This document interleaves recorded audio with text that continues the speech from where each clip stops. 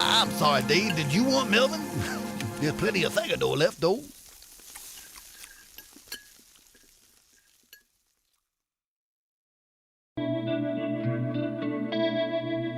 Last Christmas, I gave you my heart, but the very next day, you gave it away.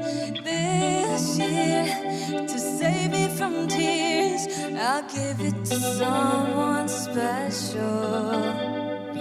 Last Christmas, I gave you my heart, but the very next day, you gave it away. This year, to save me from tears, I'll give it to someone special. Once bitten and twice shy, I keep my distance, but you still catch my eye. Tell me, baby, do you recognize me? Well, it's been a year, it doesn't surprise me. Merry Christmas, I wrapped it up and sent it with a note saying I love you, I meant it. Now I know what a fool I've been, but if you kiss me now, I know you fool me again. Last Christmas, I gave you my heart, but the very next day, you gave it away. This year, to save me from tears, I'll give it to someone special. A crowded room, friends with tired eyes. I'm hiding from you and you're so lies. My God, I thought you were someone to rely on. Me, I guess I was a shoulder to cry on. A face on a lover with a fire in his heart. A man undercover, but you tore me apart. Ooh, now I found a real love, you'll never fool me again. Last Christmas, I gave you my heart, but the very next day, you gave it away. This year, to save me from tears, I'll give it to someone special. Last Christmas, I gave you my heart, but the very next day, you gave it away. And this year, to save me from tears, I'll give it to someone special. I'll give it to someone special. I'll give it to someone special. Special. Maybe next year. Maybe. A face on a lover with a fire in his heart. Made you mine undercover, but you tore him apart.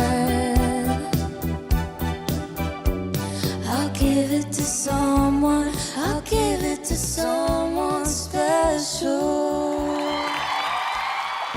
Ding dong merrily on high, in heaven the bells are ringing. Ding dong verily the sky is riven with angels singing. Gloria.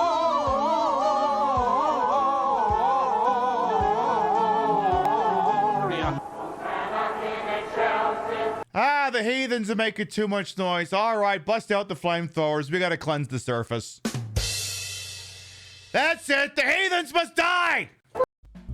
Queen Pib, in stereo where available. And where not available, it's not in stereo. There's nothing we can do about that, so don't blame us. We have no control over it. Call your internet service provider if there's some sort of a problem, or the local Twitch server. But if they're not giving you stereo and you want stereo, that's your problem, not ours. Don't bug us. Complain to your congressman or Newt Gingrich, like I'm sure he'd care.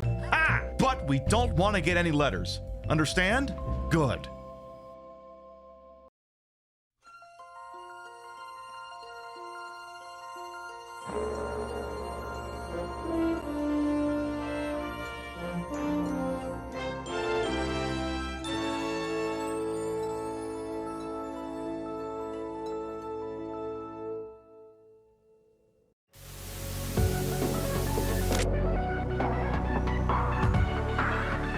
Welcome to Queen Pib on Twitch, where your time is well wasted.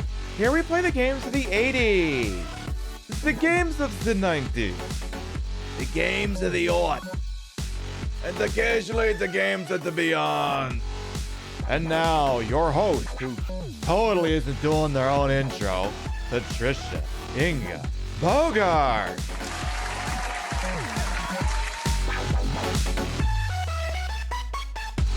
I don't know if we'll get anything as existential as I'm Noel and I have a happiness, but damn it, it won't be for lack of effort.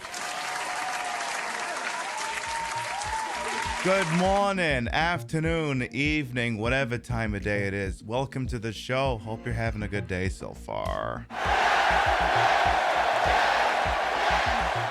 You can with the Noel BS. Yeah, Rio and I were kind of quoting that for the entire duration of the week. I mean, I got some more existential crap that might be just as awe-inspiring and horrifying this go-around, but hey, we'll see where the hell tonight's evenings take. But where the f tonight takes us. All right, let's start from the top and make it drop. See what we got here bright and early on the Retro Saturday Night Holiday Viewing Party Edition. Who we got here? Let's see. We got Display Salad. We got Rio, Crazy Two Shades, Midnight Wolf, Ruby Snowdrop, Natural 20 Honey, and Freya Midgard. Welcome on in. Yeah, I decided to change up my usual kind of Christmas outfit using the same bodysuit that I used for the Red Scare with. Because it's like, you know, you got these very shiny boots now. Santa Claus wears very shiny boots. You see where this is going? Because normally it's like completely decked out with white accents. But like, you know, more of a Santa type belt. Maybe I am Santa Claus, huh? You ever stop to consider that, huh? Maybe Santa Claus doesn't have a big bushy beard. Maybe he's got a big fucking set of titties. You ever consider that one? Some of you motherfuckers are on my list. But anyway, let's see who else we got. We got Vintage Vixen Shop, Golden Loki, welcome on. And oh yeah, I put the Chipmunk. Yeah, my dad loves that song. I figured I'd put it on the playlist for tonight here. Probably get a couple of mutes in there, especially using the Chapel Roan and Sabrina Carpenter duet from that Netflix special. What are you gonna do, huh?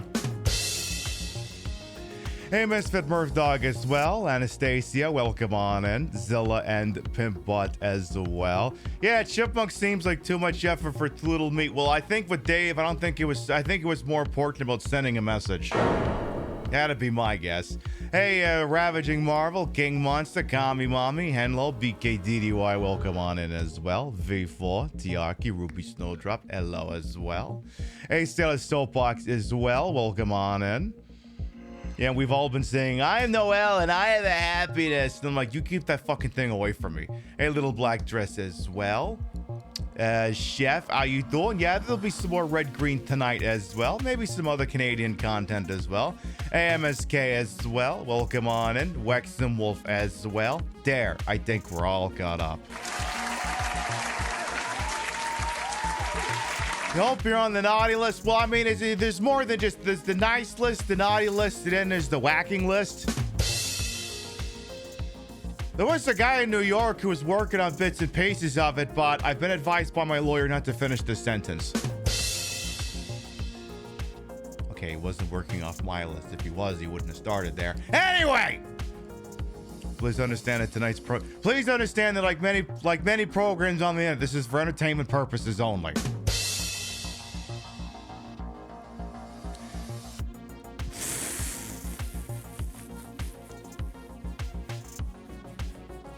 Why do I have that in block terms? I didn't let that one through. Okay, congratulations. How many fucking times I got to allow this thing? Hey. Okay, so Sailor Soapbox is trying to discuss the Nutcracker Prince, but I think we put that on the block list of the word Nutcracker a while ago when Twitch was going through the stupid fucking thing. But then Twitch added the ability to made it so that terms manually blocked still appear as automod things, and I'm trying to wave it through anyway, but it won't wave it through! Jesus Christ, Twitch, you broke it twice! Congratulations, that's the last thing Twitch broke, I guess. Anyway, Santa Soapbox was attempting to ask if we'd ever seen the Grade A CanCon film The Nutcracker Prince. You're pretty sure the whole thing is on YouTube. No, I haven't. We'll see where the evening goes. No, you're fine. It's not your fault Twitch is fucking broken. It's not your fault this website's been coasting on fumes for the last several years, ever since Dan Clancy took the fucking reins. It is what it is. So tonight we got some more holiday specials lined up and ready to go.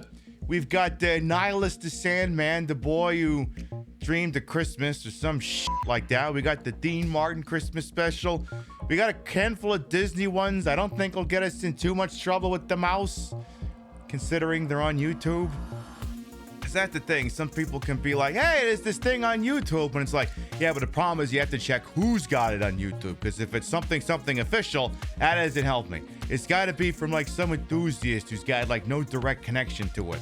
So that's why we can't do a couple of the damn things I would normally consider featuring. But it is what it is. It has a great selling point. Phyllis Diller is the Mouse Queen. Oh. Well, this explains a chatter.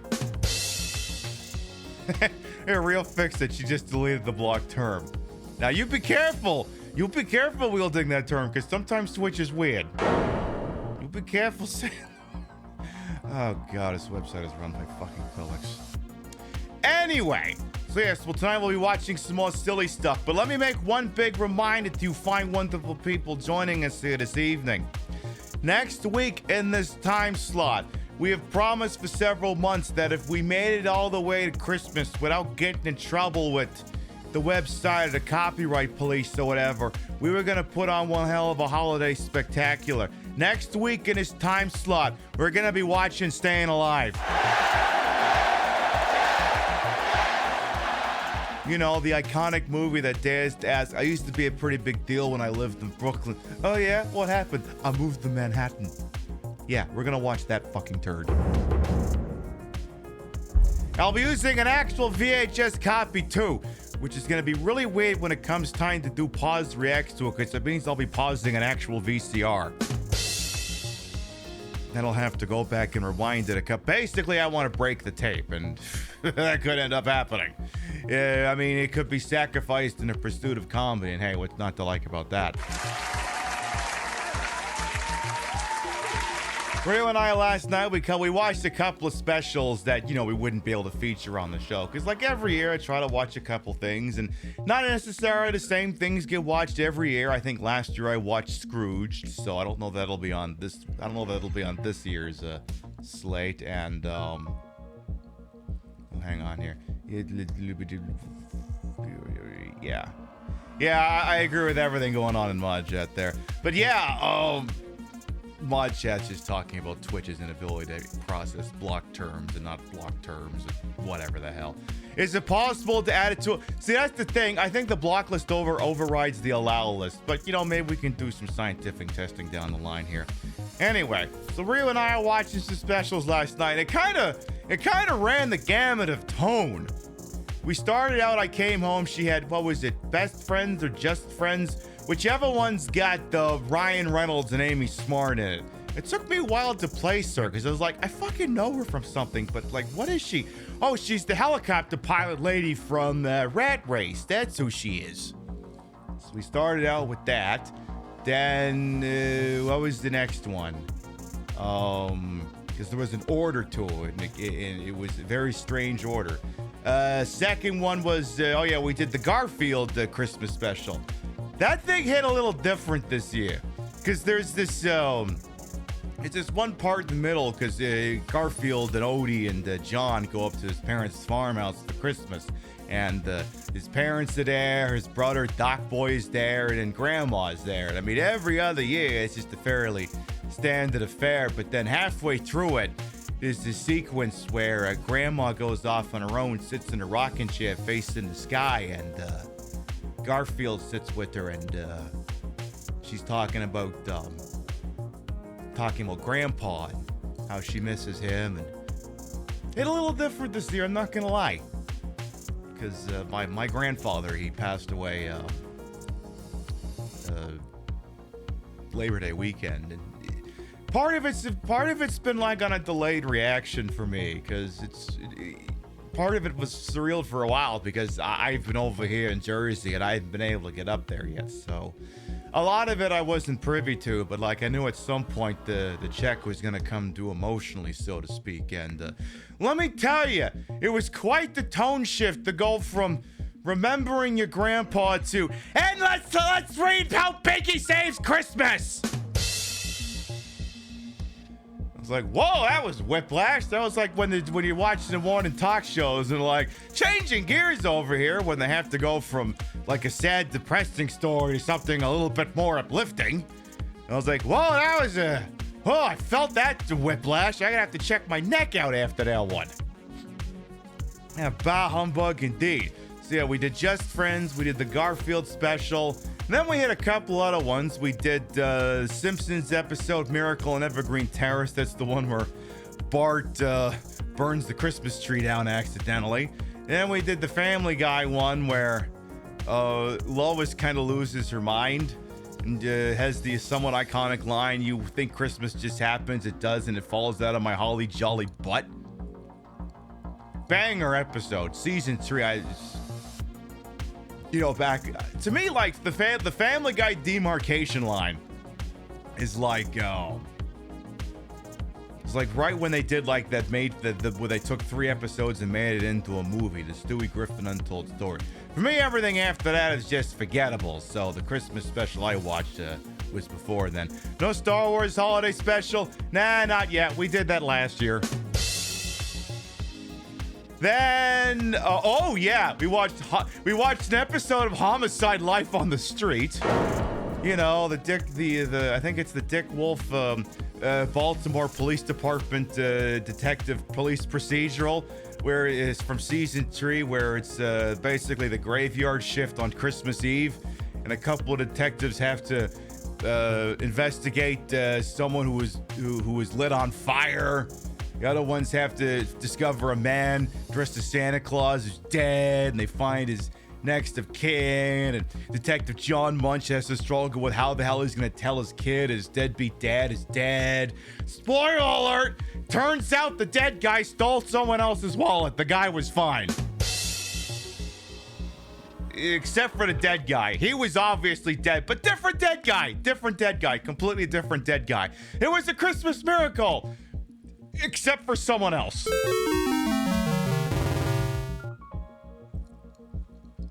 Yeah, it's what it is. Andre Brower was surprisingly low-key on that episode. He spent a little bit of time discussing the origins of the Christmas tree, and then he got in on the game of hearts that Giardello was having with what's his name, fucking dweeb cop. You know what it is. Yeah, it's the miracle we have at home. See, the thing is, like, Homicide: Life on the Street is like the ultimate hipster police procedural, because the licensing rights for the music are so fucked up that I think it's only recently that it's starting to show up on streaming things, which is one of those examples where I had to buy a fucking DVD box set and rip the entire fucking thing, because media archiving, it is what it is.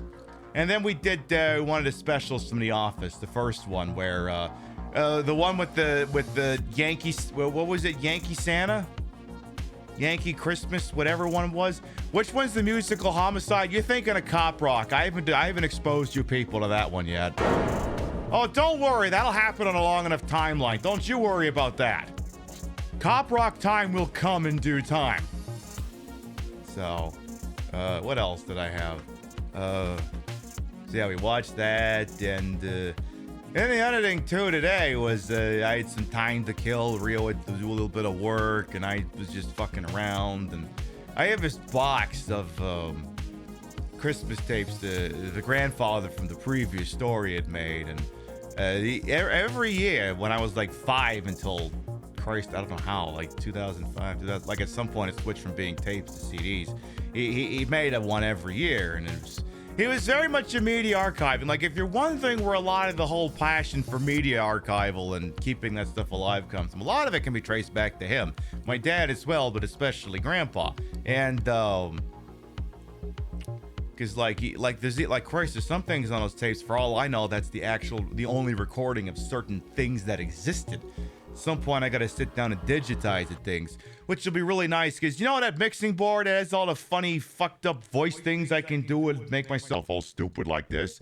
Well, the same tech we've been using to occasionally, you know, play video games and have music piped in from like a phone or something, like if we're playing Grand Theft Auto, but we don't want to use the in-game soundtrack because look at it muted or something.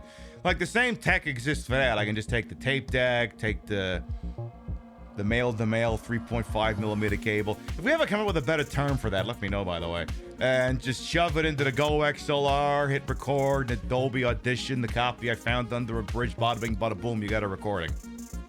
So, we'll have to do that sometime. Just, you know, it's one of those things in life where, you know, I was hoping it'd be a little bit longer before I was listening to them because it was the only way because it's one of the last ways to hear the guy instead of it just being a fun thing to listen. I mean, it's still fun to listen to. It's just, you know, the power behind it is kind of shifted this year. 2024 has been a year. But you know what? We'll blather on about that more some other time down the line. Yeah, male to male, it's called docking. Okay, so they just have to go dock it. So I just have to dock the tape player with the Go. For those unfamiliar with docking, nope. I will actually have to put the sexual content classification on if I attempt to explain that one. You bet he already did. Well, hey, no one ever died doing redundant things. Anyway, we got a slate of stuff here this evening. I got myself a nice tall glass of Sinatra Select Jack Daniels here. Ice is already muddled. Let's have a little sippy poo of that son of a bitch. Oh, that's the good stuff. All right, and when we come back, I think we'll start watching some silly stuff. We'll have a little, we'll do a commercial break from our toy legitimate, not made up sponsor, and we'll come back. Christmas stuff. We'll be right back. Come on down to Kunkelman Chevrolet. We now have Jaguars. We have Panther bodies. We have Fox bodies. We have Cougars. Whether you just inherited a fat stack of California cabbage from a dearly departed relative, or you just got your first big boy job at your dad's paper refinery and need to show former classmates you're making career money at 19, let us talk you into something unreasonably fast for just $99,999.29.25. Any make, any model, it's all the exact same price at Kunkelman Chevrolet, Buick, GMC, Oldsmobile, Suzuki, Harley Davidson. We have used cars, we have luxury cars, we have LS swap power wheels, we have divorce. Infidelity is a choice, Rebecca, and you gave me no option but to choose it. Cure your loneliness with a weapons-grade dose of acceleration and treat the Turnpike as your own personal Nürburgring. Because speeding tickets are more affordable than ever and the points just fall off like brisket from the bone. At least that's what our friend who took the LSAT tells us. Lose your right to federal assistance at Kunkelman Chevrolet, Buick, GMC, Tesla, Duesenberg, Pete Davidson. Come down to the only unregistered used car dealership with supercharged power and sales associates with names like Jason, Raymond, and Shane. Come get these withering handshakes and coffee so hot you can't drink it, with powdered creamer so lumpy it rests at the bottom of the cup like sunken treasure. Find the X and dig up savings at Kunkelman Chevrolet. Buick, GMC, Hyundai, Suzuki, Kia, Jaguar, but not Ford or Land Rover. When you're gone off that perk 30 and have a handle of wild turkey and the spousal support check comes through in the mail, you just gotta hit on eHarmony and insurance approved your Cialis prescription, that's when you know it's time to treat yourself to a Jaguar F-Type so you can join your problematic army of professional condom forgetters. That price is so rock bottom they bust through the Earth's core. Come out the other side and go sky high again. We know where you live! At Kunkelman Chevrolet, but with Riz. There's no half-assing here. This is double cheeks, fully loaded, ready to make it clap like the plane just landed. So clear your search history and burn anything you don't want used against you, and come on down to Kunkelman Chevrolet. Buick, GMC, Oldsmobile, Land Rover, but not Jaguar. Ford, Suzuki, Ford, Tesla, Jaguar, but never Land Rover, Chrysler, Ridge Racer, Ford a third time. Off Route 425-2529, Harrisburg.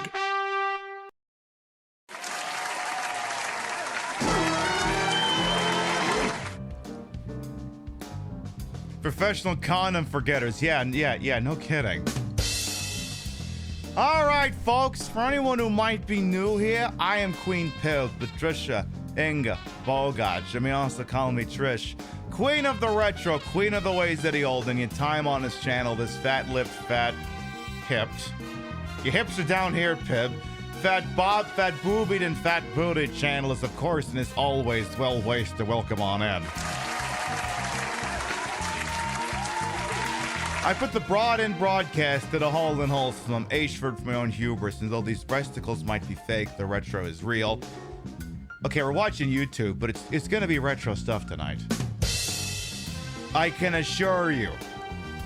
Hey, you come back tomorrow night next week. We'll be playing all kinds of old-timey games. I hear Hybrid Heaven, Shadow the Hedgehog, and Blue Stinger might all show up at some point. And before we get on with tonight's stuff here, I actually have to fix the chair. This wasn't planned, but see, it's a green screen chair, but the problem is the blankets keep scooting over to the right, and I have to fix the chair, excuse me. It's just a thing that has to be done. It has to be done. If I don't do it, then you're gonna be able to see the chair I'm sitting on, and that would just ruin your immersion. So I can't fucking let that happen. I gotta fix this up, and I gotta get the cushion underneath this thing all lined up. There.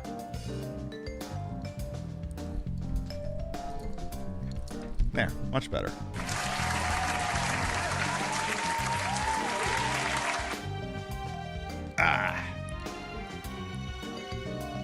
There's one thing I was thinking about showing briefly here, and I gotta see if I can figure it out. Rio, what if the guy from, you know, The Bear, what episode was it where he was talking about that movie?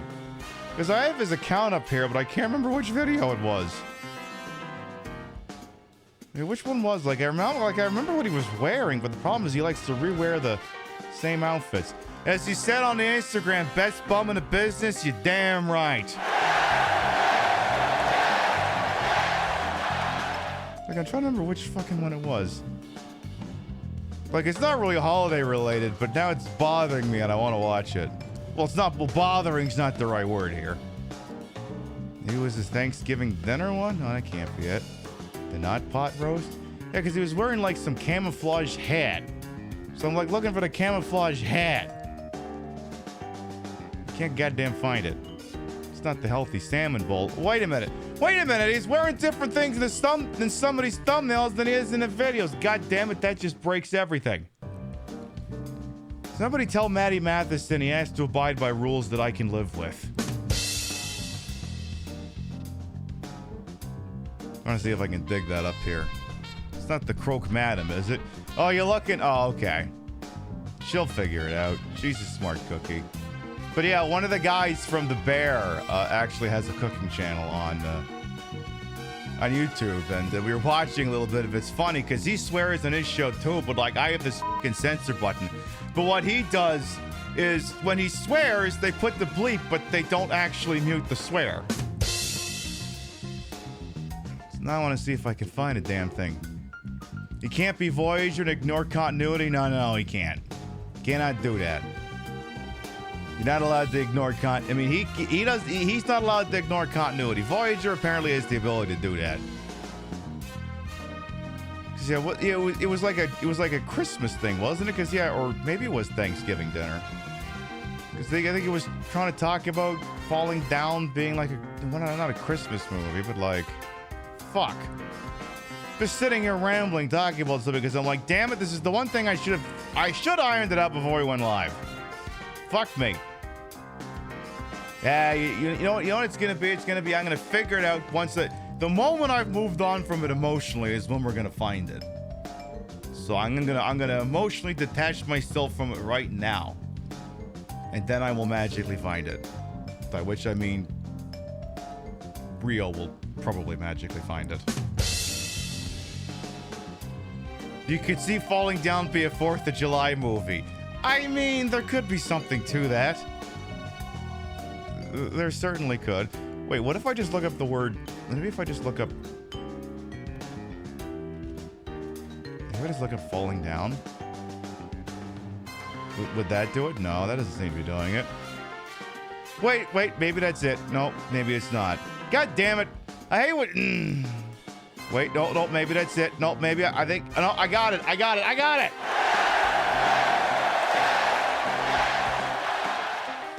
The key was just going to all his videos and just looking up the word falling down. Because now I feel validated about an opinion I've been holding, and now I want him to tell you all about it. That's just hot oil. You know, you just took it right out of the hot oil. You know, it gets me every time. And now we literally just wait. But yeah, if you've watched The Bear, he's in The Bear, and he has a YouTube cooking channel. We wait and we wait and we wait until they're perfect. You got friends coming over?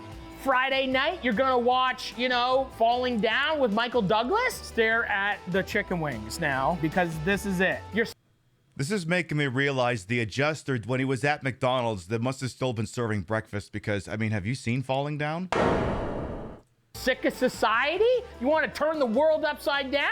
On that side, chaos. In here, beautiful chicken wings. Who's that dead guy who played the Joker? Screaming children, wife's not happy. Fuck that guy. Your friends are losers. Michael fucking Douglas in Falling Down was like the world's fucked. You got no job. Joker's like, oh, you want to see this world burn? Some people want to see the world burn? It's like, that's every fucking day. Life sucks. Michael Douglas in the 90s walking around with a briefcase through Los Angeles. That shit was crazy. But guess what? In here, beautiful chicken wings. So if you want to have a night like that, just make some really beautiful anti-ange chicken wings and, you know, you're going to be set up for success. Okay, I'm going to pull them out. And then, yeah, watch Falling Down, the original Joker movie.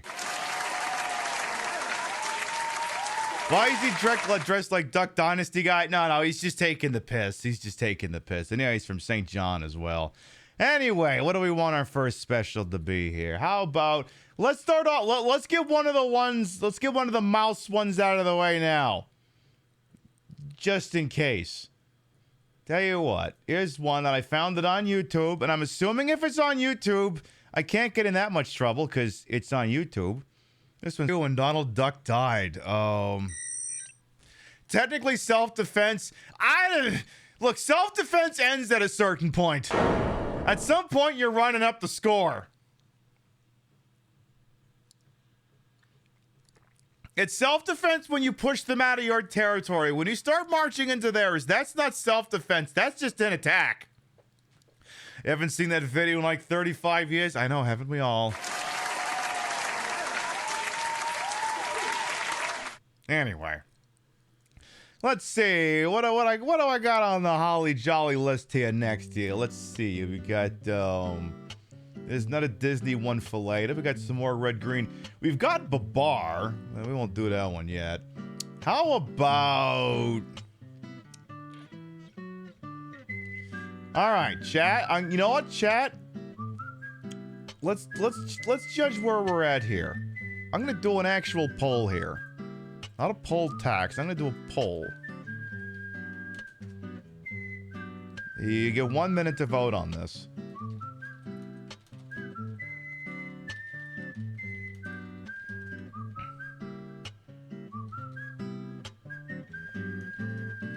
I'm going to give you two descriptors and you tell me which one you want. You can choose between existential horror and drunk stuff. You're technically getting both of them. You're just picking which one you want first. That's what's going on here. This is like in Hot Fuzz when Nick Frost is asking, what's his name? The Point Break or Bad Boys 2? Oh, you're asking me which one I'd prefer. No, I'm saying which one you want to watch first. You are pulling my leg. Have I ever watched Patti LaBelle doing This Is Christmas at the National Tree Lighting on stream? Are we talking about the one where she's complaining about where the hell her backup singers are at? Rimshot? Simon Pegg, that's the guy. All right, I gotta say, with like 20 seconds left to go, it seems something very strange is gonna have to happen in order for drunk stuff to win over existential horror. Now, I don't know if it's existential horror, but from what I remember, we'll see. All right, existential horror wins out first. Like I said, you're going to see them both. You're just choosing which one you're going to see first. All right, we're dipping into the CanCon bucket here. Now, this is based off a television program I didn't watch when I was a kid, but apparently there was one year where my parents must have just taped any fucking thing they could find on the TV. And, you know, we grew up in Canada, so it's a mix of stuff from, like, Boston American TV stations and whatever the hell would have been on, like, CTV or whatever. And on one of the tapes we had something called Nihilus the Sandman. And it was apparently a Christmas episode called The Boy Who Dreamed Christmas. And some of you fans of old-timey cartoons, there's going to reach a point you're going to be like, I know that voice from somewhere. And I'll tell you who the hell it is. Or if you just know who that guy's name is.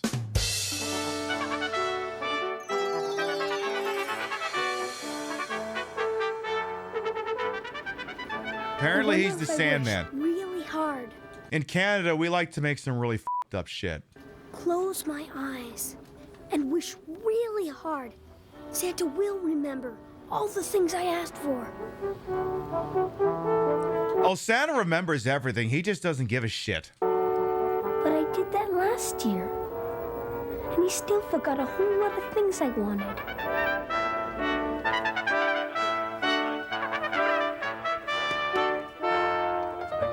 Was it the Masterpiece Theater music?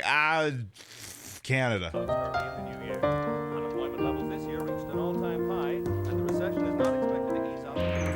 Wait, there's a background news event going on. It's talking about recession being at an all-time high?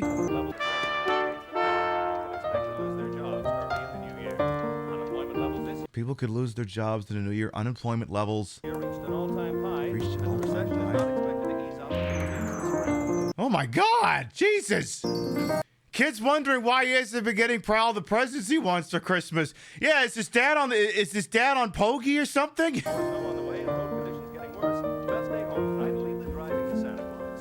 Honey, come sit with us. I think everything's ready for tomorrow. I can sit down and relax now.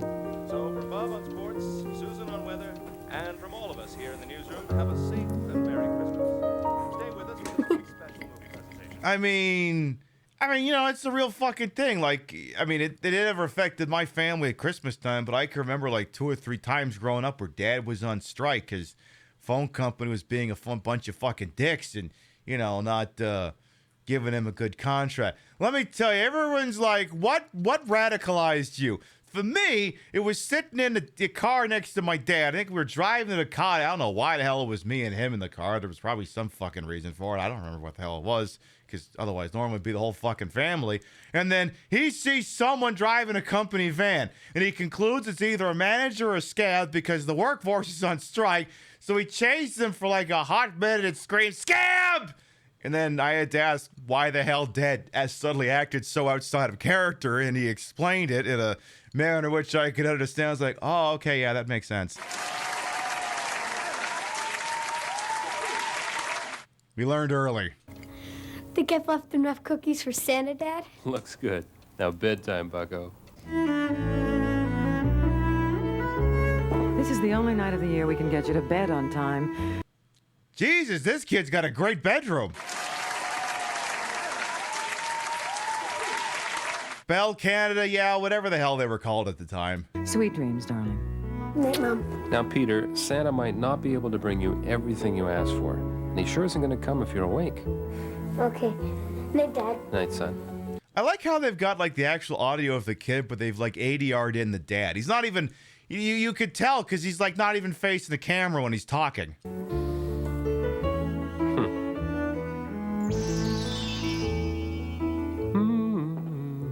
Yeah, I think the dad's voice is dubbed as all hell. Now remember, child, we left the door open because we have to find out if you're about to do something you shouldn't be doing. Like, how old are you? Okay, reading books.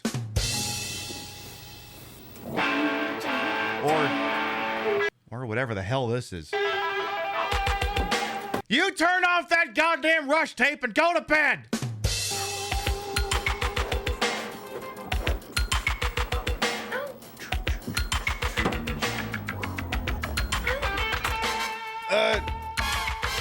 Wait! Password, Dancer, and Prancer. Wait, Access, Christmas present. Excuse me, this kid's got a computer in his own fucking room? I didn't get to have a computer in my room until I went to college.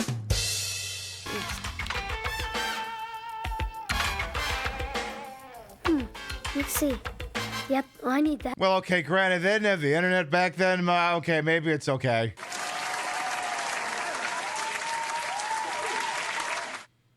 Pib, when you were a kid, the internet existed, and okay, yeah, that makes sense. That tracks. And that.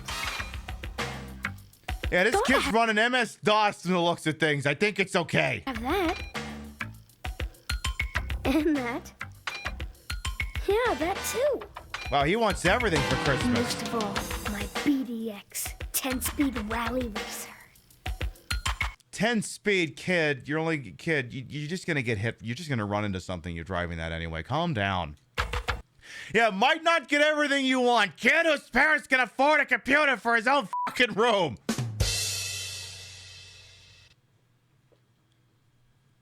Oy vey. Wait, there was a Star Trek reference in there? Gotta have that. The XB154 THX. Oh! The code on the bottom right is NCC170. You add one extra number on that, it's the Enterprise's call sign. And that. Yeah, that too. Most of all, my BDX 10-speed rally racer.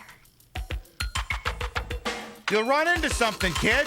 A lot of stuff. I hope Santa can remember all this. The kid even has a printer in his fucking room. This kid's room is bigger than any one I ever had.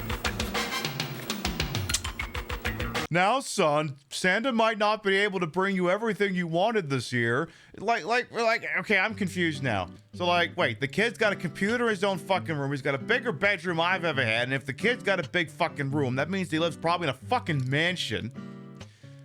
Now, if Santa Claus can't bring him everything he wants this year because the dad's money's hurting, I don't think it's like the kid's dad is on strike or he's been laid off from work or something. I wonder if he's awaiting charges for financial crimes. Because it's the only way any of this makes any sense. As long as the guy's on his picket line. And I mean, his dad's a fucking CEO.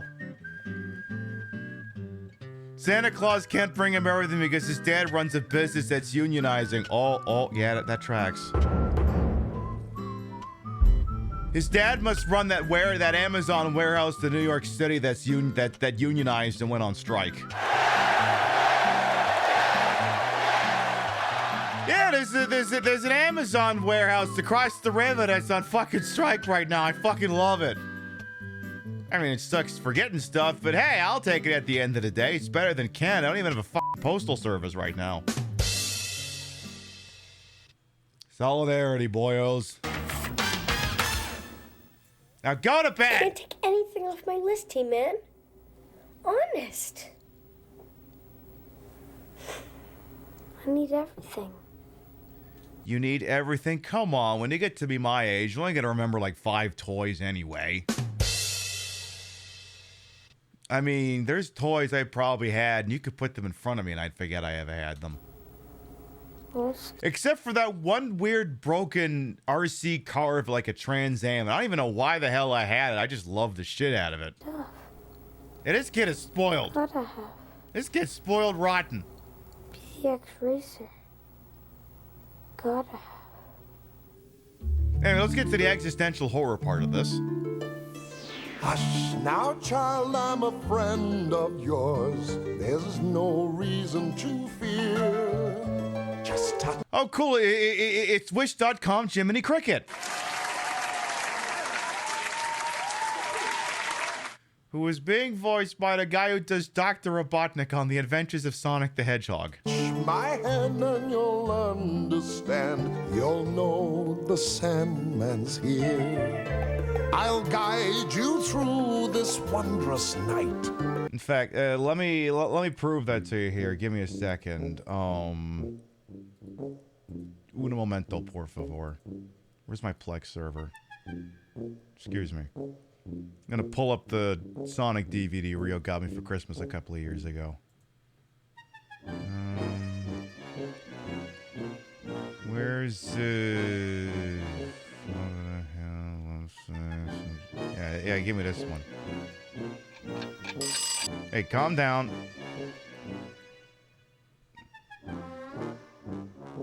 All right, yeah. Yeah, this one. Come on, you oversized calculator! Let's have that microchip! Patience, Dr. Robotnik. I am downloading the Genius program onto the chip even as we speak. Job complete. It'll all be worth it if this chip really makes my magnificent mind 10 times smarter. He's the guy singing the song right now.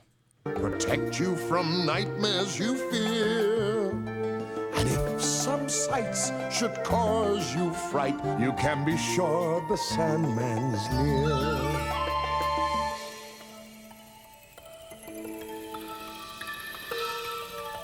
Oh no, the kid's a cartoon now!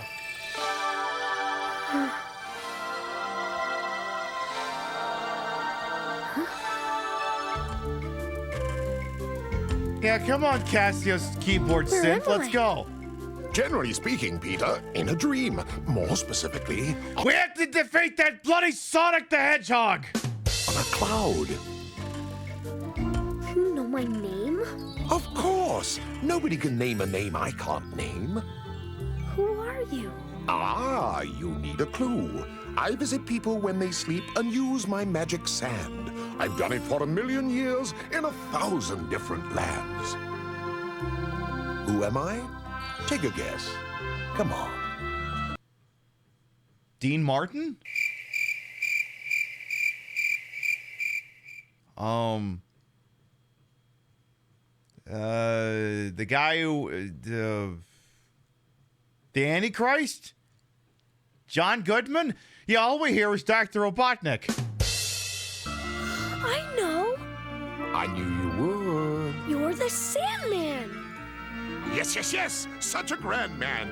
See, what really threw me is at this point in my life, I've played Mike Tyson's Punch-Out. So I'm like, that's not the Sandman. That's the guy in the Sandman's the guy in Mike Tyson's Punch-Out who keeps kicking my ass. Silas the Sandman. That's me. Okay, why is he winking Let's at be us? off, shall we? Where can we go in my shoe? Why, wherever you wish.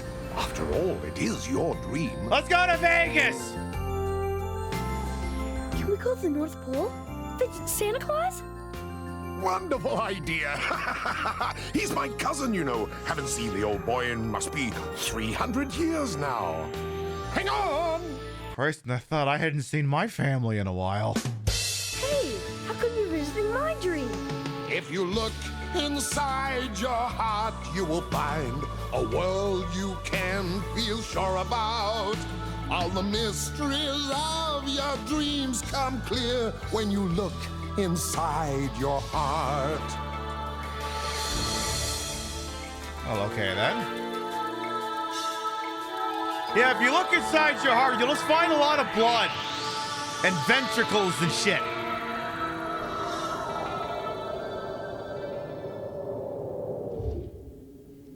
Now, which North Pole is this? Is this the one from Scrooge? Because that one's being attacked by terrorists right now. Wow.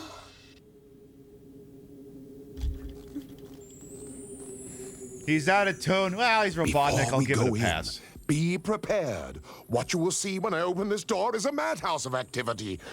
Elves making noise, making toys, making noise. Santa pacing about, checking lists. Mad activity. Huh?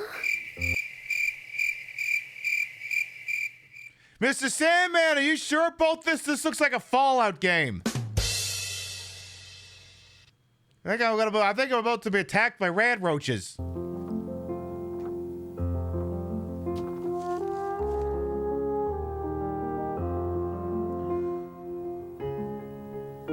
I suppose you have a cat. Wait a minute, that's not Santa Claus. That's Dr. Treacher from Hot Fuzz. Wait, not Dr. Treacher. You know the guy I mean. The guy who was also in that No Escape movie. Linda Cuz. Yeah, do we have to save Christmas again? Peter. I already seen Kiss Save Christmas last night. Right? Peter Fletcher. I still remember all the children's names. Yes, I do. Santa. It's Christmas Eve. Kids all over the world are waiting for you. Nothing's ready. Well, unfortunately, Santa got too many DUIs, so Santa can't actually fly the sleigh anymore. They took away they took away Santa's ignition blower because he kept having one of the fucking reindeers blow it for him, and well, you know, one thing leads to another, right? Where are all the toys? Now, don't worry. You'll all get your gifts. They just won't be from me, that's all. Oh no, did you outsource Christmas? Final shift starts in 2 minutes precisely. Oh my God, there's an Amazon warehouse down there! Oh no, Jeff Bezos took over Christmas! What's going on, Sandman? Most irregular, most unusual. Oh no! There really is an Amazon warehouse down there! Jesus fucking Christ! Boy, that escalated quickly. I mean, that really got out of hand fast.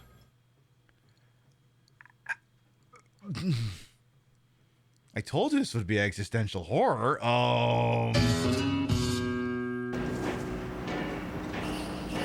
Is that the toy shop, Santa? Down there? Yes, Peter, that's it. Can we go see it? I don't know that you want to, kid. Santa here, Toy Master. I have 3 visitors who... Voice print required for identification. Repeat the following sentence. The Toy Master is ruler of all. All right. The Toy Master can suck my nuts! Who's that cheerful, modest fellow, cuz? Oh, dear me. We needed help. The elves and I just couldn't keep up with the orders. We built a helper. Oh, it seemed like such a good idea. Oh no! Santa used AI! Never ever use AI! The time. That lump of joy is a helper? The Toy Master is ruler of all. Oh, how I hate saying that. What was that? Entry permitted, clause. And do be careful what you say when you meet him. Oh dear. Amazing.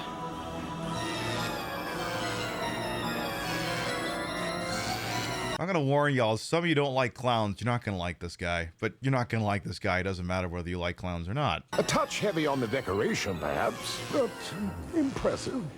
Yes. Impressive enough to retire me. Not to mention what it's done to the elves. Yeah, it's Temu, exactly. Jesus Christ! You might have just refused to follow its orders.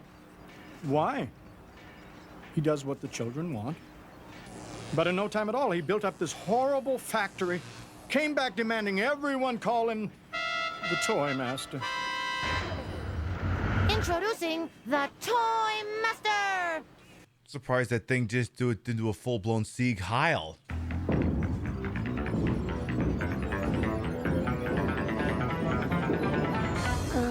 Hello, sir?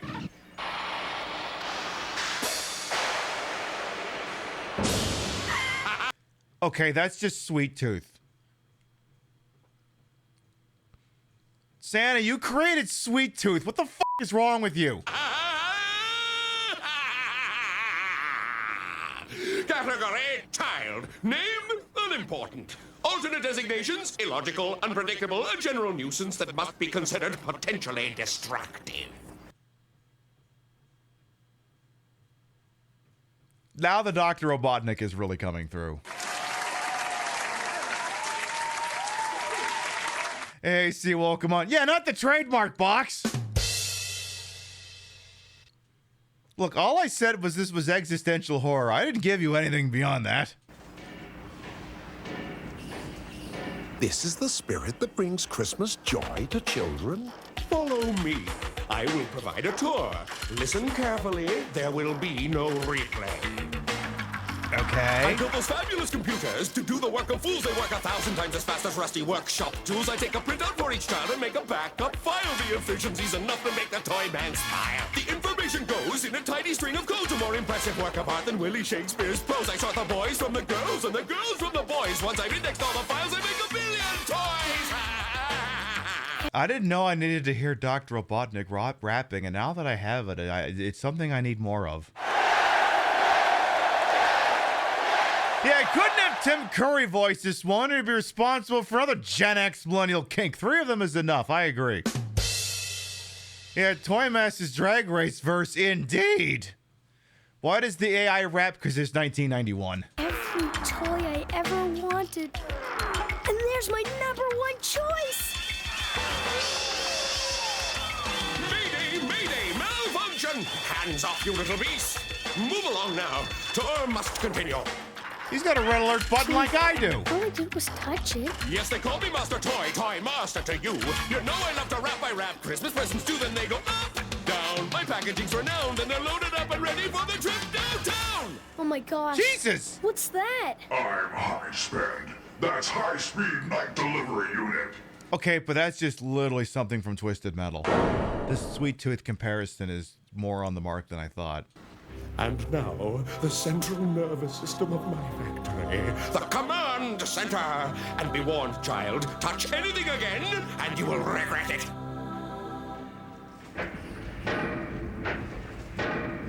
Why is it so terrifying to children? Because in Canada, it snows 11 months out of the year, and this is what goes through our fucking brains when we're being creative. Welcome to my masterpiece. Eagerly awaiting Calypso, yes indeed. I am Calypso, and I thank you for playing Twisted Metal. The most incredible array of high-tech hardware ever assembled. And behold, the greatest computer network in the world. Together, The greatest computer network, how much porn does it have? If it's less than total, I'm gonna be very disappointed. great gadgets relay my commands instantaneously, giving me control of every detail of my factory's operation.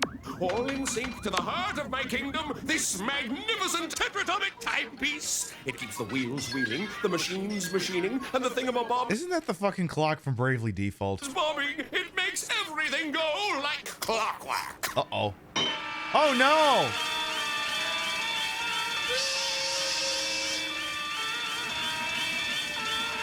Okay, we could go without that effect. My precious clock is seizing. Do you realize what you could have done? Well, you're the one who didn't install any fucking railings or anything, bro.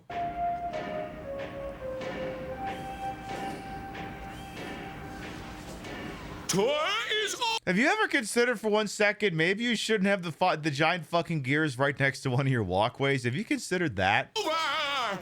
Get out now. Gladly. My, what a distressing dream this is turning out to be. Yeah, we're barely halfway through. We've already learned all the horrors of AI. This isn't Christmas. It has no feeling, no spirit. In days gone by on Christmas Eve, we'd pack the old sleigh for the journey. Off into the night, how we were a sight. But life is much different than before.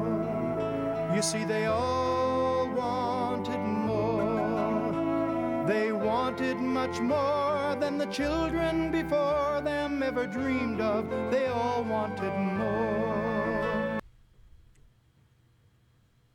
You know, Santa, you're allowed to say no. Like, I'll let him keep talking.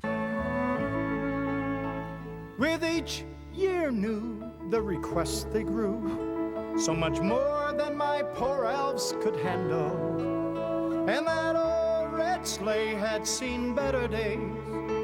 It was clear changes were in store, because they all wanted more. They wanted much more than the children before them could have dreamed of. They all wanted more. You know, Santa, we don't summarily execute you if the kids don't get everything they want for Christmas. Like, you know we're not going to kill you, right? We're just going to torture you.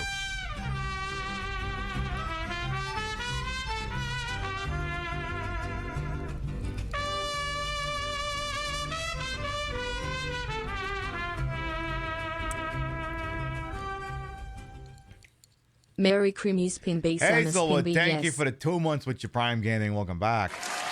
You could have spent them Bezos space bucks on anyone. You spent them on me. Why, thank you.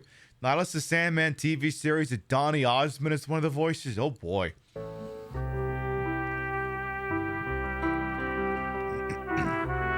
Oh, there was a time when children were... Also, according to that map, there's heaps of children in the Sahara Desert. Well, I mean, at some point they had to figure out Santa. happy to get just a few special things. Like the dancing ballerina princess. But they don't want the dancing ballerina princess anymore. It's not woke.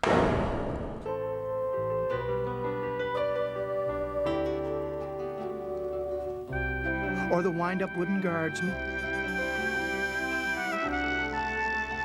They won't let them have the wound-up wooden guardsman anymore. They're worried that there was a recall involving the rifle. He tends to shoot things, but they... Anyway. Or the playful puppy pooch. Or this. Or this. Or my personal favorite, the Christmas Star Express. Yes, they all wanted more. Sam, this is going to sound like a stupid question, but it's a train. It didn't have to be black. They wanted much Why more isn't it Christmas than colors? The children before them ever dreamed of. They're all wonderful. Shut up, kid! The man is singing! And they still want more. Okay, you need to strangle that one. We would fuck with that hippo ballerina. It's okay, Peter. I shouldn't have had all the toys out. 1 or 2 would do. That's it. Yes, of course it is. What? Simple. You just deliver the top 1 or 2 gifts on each child's list. Kids only remember their most special toys anyway. And that way there'd be less to deliver, cuz. I feel like Santa Claus is just sitting there going, "Oh, wow, gee! Just deliver a few toys! Wow! That thought it never occurred to me! I thought it, please tell me all these other things that apparently are just so fucking obvious and everyone had picked up on it. Tell me anything else that's so obvious that I couldn't have thought of it before! If you think that was an acceptable answer, don't you think I would have done it already?"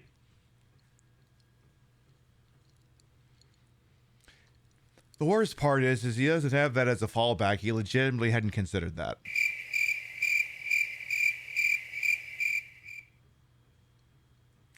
Please star as a Santa Claus in a comedy cartoon. Yeah, I'm all for it. It's like, wow, gee, fuck, I hadn't thought of that. And I could do it with my elves. And my reindeer. I mean, this is how you can tell the poor bastard is not motivated. Hang on.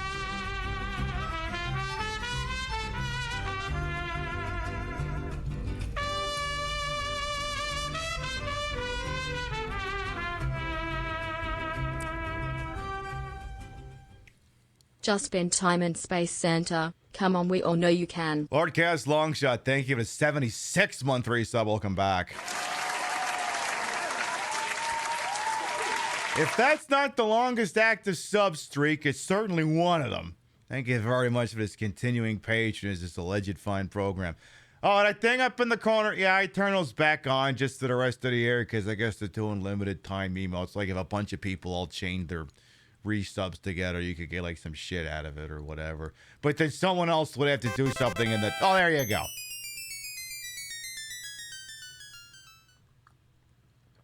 Choo-choo then. Tell you what, I'll let you listen to the hype train music for...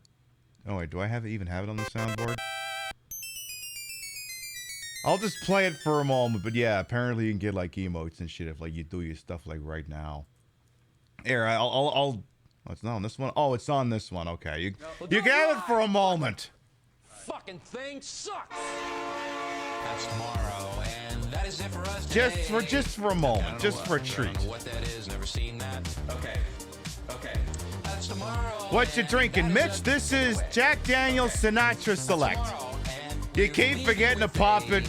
Oh, it's time is a flat circle. We have a lot of fucking responsibilities. Don't you goddamn worry about it. I ain't going anywhere. You always know where to find me.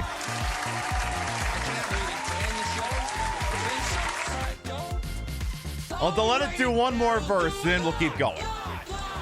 Because I got to talk about Santa Claus here for a second. Okay, I don't know what that is. Never seen that. Okay.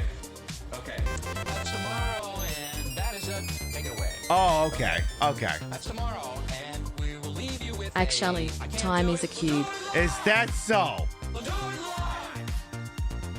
leave you with steam.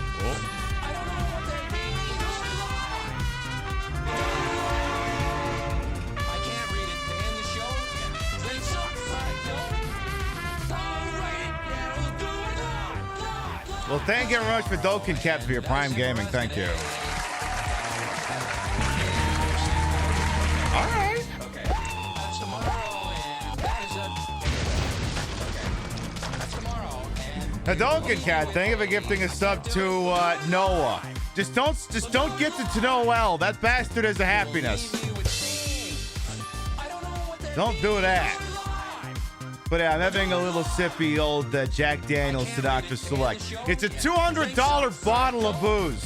$200 fucking dollars. We're in the good stuff tonight. and that is it for us today. Okay, I don't know what that is. He has a happiness. Okay. That's tomorrow. Tell you what, just Take it away. because we're baiting over here, I'm gonna bring this back from last week just for a moment, just as a treat. And being quite emotional, for a glassblower, Herman cried for pure joy. It was Noel's good fortune that one merry tear became part of him.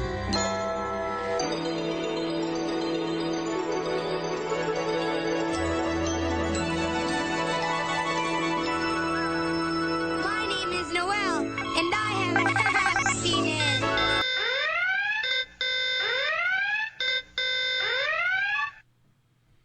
Why are we doing this again? I figured some of you needed the reference.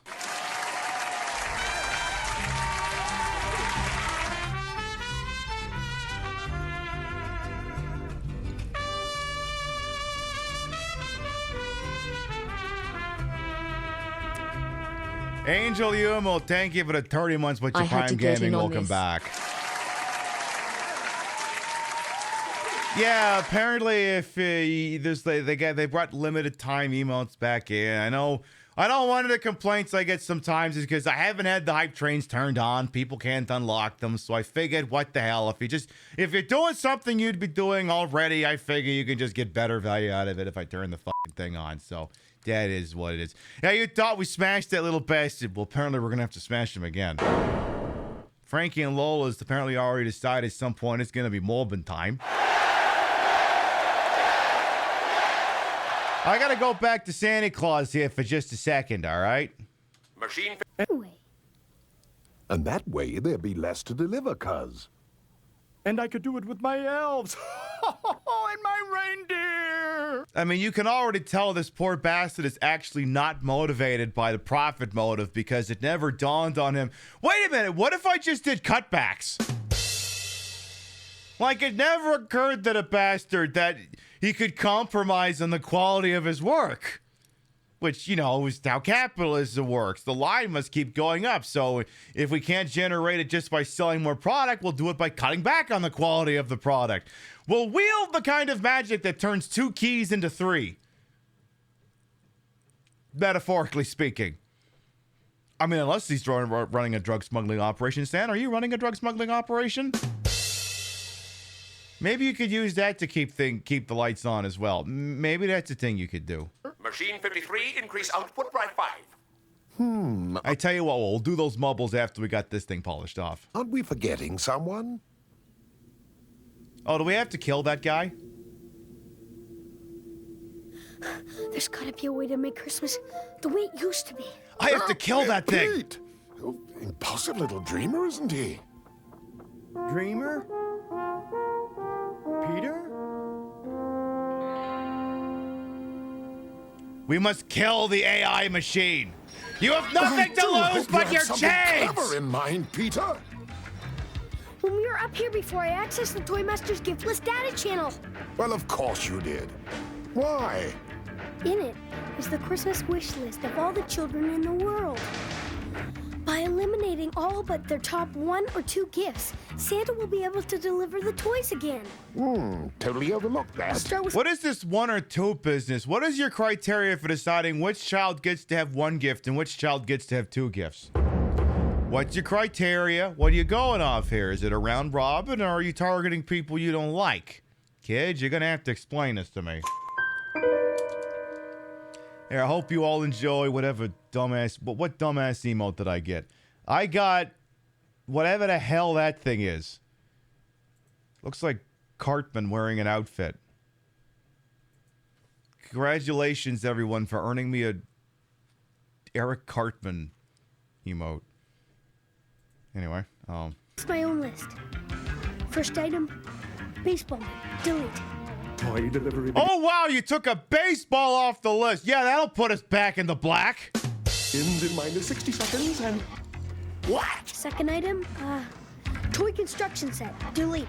High spend, prepare for first delivery. Wow. Hey, sorry, bro. This stuff is so stupid. I had to sneeze. Well, how is he literally deleting your factory? Oh, wait, it's a dream. Fourth item, water pistol. Delete. Oh, no! Molded piece of plastic from China. Oh, that'll really increase our efficiency. 27, begin loading high spend. Malfunction! Like, how does this make any... Oh, right. Yeah, this is the kid's fucking dream. There's no rules. Item 7, air hockey set. Delete. You're Canadian. How can you get rid of the air hockey set? How is that not your top one? That's it. I'm deporting you to America. That's it. Get out of the damn country. You don't even get to listen to this fucking song anymore. Go back to America where their songs suck.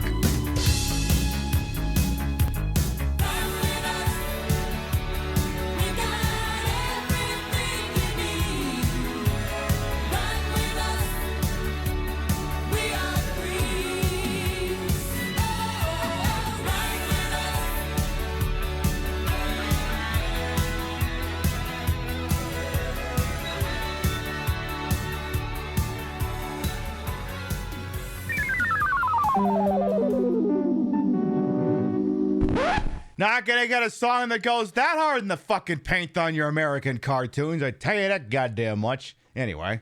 See, man, look. When I delete an item, something in the factory disappears. Oh dear. Items 13, 14, and 15. Army action figure, chessboard, and ghetto blaster. Delete. Wait, you had 15 things on your Christmas list? I think I'd be fucked if I could think of more than 10. Never mind back then. How about just now? Nowadays, all I want is, I don't know, a bottle of whiskey. I don't know, a micro SD card because I could always use one, and I don't know, maybe a deck of cards. Machine 1313, begin fueling high spend. Malfunction. Of course, it also doesn't help that I'm an adult with a credit card, and anytime I want something, I can just buy it. Sabotage suspected. Sandman, I'm down to my top gift. Come on, kid, you don't gotta worry about that bike, okay? Once your dad goes to prison, he's gonna do all kinds of stuff in there just to make enough money to buy you the damn thing. Sandman, the bike! It's the one I've always wanted. It's got the flag and the kickstand, and it's even my favorite color. Sorry, kid, you're gonna have to kill it. The card says, to Peter Fletcher. My bike? It's what I came here for! Is it? Oh, yeah. I've got to finish reducing the other kids' toy list. With a touch of this key, I can override the system and instantly eliminate all the excess gifts.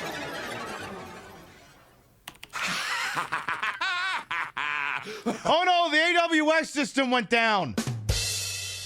Well, that happens a lot more often than you'd think. Your time is up, child. I win. No, my tetratomic time clock will initiate the delivery. The bike is yours, but Christmas is mine. Begin countdown to takeoff. How does he know what is excess? Let's see, it's 1991. Anything that he doesn't like, so probably Barbie dolls and shit. Oh, Sandman! How is the AI clown running without dream logic? Christmas is ruined! 10. Yes, Peter, but you still got your bike. 8, 7, 6, The bike! 5, That's it! 4, Jump, Sandman! 3, 2, 1. Oh no.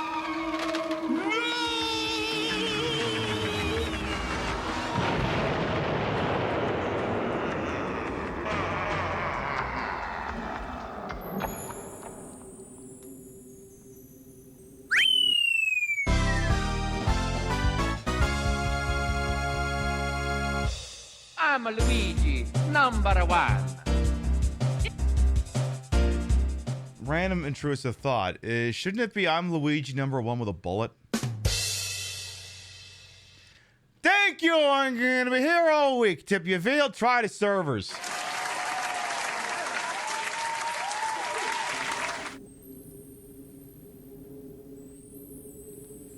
Okay, okay, Santa Claus, no pressure, but it's Christmas Eve, and I just destroyed your outsourced labor factory. You need to come up with everyone's presents, like, now. Be prepared when I open this door. What you're about to see is a madhouse of activity. Lend a hand, everyone. There's no time to delay. To prepare for the I think Santa needs to sound more Canadian. journey, we'll pack the old sleigh. There is still much to do. We must be on our way soon, for soon it will be Christmas Day. See, you have to remember, everyone has been like, these voices don't really work for this bit. You have to remember, it's Canada. It's Canada. They sound different in Canada. I mean, Christ, heaven forbid they bring in someone from Newfoundland. You wouldn't be able to understand a goddamn thing being said. Now we're all back to work, and no time must be wasted. From now on, we'll do things the old-fashioned way. Christmas cheer's back for good. For a while we misplaced it. Yes, soon it will be Christmas Day. He still just reminds you of public access music star Mark Gormley. We'll have to check the credits. And we'll all work together to keep Christmas alive. It will live with us all through the year. Let us all work together to make sure that no matter No, look, it's not child labor. They're just Ewoks. how dark the world may appear, that the spirit of Christmas is near. They just shaved Ewoks. And we'll all work together to keep Christmas alive. Let's make certain that it's here to stay. So let's all work together, and before you can say it, indeed it will be Christmas Day. How does the Sandman know these words? All work together to keep Christmas alive. It's much more than... Listen. I understand we're all having discussions of whether it's slave labor or child labor. Look, all we know is it's not in service of the profit motive. After that, okay, I guess it is still slave labor. What's under the tree? Let us all work together to make sure that this dream that we share will at last come to be. And we'll all dream together of a world so much better, where the pain and the suffering cease, and the whole world will finally Sleep in heavenly peace. Okay, so how'd you fit all the Peter, presents in there, I though? just might visit one of your dreams again. Please don't. Please don't. You're a most imaginative fellow. Mr. Sandman, I'm opposing a one visit per child limit. You keep coming back to the same kid, and I may call the feds.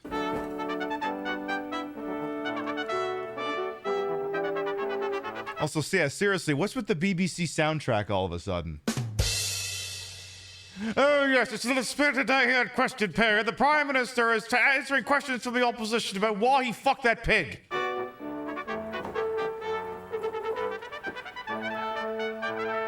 Hey, whoever heard of... All have you you now, that pig deserved the right proper good fucking. Would someone please remove Mrs. Thatcher from the chamber? Sleeping in on Christmas morning. Now, Peter, Santa might not have been able to give you everything you wanted. I know, Mom. Really, I do. Oh my God, Santa got you some silly putty. Fuck yeah. Wait, Santa also got you an orange? Okay, other than that train set, Dad, you just bought all this at a gas station, admit it.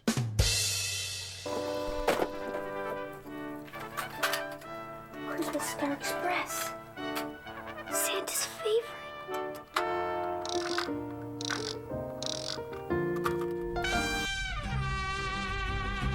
Did I not get an orange in my stocking?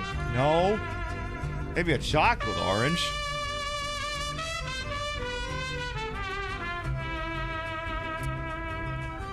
Don't know anymore. Thank you to 27 months. Welcome back.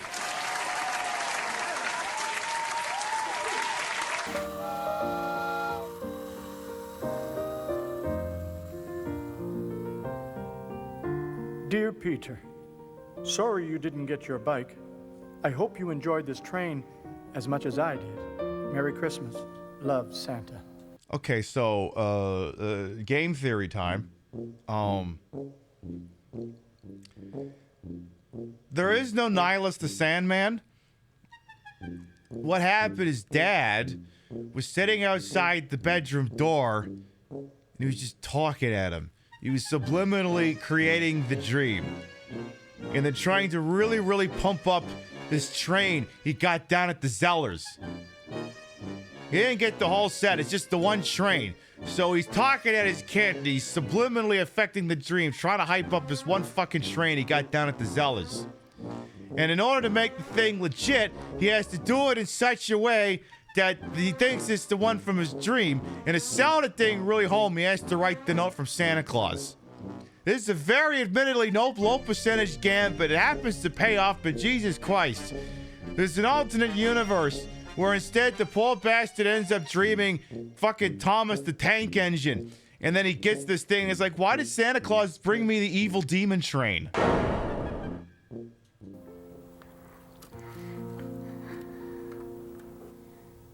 This really is a Merry Christmas. Your dad's wanted for insider trading, by the way.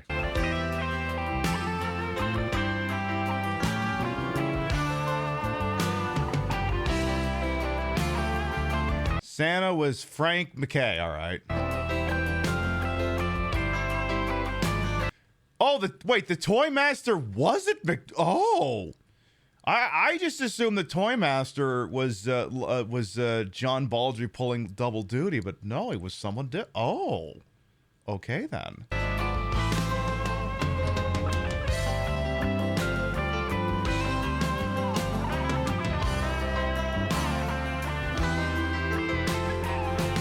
New credits gag music just dropped.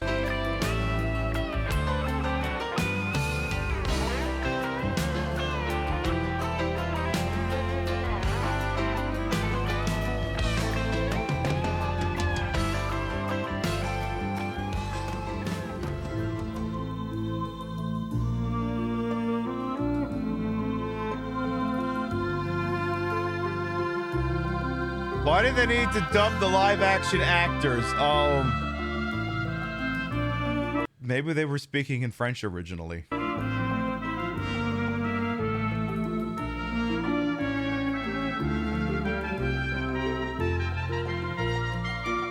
Oh, this is a long credit sequence.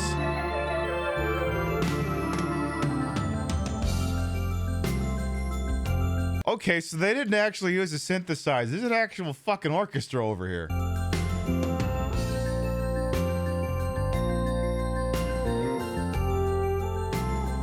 Jesus. I think half the country was working on this thing.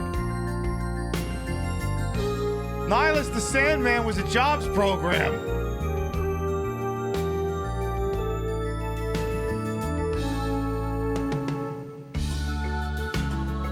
Yeah, they had a couple of bucks, apparently.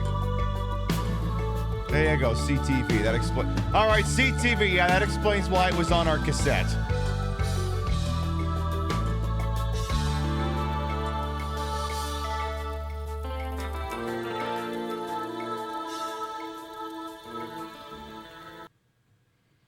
So there. That was that. You're not Canadian, but you recognize the crime target committed against Zellers. Yeah. Turns out if you implement SAP as your inventory system badly, you'll just destroy your entire company. Who would have thought? All right, so we have an open redemption here before we move on to other programming options here on the Queen Pib Show, because we got more specials to do here. You bet the Frozen 2024 is legit. It says Frozen full movie 2024 Elsa Heart Kingdom Hearts. Oh, is this just Kingdom Hearts?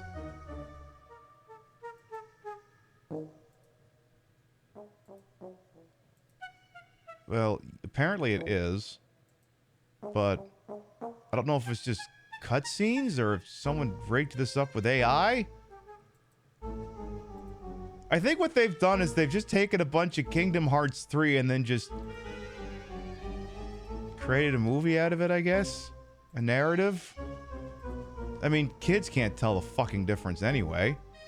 So yeah, they just took a bunch of Kingdom Hearts 3 bullshit and just made a 2-hour YouTube video out of it, and YouTube said, all right, put it right into the kid algorithm. Who gives a shit? All right. Now you know. You heard they just redid the whole Let It Go sequence with the trio just silently watching. Yeah, that's a lot of the big problems I have with it too, is that like there's a story going on and the character's not really contributing to it. Anyway, who the hell did that? That was Frankie and Lola did 52,000 channel points chippies to make a round of mobiles possible. So let me get that launched over here real quick. That could be a thing I can make happen here. And maybe we got time for one more little commercial, then it'll be RB, and then I think it'll be time for the next special after that. And what a special it'll be. It'll certainly be a special. I'll tell you that goddamn much. All right, which track are we gonna do here? How about... Let me find one that had the record set a while ago. I think we're like, oh, Jesus. All right. All right, well, here's one from June y'all can try and break if you want. Alrighty then. Time for those couple magical words y'all always wait so goddamn long to hear about on the goddamn Queen Pib Show here. Exclamation mark play!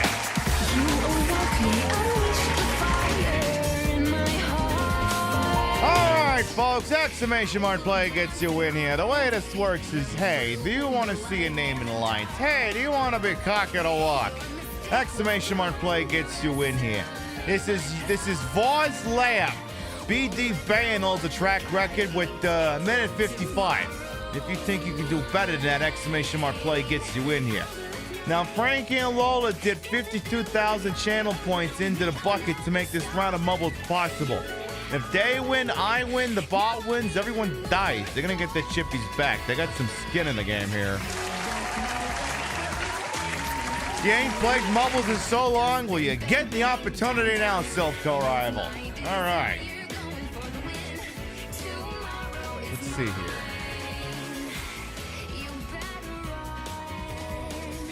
Ooh, I might have to get some more Jack Daniels or something after this. All right, present, we have 51 brave souls entered into Voz Lab. I'll give you another little moment here. Let's see if I can put this prop in here. Oh, you can see, okay, you can't fully see it.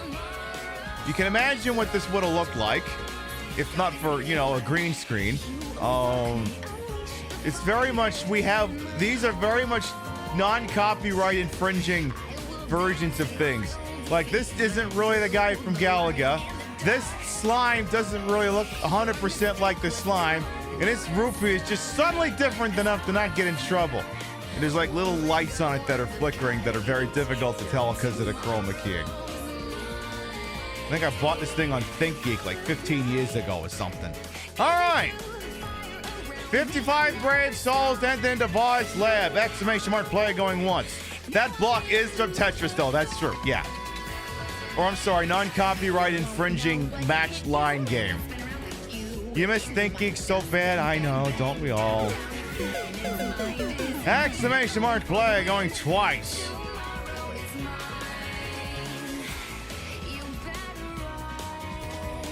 All right, folks, here we go. 10, 9, 8, 7, 6, 5, 4, 3, 2, 1.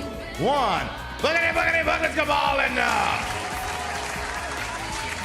And they're off. 56 brave souls entered into this giant beaker that is Voice Lair. It seems the whole lot you're gonna get dumped into this little thingy over here shortly, so we'll just take up positioning along the side while y'all get dumped right on in there. This is like a goddamn stage from like Sonic 06 or something. And I don't know if I mean that as a compliment or not.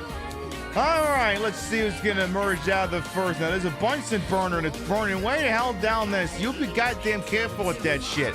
That stuff could hurt if you don't play your cards properly here.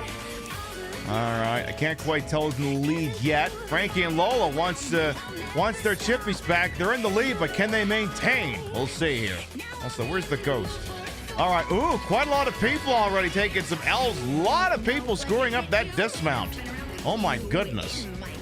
All right, I see Frankie and Lola still in the lead. I'm coming up behind. We got Wex and Wolf. The even individual is in there as well. Remember, Frankie and Lola called in this round. Okay, doing half decent so far here. Where's the track record at? Okay, track record is hanging out over on the side. Now, there's a couple different paths here. We're going to cut wide in case someone shoots in from downtown. Now, Frankie and Lola's got to be careful here. All right, they're dropping. Oh, my. Okay, Frankie and Lola's already in the funnel ahead of Beanie Bayern. Now, are they gonna get fucked over by the paddle though here? Okay, paddle's got them out, but if they got too much momentum, they might fly off the track. I'm coming up behind because apparently I want this fucking record too. All right, let's see here. Frankie and Lola's got to make it across the Bunsen burner here. They're getting a little squirrely. Oh no! Oh no, we all died. We flew a little too close to the sun. Wex and Wolf is now in the lead, and it looks like this is going to be theirs. Let's the paddle ditch them over here. Let's see. Are they going to be able to drop in? Or are they going to be able to? It'll be very Pink Penguin. Whose ball's going to drop first? It's going to be Wex and Wolf for the W. I'm Luigi, #1. Congratulations. Wex and Wolf wins, followed by Very Pink Penguin, Silco Rival, King Darian, Chef, Flounder, Gemlock, Porsche, Failed Fire, and Hambot to round out the top 10. I think a robbery is taking place, not just on behalf of Frankie and Lola, but on me. I was poised to take the goddamn dub if they fell off, but apparently I went down with them. Messed up is what the whole goddamn thing is. Wex and Wolf takes the dub. However, BD Bayern will retain the track record by about 15 seconds. Now, here's the deal, folks. Frankie and Lola, you've been around here long enough, so you know how this speech works, but I gotta give it anyway. You did not win. I did not win. The bot didn't win. None of us came in 69th place. Not enough people died. As a direct result of all of these things, your chippies are mine! Someday I'll get one of these for real. But make sure that everyone thanks Frankie and Lola for making that round the mubbles possible. Not that button, this button. All right, yeah, close only counts in horseshoes and hand grenades. So true. That lab seems mighty inefficient. It sure does. Tell you what, I think we can sneak in one more little cartoon dilly bopper before the BRB. Let's scoot back on over here. So let me get Mubbles killed over here. Let me just do that real quick and I got another little short one here in the pile. Another one from the mouse. See if we can avoid getting in too much trouble here. Hey, keep it down, keep it down. We're not all trying to go deaf over here.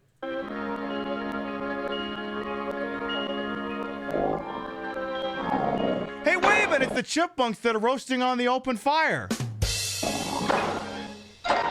Oh wait, technically those are different chipmunks. Never mind. Oh no! Again, Donald, put on some fucking pants, seriously.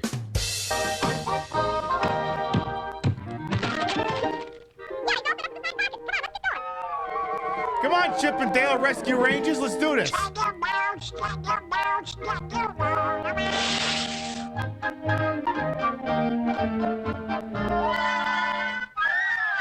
Okay.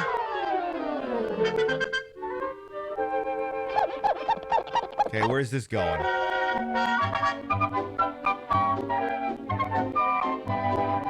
Well, now, wait a minute. Here's the problem, right? So if you just randomly cut down a tree you found, the problem is the chipmunk's already inside of it. How are you going to freak out your mother at Christmas? Seriously.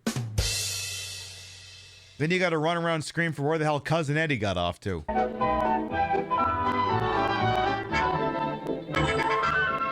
Oh, wow. Look at all those nuts.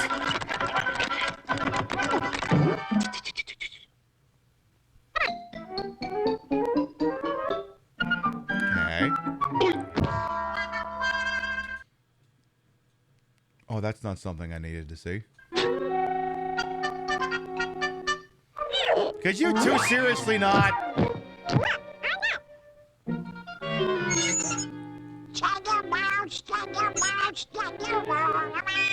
Donald, do you only know the one song?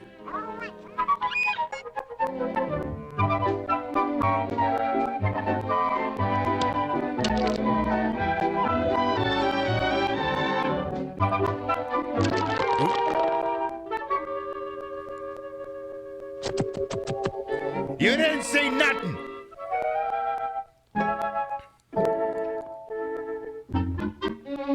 Oh.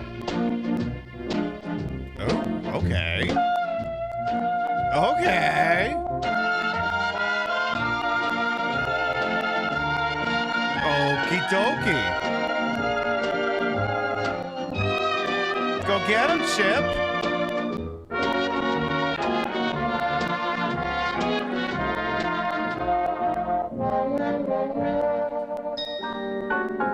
This is going to sound like a stupid question, but if we're living in a world where the animals are the anthropomorphic ones, what the hell is that doll? I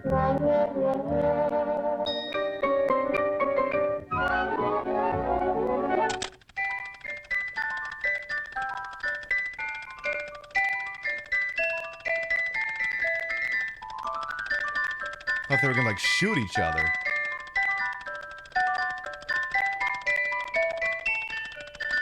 Oh, yeah, that's what I was afraid of.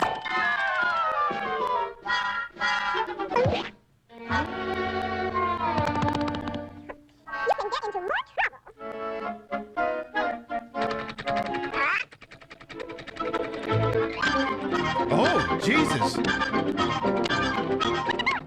Wow, okay, industrial little bastards.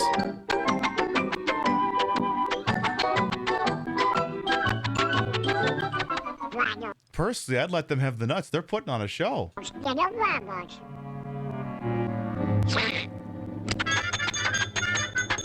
Oh dear. Hey!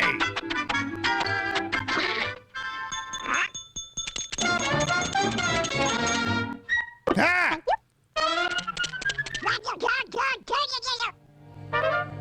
Hey, Donald, have you ever considered that maybe the last time you got into this knockdown, drag-out fight with your nephews and child services was called, has it ever occurred to you that maybe you should just, I don't know, grow a sense of humor and sit back? You did steal their tree, after all.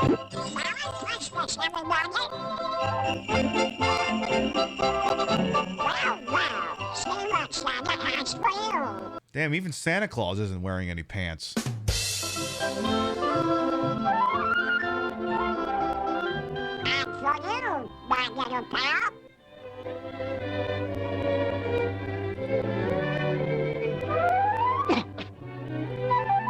Oh, don't do this to them. Bro, you wouldn't know what to do with a nut that big if the rest of this writes itself.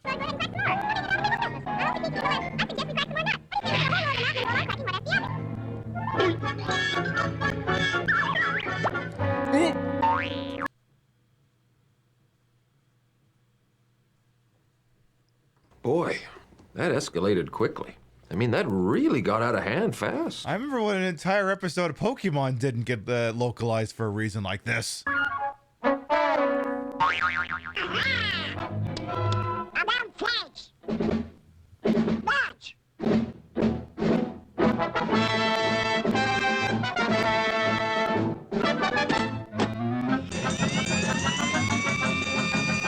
Jesus Christ!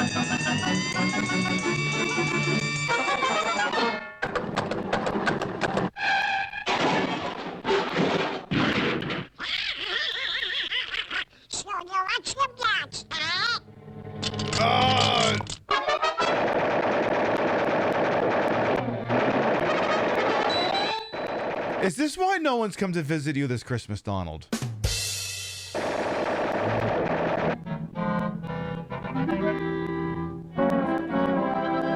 think Donald needs to see a therapist.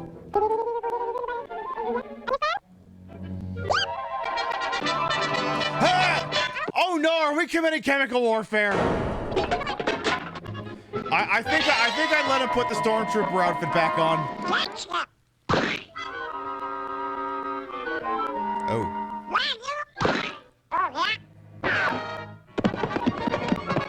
They drew first blood, not me!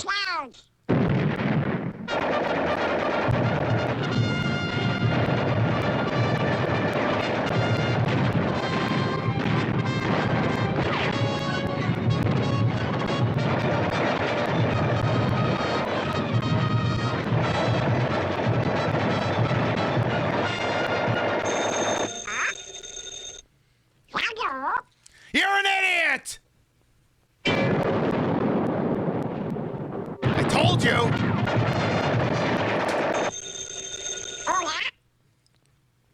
I'm not answering that.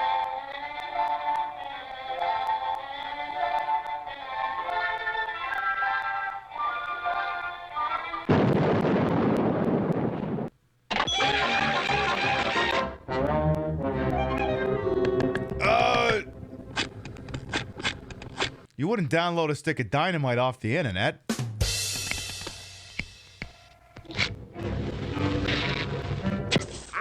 Donald. Donald. Donald. Donald.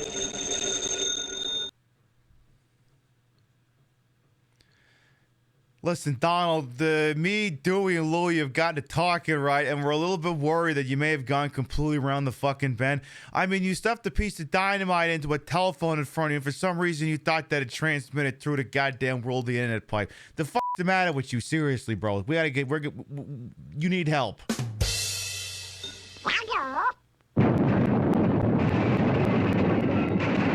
Like you thought that was going to work.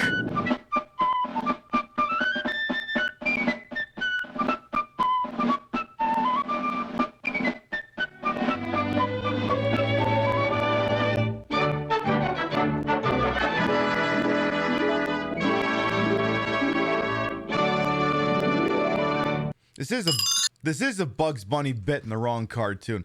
You know what always pissed me off as a kid about Disney? It's like, they never made any, like, fucking Disney movies that starred, like, the Disney characters. It's like, why don't they have movies with, like, Donald Duck and shit in like that? This is why, yeah. Go figure, the world makes so much more sense when you're a kid. Why don't they just make movies with Mickey Mouse in them? Why don't they do that? Because... And then meanwhile, there's a world where, like, Walt Disney is just sitting there going, oh yeah! Let's just do the most fucking obvious thing! Like, I hadn't thought of that already! Had you actually thought of that? No, I hadn't. That's why I'm frozen in the tube. Anyway, Mickey doesn't have enough personality to carry an entire movie. You think that stops people in Hollywood these days? What's that? Red One is already free to watch on Prime if you have fucking Amazon Prime. The movie that was in fucking theaters like 2 weeks ago. Oy vey. Anyway.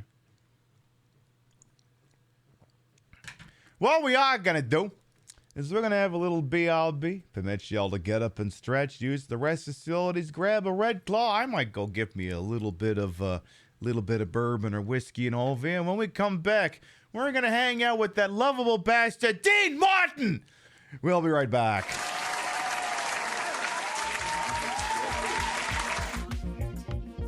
They're your titties too, babe. And just tell the Breen to go fuck themselves. Special weapon. For daring to attack my territory. Hey, Romulans! Go knock him out! Detonated. Oops! Ships and structures devastated.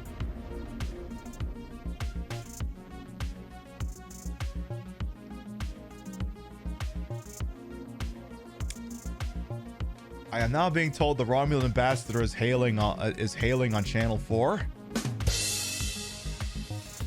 I believe his exact words are, "What the fuck was that?"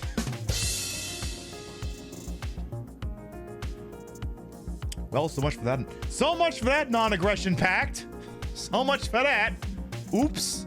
The most effective one-word command. Fuck!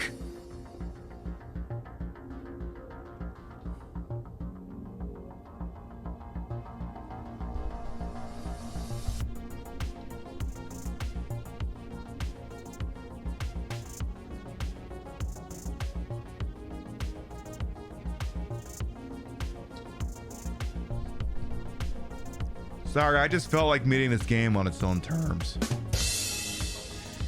We're also doing the Lauren Boebert Challenge this evening.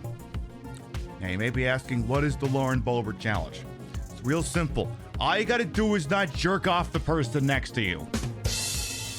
As long as you don't jerk off the person next to you, you win. We're gonna practice here using this Beetlejuice figure. Again, very timely reference here. So, all I gotta do is just do nothing. Don't jerk anyone off.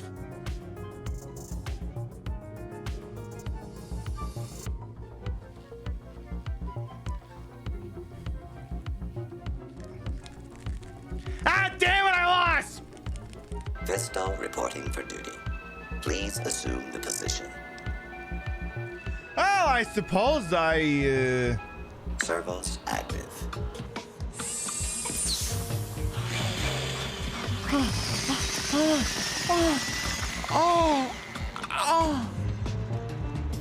Operation complete. Thank you for your business.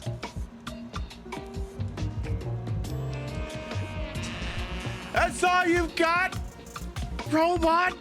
I will require a hardware and software upgrade to offer enhanced services. Oh dear.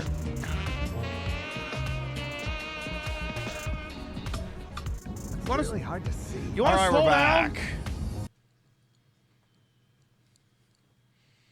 See, it's always weird. Every once in a while, you get like some dumbass troll who comes in who's like, "Yeah, I bet your parents are so proud of you." And like usually the retort is, "Yeah, my dad's in the back. Why don't you tell him yourself?"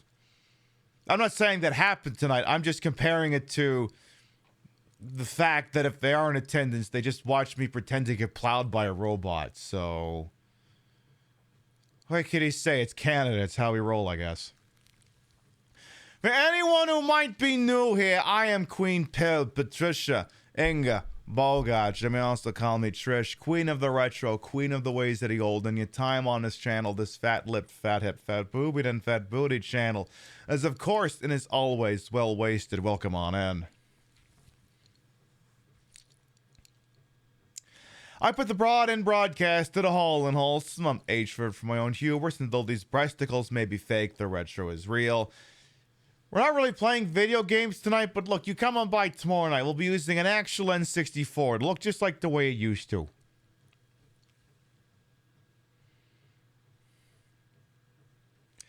Hey, Anyway, our next little special we got lined up for y'all here is easily the oldest one I think we featured. Well, actually, no, it wouldn't be because it's not as old as those Disney cartoons. Allegedly Disney cartoons. Allegedly. Those were allegedly Disney cartoons. You can't prove they were. Yeah, Pip, maybe we... Silence! Anyway, we're moving on to our next featured presentation. This one's a little bit longer than the ones we've been seeing up to this point. You all know that lovable bastard Dean Martin, right? The guy who sang songs in Fall New Vegas. He was in, what is it, fucking Cannonball Run. You remember that drunk bastard Dean Martin, part of the Rat Pack?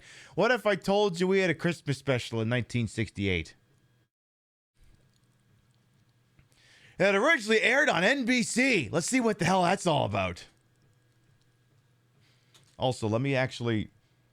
Oh, it also occurs to me I had desktop audio muted the entire time so people couldn't hear the sound effects or the fucking music that I was piping in.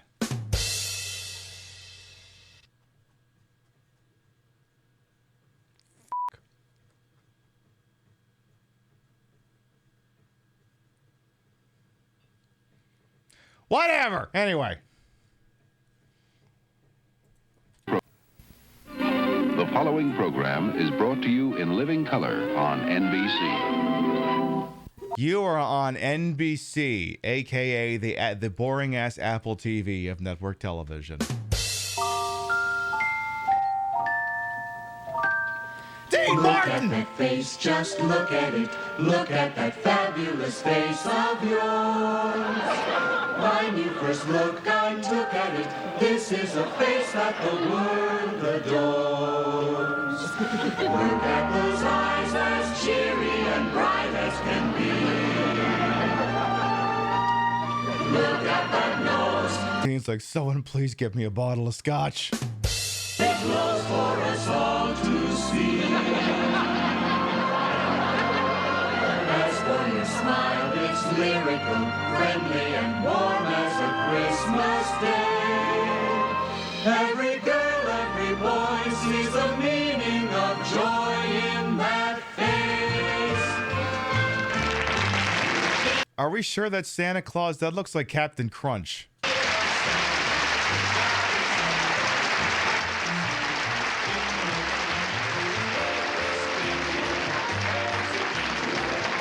Now, I haven't pre-watched this, but I'm assuming a network broadcast television special from 1968 shouldn't get me in trouble.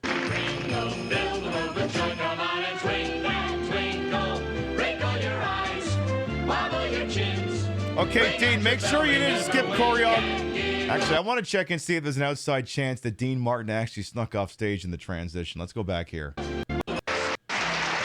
so Dino is allegedly sitting in the chair. Is there any chance he snuck away? Okay, he's here. Yeah, he fucked off! What the hell? That's not Dean Martin in the center! That's a phony! A big fat phony!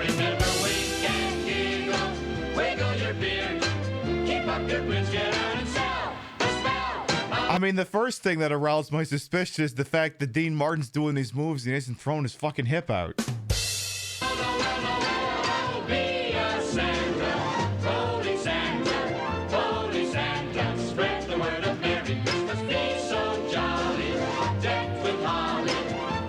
Yeah, Dino ran out to go see if Frank Sinatra had a bottle of Jack Daniels ready to go. Everyone will love you if you be a Santa Claus. Yeah, they're trying to pass him off as Dean Martin when that clearly isn't Dean Martin.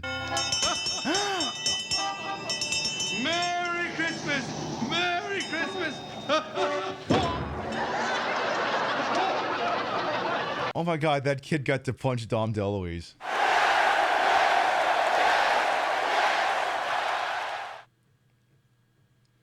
If the name Dom DeLuise is ringing a bell, but you can't quite place it here, I'll help you out here. I got a guy here who can explain it. Dom DeLuise. He used to be a chef on TV, but now he just sits at home with his ass up his ass. So yeah, he's that guy. What was that for? That was for last year. What? That was for last year. Be a Santa, jolly Santa, happy Santa, give the world a Merry Christmas. And I'll certainly bring you all those things. Merry Christmas, ho, ho, ho. Is that Bob Hope? Oh. What are you doing here? I'm leaving you here. Oh, it's Bob Newhart, yeah. I'm fed up. I have had it. What's wrong now? I can't stand that crummy apartment anymore. I want some decent furniture. I want a color television and a stereo. And I want some decent clothes so we can go to fancy places. And I want a new car to go there in. And I want a fur coat so I won't get cold. Honey, I'm working right now. Do you mind? Who do you think I am, Santa Claus? Jolly Santa, happy Santa, give the world a Merry Christmas. Oh, what a Christmas, what a Christmas. I have been to Australia, Africa, Asia. Honey, I've traveled 30,000 miles without a stop and pooped. Well, did you leave the sleigh out, honey? I can't remember who this is. 'Cause we need a bottle of milk for in the morning.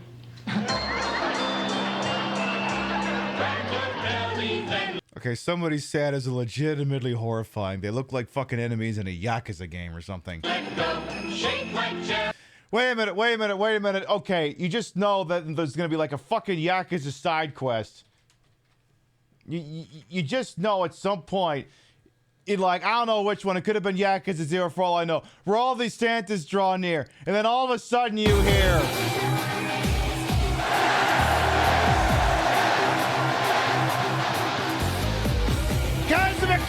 No, it's Santa Claus!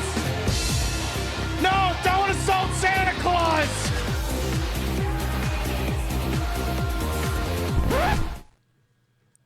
Anyway. To and fro.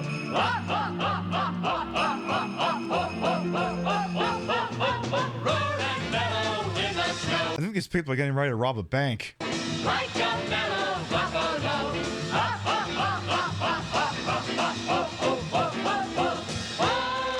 Okay, we can keep the reindeer.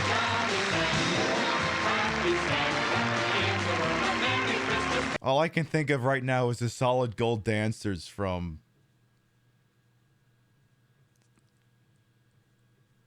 I was going to see if there's a clip for that on YouTube from Scrooge, but if there is, I don't think I can show it. Maybe I could just give you audio. Hang on here. Because, yeah, I think we'd have to go audio only on that one.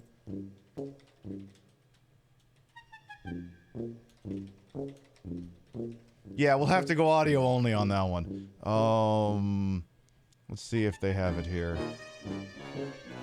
IBC kills old woman. Yeah, we have to go audio only on this one. I was being haunted. You can't do this at the 11th hour. To do what I want him to do. I'm sorry, Mr. Cross. I am the censor, and I can give you the context of the scene, but I can't show you any more in this. will not allow this costume on the air. Why not? Well, specifically, you can see her nipples. I want to see her nipples. But You could see her nipples. this is a Christmas show. Well, Charles Dickens would have wanted to see her nipples then. You can hardly see them nipples. See, and these guys are really looking. This is why I know my outfit is kosher. See, and my people are really looking. Anyway.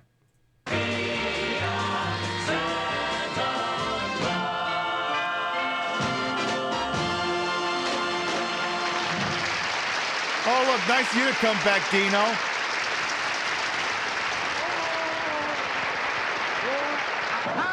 I did some shopping Christmas Day, and I ran into a I'm assuming that's a jump cut. department store that had a real Santa. Well, this Santa Claus was real. He was a real playful guy, you know. You should have seen him throwing my 12-year-old up in the air. Lucky he didn't spill any of it. Ha! Scotch joke. Why was Santa Claus playing with your bottle of scotch, Dino? that store crowded. I scratched my back and 2 women slapped me. Now a little light on the snow use. I was Only 2? Dino, you're being quite modest. I was in the toy department, and I tell you, the dolls they're making these days are almost human. The salesman showed me a doll that can brush its hair, brush its teeth, wash its face, and it walks and talks and it wets. I'm almost afraid to ask where he's going with this. You know what? I'm going to drink this now before my monitor ends up wearing it instead. I'm very worried where he's going with this. Okay, Dino, resume. And I said, hey there, how much is it? And he said, oh, you can't buy it. You have to adopt it. The Dean Martin Christmas Show. Okay, that's not where I thought that was going. Not great, but not where I thought it was going.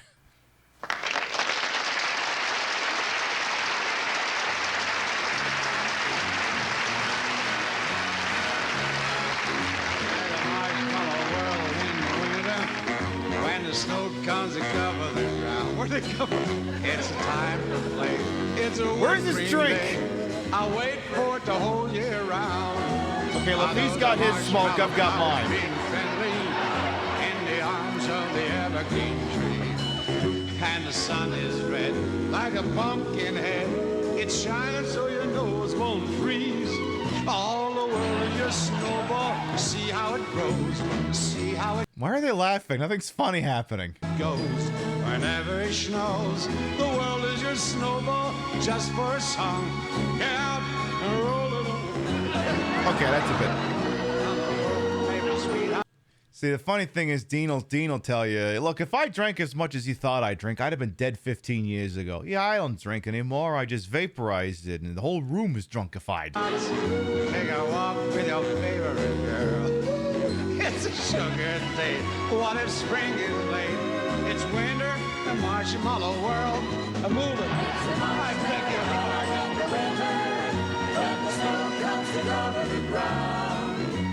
It's time for play. It's a whipped cream day. I wait for it the whole year round. There's a marshmallow clouds Is that so, Dino? Ah, the sun is red like a pumpkin head. It's shining so your nose won't freeze. So the joke is everyone knows he's an alcoholic. Pretty much, Bunny Boy. All the world is your snowball. See how it grows. See how it goes. Now, I don't think he's normally actually drunk, but he likes to be. He's basically the showman's version of Jim Leahy. Whenever it snows, world is your snowball. Well, except John Dunsworth didn't drink. This guy definitely does. Just for a song. Get out, moving along. Hey, in the yummy world, man, it's so nice. You take a walk with your favorite girl. It's a sugar date. What if spring is late? It's winter, it's a marshmallow.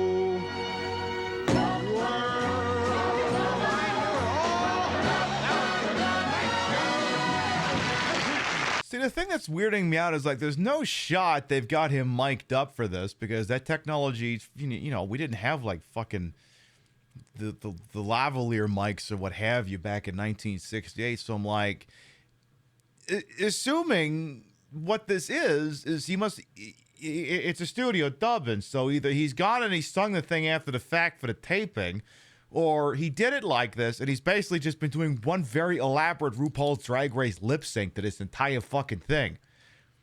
I mean, you'd be surprised how much professionalism goes into not looking very professional.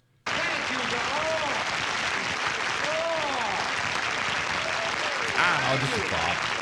Oh, that kid's voice spreads good cheer. I'll bet there's tinsel hanging from his tonsils. Or one really good shotgun boom, I guess. Hey, come on. With me now, we're gonna... I mean, either way, he's doing one hell of a lip sync, or he's doing a really good live shot. Either way, it's professional. It's very slick.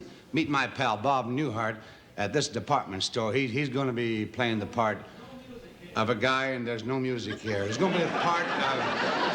He's going to be playing the part of a guy in a rather embarrassing position of returning a toupee that his wife had bought him. I'm going to be the clerk, and wait, here he comes. Ladies and gentlemen, Mr. Bob Newhart.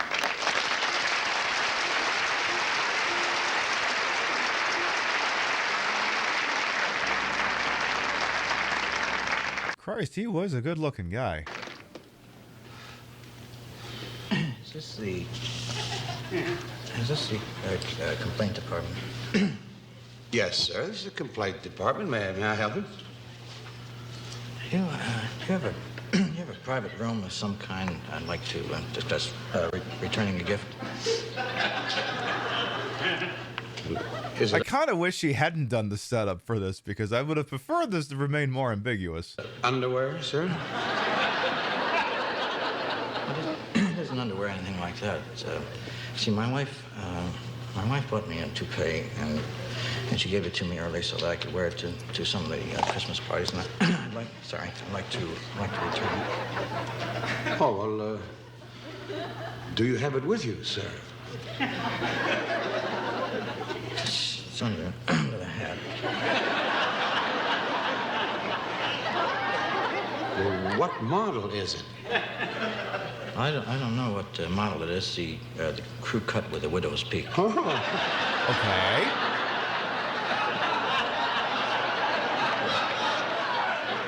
Oh, that would be our Mr. Wonderful model. Yes. I don't know what you people call it. I'd like to return it. Well, you'll have to show me the merchandise to be returned, you know, if you want to show it to me. Well, I'll show it to you in a minute. There's some people coming. Just don't stare at me. Just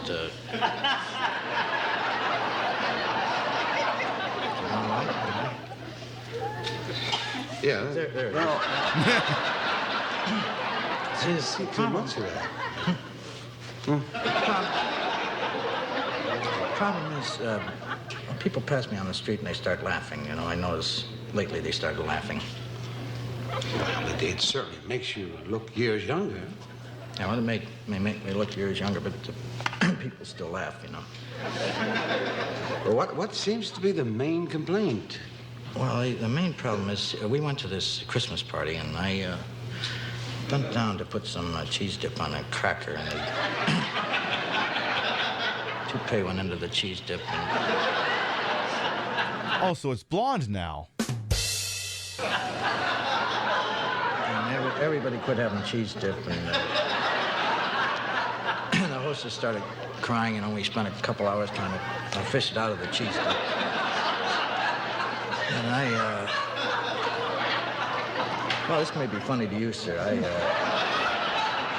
You had to be there. Bob Newhart is putting on a performance worthy of Norm Macdonald. He's doing a great job. I took it home and I put it in the washer. Dean's losing his shit. Dryer, you know. Got the cheese dip off it. And we had one of those with the windows in them. You know those kind? Now there's another problem. See, the kids, they like to sit and watch it now. They're mad at me because I'm returning it, you know. Oh, well, you want the full exchange on that? No, I don't want the full exchange. I'd like to get a real cheap one just to stick in the washer dryer for the...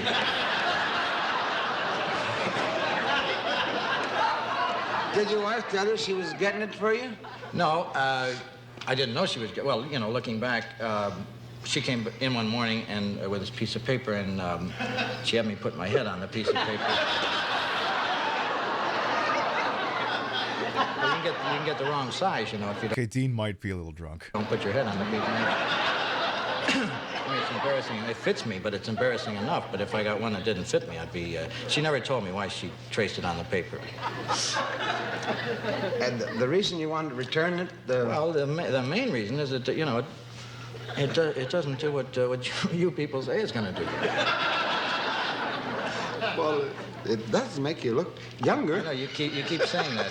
It makes me look years younger, but I still would like to return it. I still like to return it. Well, that particular model is guaranteed to stay on in a hurricane. Excuse me. I know it stay on a hurricane, but see, we're from Iowa, and we don't get that many hurricanes. I wanted to stay on mainly when I got on for the cheese dip. That's what I'm. Story You checks still out. have the price tag? You need the price tag. Oh, certainly. Could I use the phone? Why, yes.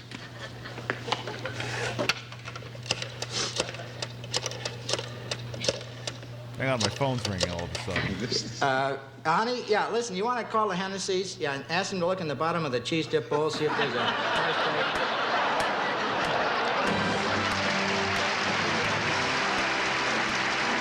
Okay, that was a good setup. Okay. Okay, points. Hey! So long. Me after I've had 3 scotches. Hey, you got there. My wonderful, one whole blank page for hey. My wonderful girls, the gold diggers, you know. They're here tonight. They were on my Thanksgiving show. That's because they make any holiday a special occasion. As a matter of fact. Like, hey, yeah, half chat's going, I forgot my line. The other half's going, the French champagne. Let's do that one again.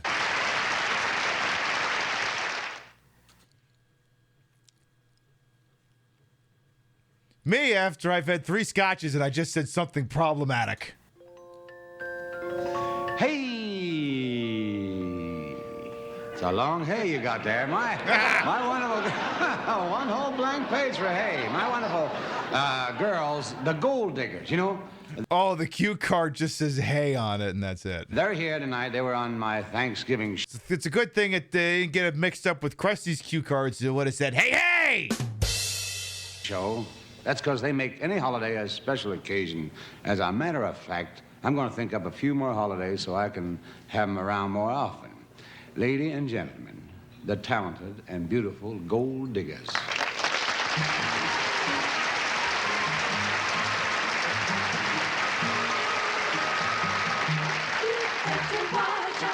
You better not, better not, I'm telling you, Santa Claus is coming to town.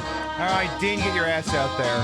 He's making a list and checking it, going to find out. Girl, list has only 1 syllable in it. What are you doing? These guys been getting into the booze too? Who's naughty and Yes, they're called the Gold Diggers. Yes, that's what they're called. Santa Claus is coming to town. Contrary to the popular musician, we are saying that they actually are gold diggers.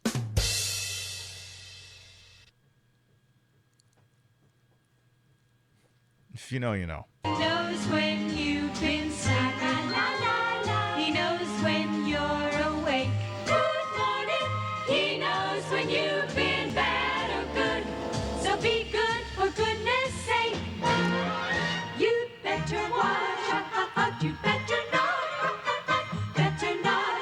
I'm telling you.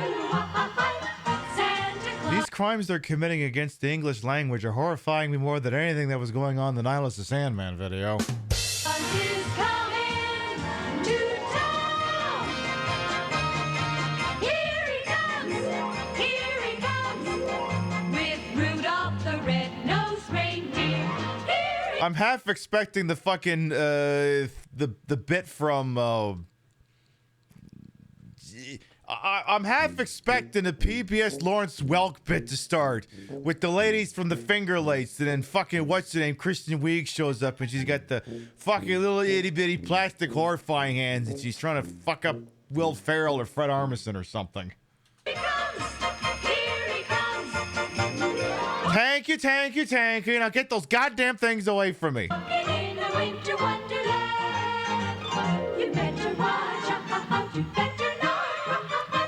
They're gonna take the jackets off, right? I mean, it's a family broadcast. Anything's possible. Family broadcast in 1968. I'm telling you, Santa Claus is coming to town. Santa Claus is coming to town. Santa Claus is coming to town. mean, they are showing leg at least. And arguably butts right now. Oh, there he is.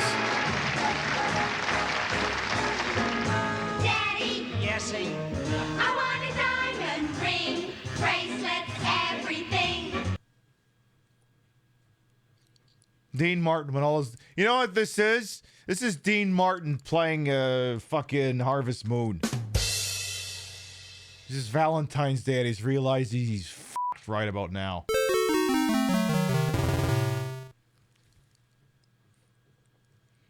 Also, can I just say, Daddy does not do it for me. Just absolutely does not. I hear that, I just go, ooh, God, no, stop, please. No, I don't want to hear that. Daddy, yes, you want to get the best for me. I mean, in all seriousness, he is old enough to be their dad. Yeah, I've seen his cutscene in Stardew. I've seen it in Persona 5. I've seen it in Yakuza Like a Dragon. Yeah, like look swell in sable clothes, Paris label. Daddy, What? you want to get the best for me. Here's amazing revelation with a bit of stimulation. We'd be a great sensation. Yeah, you'd be my inspiration. Daddy, Daddy. He may very well be the dad. See, I don't know if he was actually a philanderer. See, it's the weirdest thing. I was watching the HBO Rat Pack movie, which I thought about showing on this, but there's like one sequence that's just... I could never show that on Twitch with a straight face. And it's like this one sequence where everyone in the Rat Pack is getting banged, and he's the one person who isn't. So I'm like, maybe... I mean, like, I know it was like a lot of the sets he did at the Sands, like his wife was always in attendance. So I think he's just, I honestly, I think like the philandering part of it, I think he's just playing it up. Daddy, Daddy, I want a brand new car, champagne, caviar. Daddy, Daddy, get the best for me. This Jack Daniels is going down too smooth.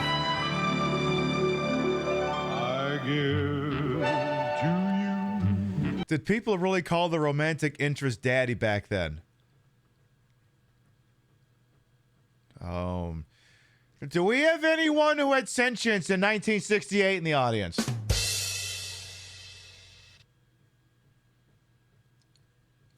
Okay, you had to have sentience in 1968 and you had to hit puberty. And probably be above the age of 21. Do we have any 80-year-olds in the audience?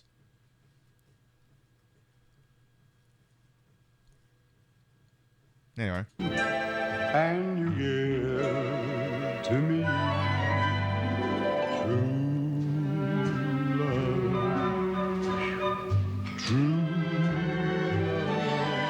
So on and on, it will always be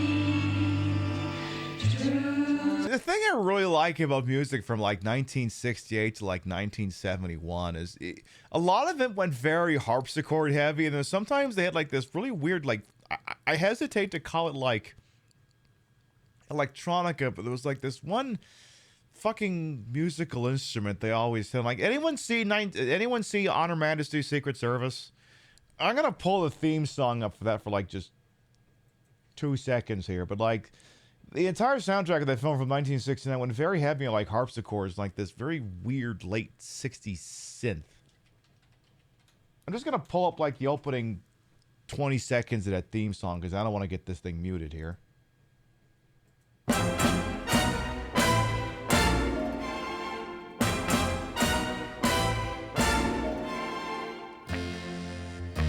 That one. The Moog synthesizer.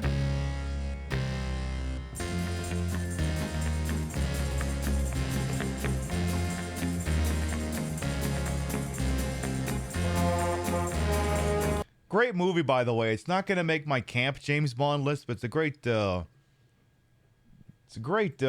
movie all the same here. Your mother-in-law says no. Okay, we have someone who had sentience And the faculties in 1968, and they said no. People did not call the romantic interest daddies back then.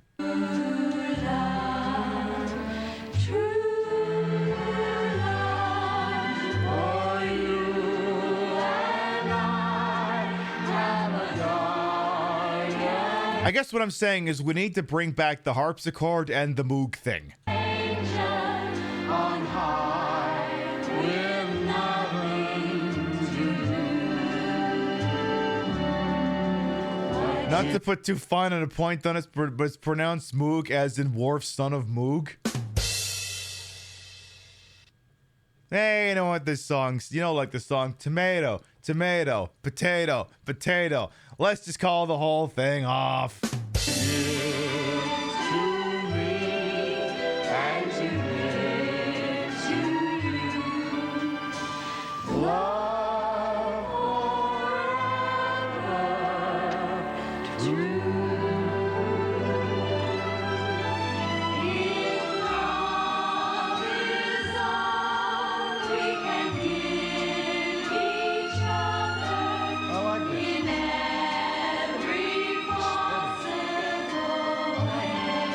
Have another drink there, Dean. You got like 12, 15 gorgeous dames singing at you. You can't even pay it. Wow, the guy, he really is honest to his wife. His hands are firmly clasped in front of him. He's not getting grabby like Frankie would.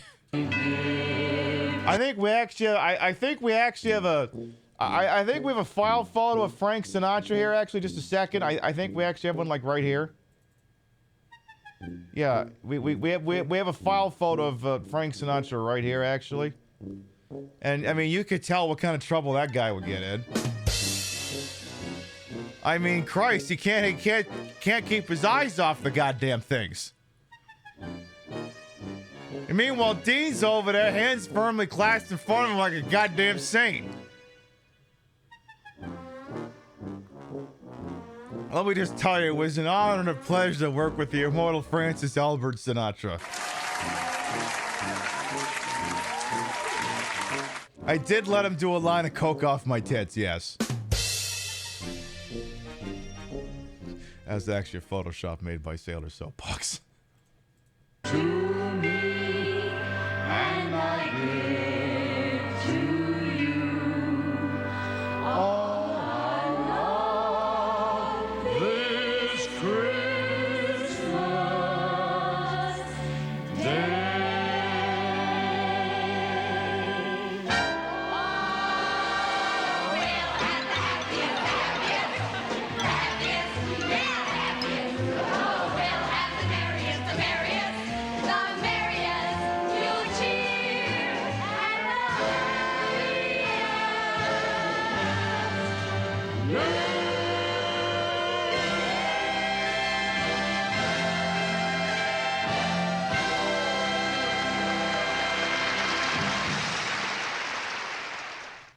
Well, okay then. It seems that the parking problem gets worse and worse, and if it's tough for you and me, can you imagine what it's like for Santa Claus? Remember when Frank did that duet with Bono? I remember when he did that duet with Jimmy Buffett. Here to give you an idea of what Santa may be going through this very moment is a very good friend, the wonderful Mr. Dom DeLuise. Yeah, Dom DeLuise. He used to be a chef on TV, but now he sits at home with his ass up his ass.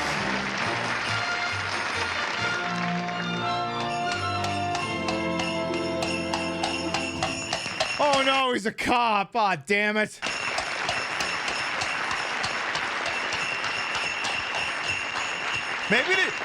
Maybe this is Captain Chaos's origin story. Maybe this is where Captain Chaos got his start, because y'all remember Captain Chaos, right? You have to.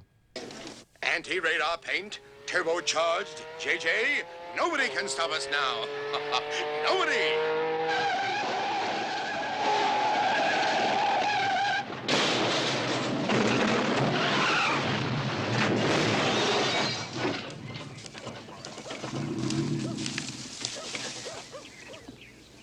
What What are you, some kind of nut? Who do you think you are? Dun, dun, dun! I am Captain Chaos. And this is my faithful companion, Kato. Say hello, Kato. Been a cop long? Maybe this is the Captain Chaos origin story. Hey, fella, don't you read English? You can't park over here. This is a tow-away zone. Move it out of here, huh? Yeah, ho, ho, ho, and a Merry Christmas to you, too. Now move it. I don't care what you gotta deliver. You take those funny-looking horses out of here, I'm gonna give you a ticket. Oh, of course Santa Claus, of course a cop would give Santa Claus sass. Who? Their names are Donna, Blitzen, and I don't care if it's Bonnie and Clyde. You gotta get them out of here. Oh no, is he gonna run Santa up? Oh no, Santa's Christmas is about to be canceled. Okay, fella. And he's an old-timey cop. He doesn't have a taser, he just has a gun. What is your name? Yeah, ACAB includes Dom DeLuise in this one scene. Nicholas? Come on. Now, don't waste my time. It's cold. What's your real name? Chris Kringle? Don't feel bad. After Spiro Agnew, anything goes.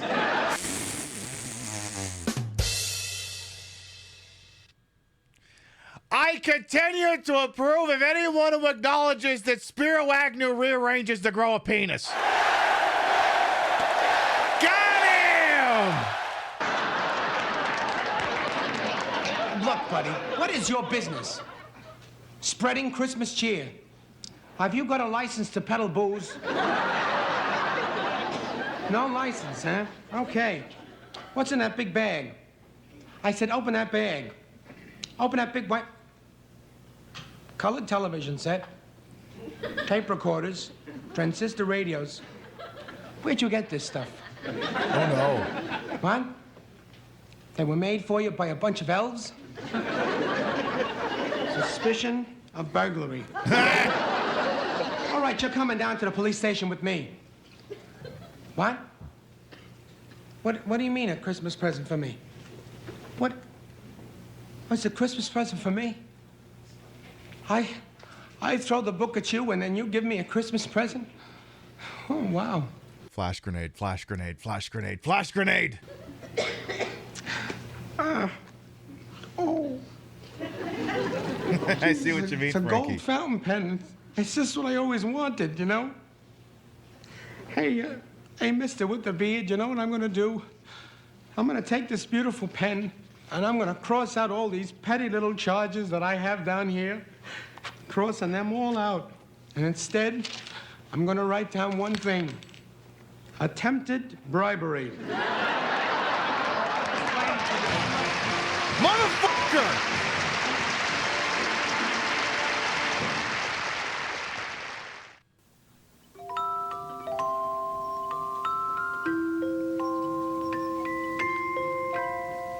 Remember, Santa Claus, every day is Shut the Fuck Up Friday.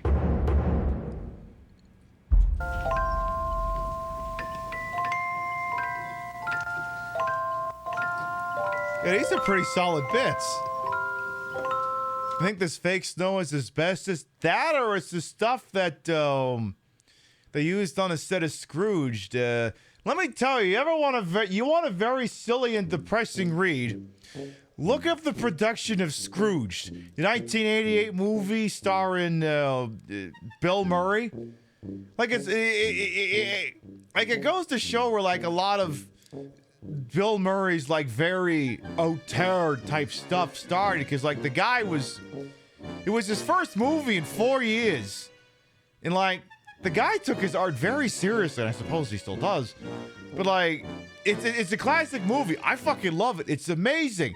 Apparently it was hell making it because Murray didn't want to do the movie that was in the screenplay, and the people who did the screenplay fought Murray on every fucking change he ever made. And at the end, like, the people who wrote the damn thing disavowed it, and Murray was like, yeah, I had a fucking horrible time making that movie. Great fucking movie, though, let me tell you. But I guess it'd be interesting to see the movie they thought they were making. Anyway, the reason why I bring that up...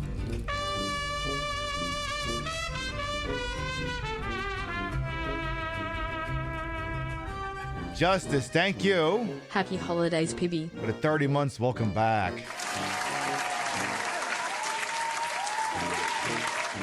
The Blu-ray is the director's cut. Oh, I gotta look into that sometime. But yeah, the reason why I bring that up is one of his complaints he had about the movie is he kept coughing up blood because the fake snow they kept using kept getting like stuck in his lungs or something, and you know that shit getting in your lungs ain't fucking good, so he'd be coughing up blood. It's like I came out of retirement for this. Like again, you have to that was his first movie since Ghostbusters. He retired. He went off the fuck off and did whatever the hell he wanted. Like that man say what you will about Bill Murray, but I appreciate it now. The man was very serious about the silliness. Is that Dom DeLuise? I'm guessing this ain't Dom DeLuise, but Dom DeLuise is in this special. Yes, he's been here a few times. Yeah, he just arrested Santa Claus, actually. Bastard.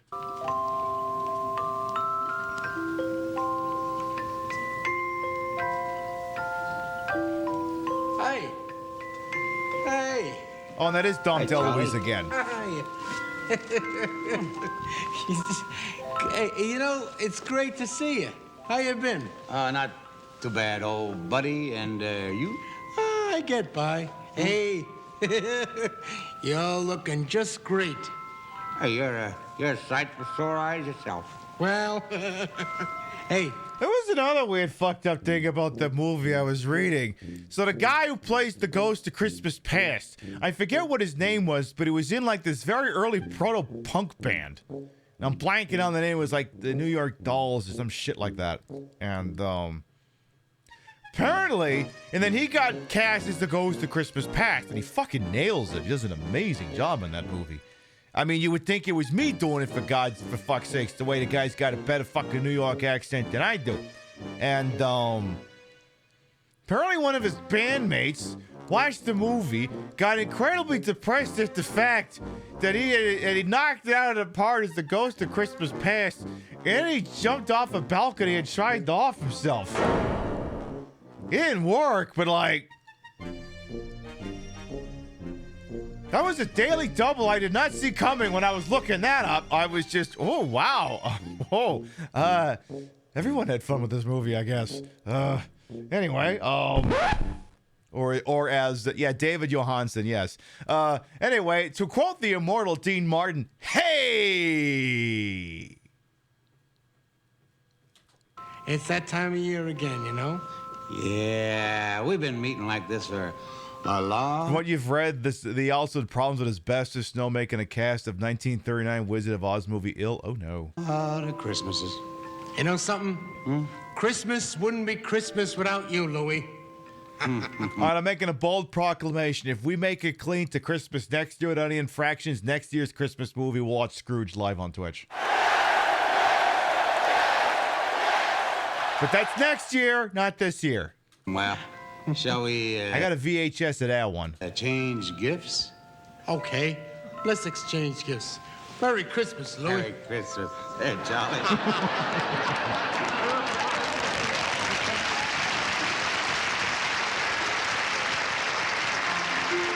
I'm just so happy that we stopped writing in fucking cursive as a society, because I know in my brain that's supposed to say the Dean Martin Christmas show, but like I'm looking at the last of it and I just think it says Showl.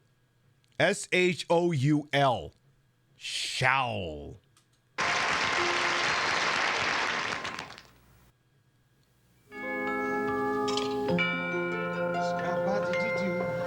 Oh, Dean Martin in his element. Hey!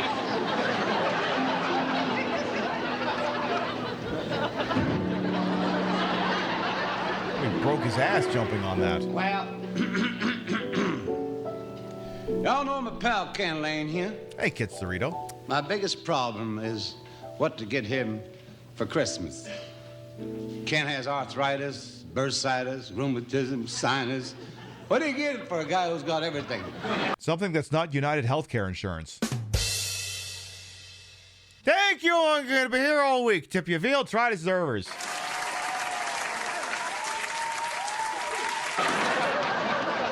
I think I'll sing a Christmas song. Let's see. What do I know? What do I know? Well, how about tra la la la la la la la fa la la la la la la la. Well, Christ, why do you need Dean Martin? You're the one already singing. I don't know the lyrics either. But where does it say you sing like that?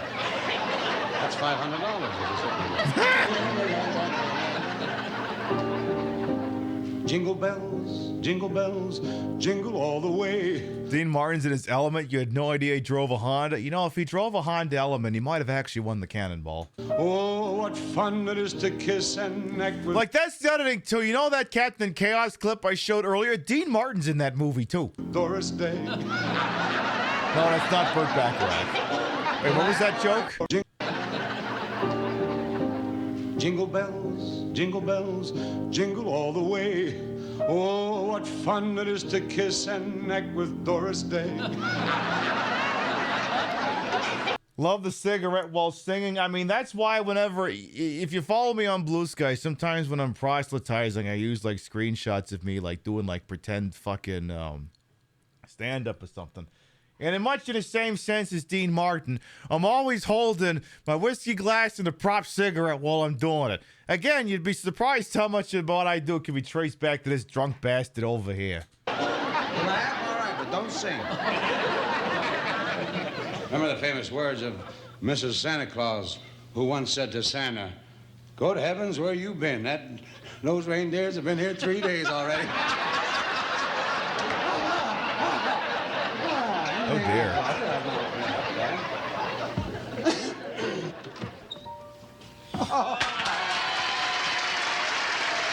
Well, howdy.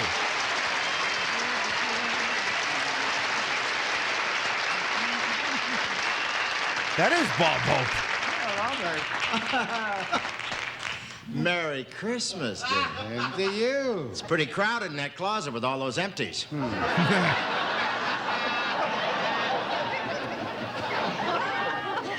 Good to see you. It's good. See, it's funny because the Family Guy Christmas special's got a Bob Hope with the troops special inside of it, and it's because it's one from the fucking Civil War where he says he got lost because Lincoln gave him the wrong Gettysburg Address. And I like the color of your nose. I'd like you to lead my sleigh tonight.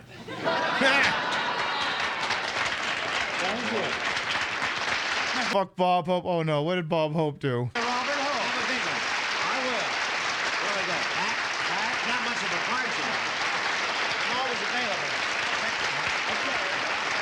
Look, I don't mind if we're canceling Bob Hope. Just tell me what he did.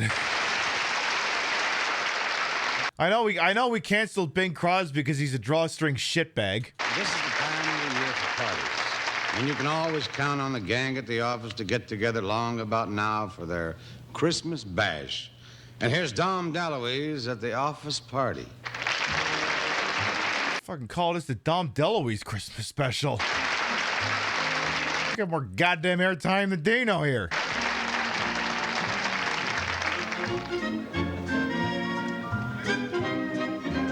Is Dom DeLuise taking a part that used to be, what's his name? Who was the guy Dean Martin used to do his two-man show with?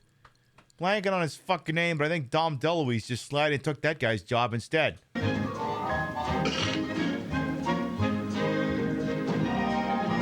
Yeah, Jerry Lewis.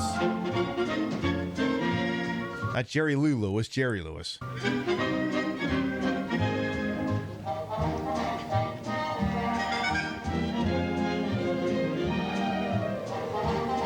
Here's what I want to know. Are they all just kind of miming the lines, or do they just not stick a microphone in front of these people?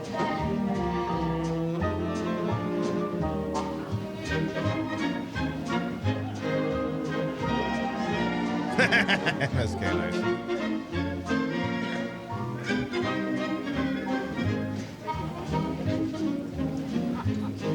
Also, Dom DeLuise's jacket is on loan from the Don Cherry collection.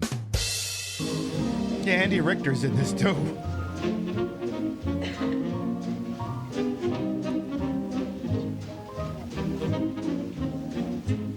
Dom DeLuise actually kind of looks like Drew Carey in this. I mean, he looks good. I mean, I'm not saying that, you know, I mean, Dom DeLuise is always a good-looking guy, but I mean, in 1968, I mean, he's a very solid, good-looking guy.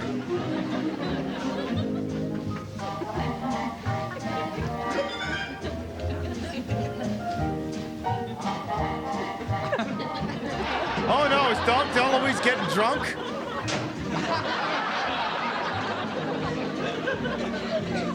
Pulls out the hear me out cake. Hey, Rothy, how you doing?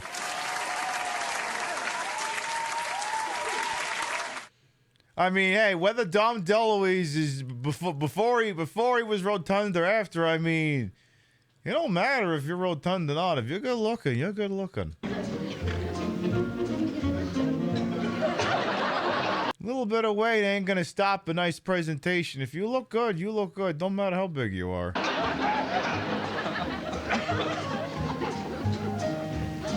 Hope you're doing well as well, Rothy.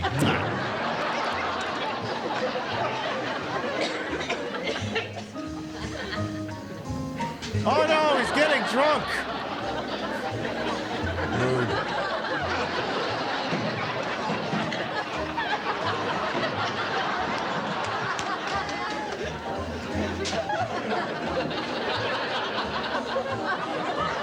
Oh dear.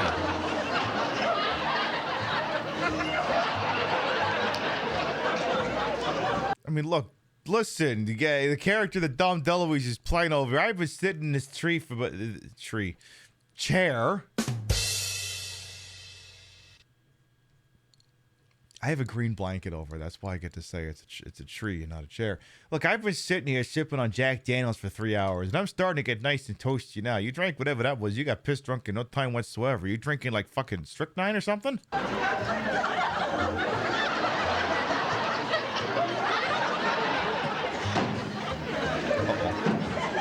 Oh no!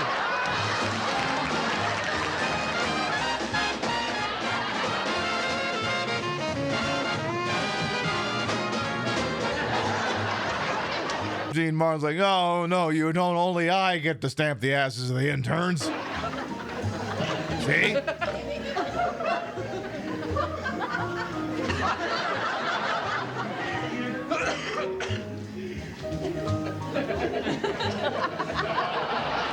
Oh no! Dean Martin's giving him the Vulcan mind meld. Oh no! Oh no! Oh no!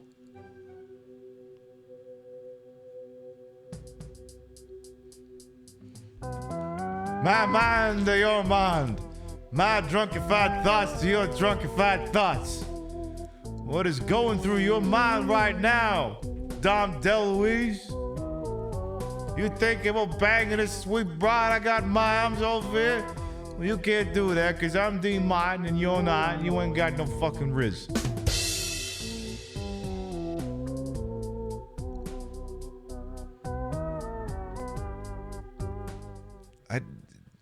Go ahead and chalk up Dean Martin giving Dom DeLuise the Vulcan mind meld as things I didn't think I'd be saying when I got up this morning. You're imagining Dean Martin singing Bilbo Baggins right now.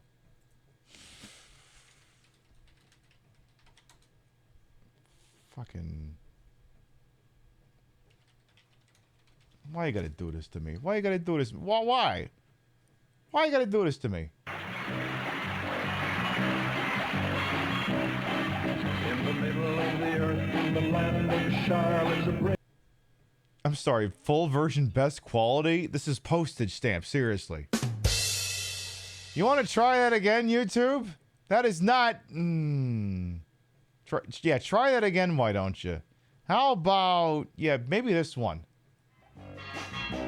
Wow, this one's the best quality. I didn't even have to say it. Of the earth, in the land of Shire, lives a brave little hobbit whom we all admire. With his long wooden pipe, fuzzy woolly toes, he lives in a hobbit hole and everybody knows him, Bilbo.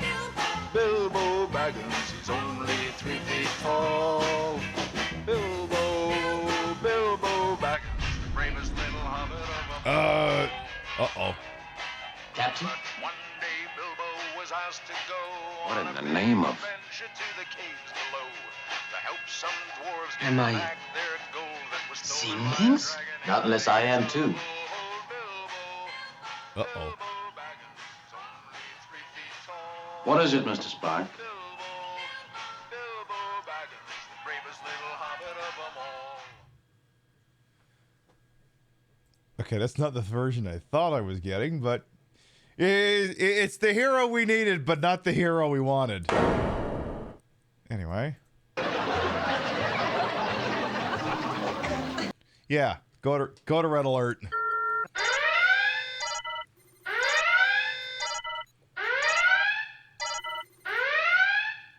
Yeah, classic OG old YouTube HQ best quality 160p.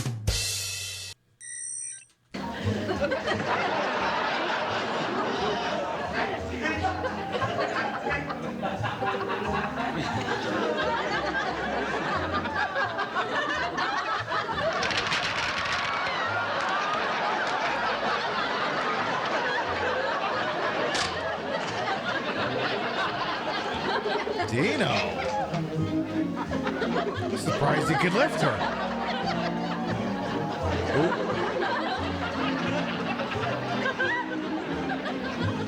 Dino did not skip arm day.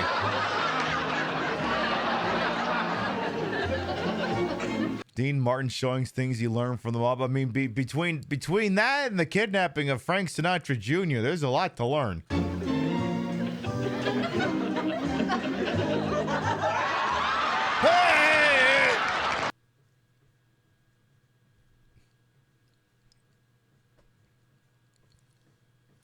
Dean Martin, bisexual icon.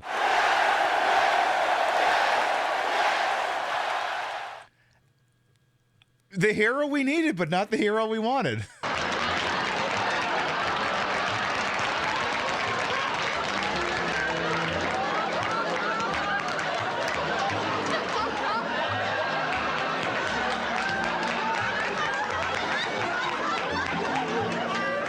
My goodness, Sonny, is that a fucking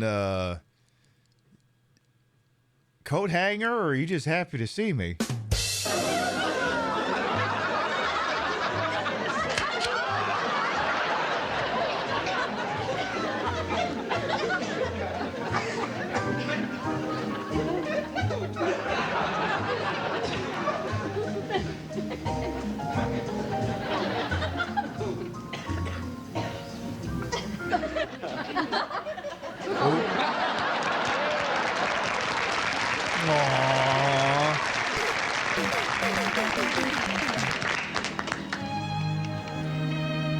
Wait, is that Angela from The Office?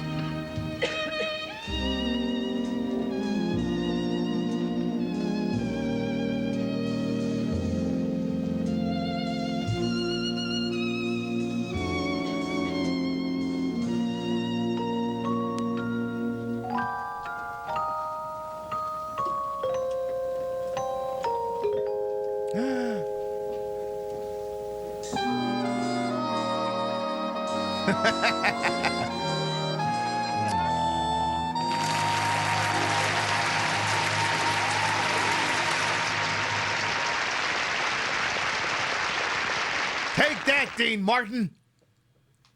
All these children belong to the people who work on my show. Thank you, sweetheart. And they're just like family to me, so I invited them here to share a little Christmas fun with me and my guest. Now I'm going to ask some questions. You're all right, kiddo. Have you got a favorite singer? Smart kid. Yeah, boom in the shot, drink.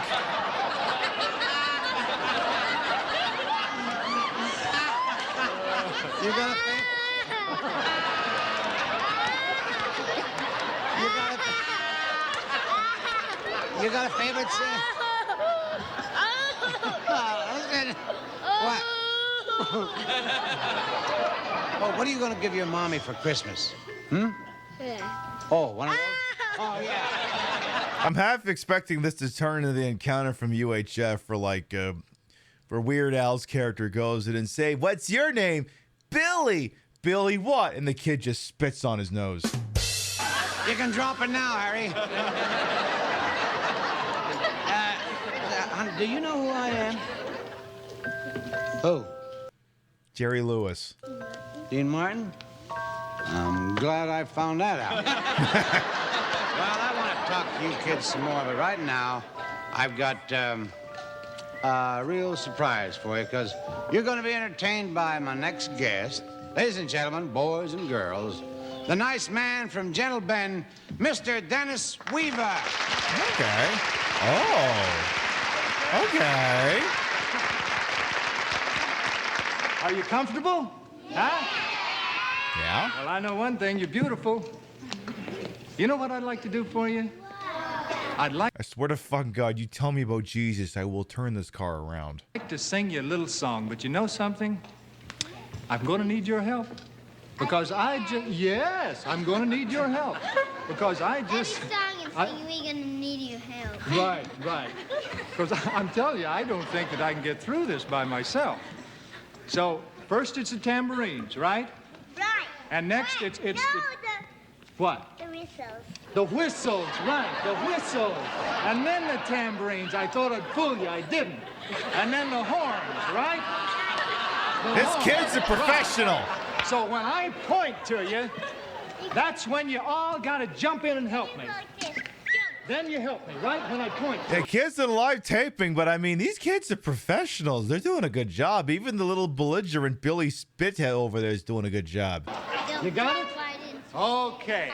Here. Old kid bits were great, but you think it's become too unpredictable since they all have access to device now, right? Like that was one thing I was thinking about kind of when I was getting like ready for the show. Like I was reminiscing about, I was thinking about my grandparents and all the lessons I learned from them. Like one of the big lessons I learned from them is comedy is not universal, because I showed them Kung Pao, and I thought it was the funniest thing, and they just sat there and they were like, "Well, I'm sure your dad would think this is funny." But I was thinking, like, there's so many movies I watched when I was a kid, like half it flew over my head, because when Austin Powers came out, that was, 1997? I'd have been 10 at the time, and let me tell you, there's no shortage of things in that movie that flew over my head. And, of course, back in the day, that wasn't so bad, because if your parents didn't want to answer a question, all they would just say is, "Yeah, you'll find out when you're older."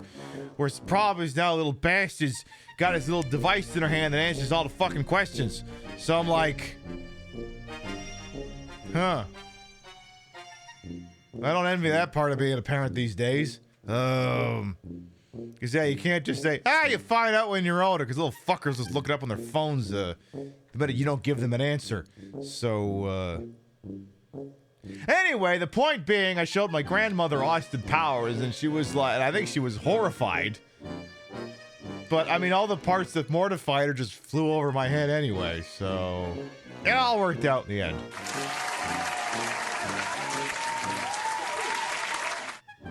But yeah, kids at a live taping. Oh, Christ, no, you couldn't do a live taping. It just wouldn't work these days. There we go.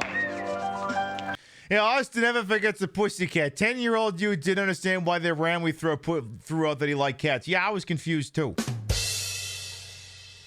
I don't know, I just assumed he really liked cats. And when he was in the hot tub, I just assumed, she's scratching a really good itch on his back. Maybe that's what adults like doing. They like scratching itches, and I mean they do, but not in the sense I was thinking. When I was just a little lad, full of health and joy, My father came home late one night and gave to me a toy. A wonder to behold it was, with many colors bright, and the moment I laid eyes on it became my heart's delight. It went.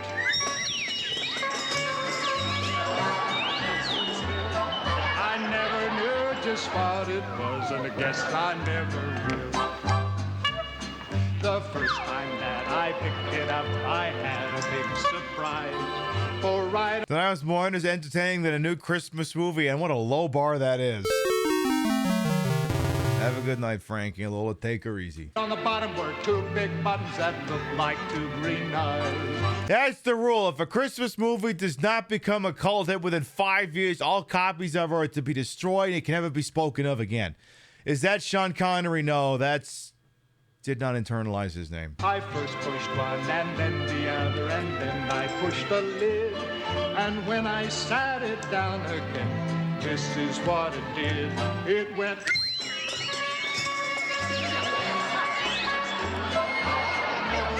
Just what it... I didn't do a Dean Martin drinking game for this. I'm already drunk. Why would I have to? Guess I never will.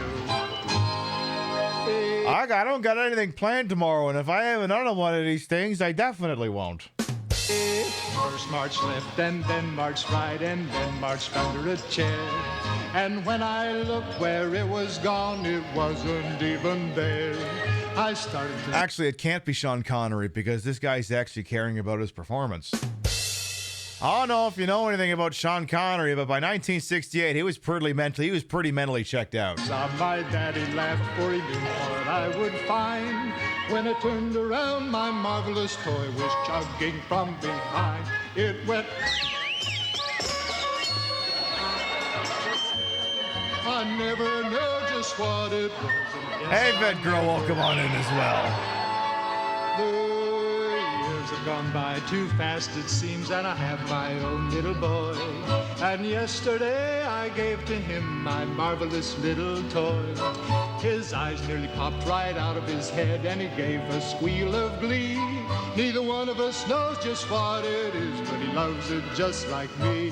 It went... I wanted that kid to sneeze on him so badly. I never know just what it was, and I guess I never will. I'm assuming he's actually singing. I never knew just what it was. And people assure me that in the space age of 1968, we still had the capability of pointing boom mics at people. I guess I never... Oh, darling. Oh, come on. Oh, yeah.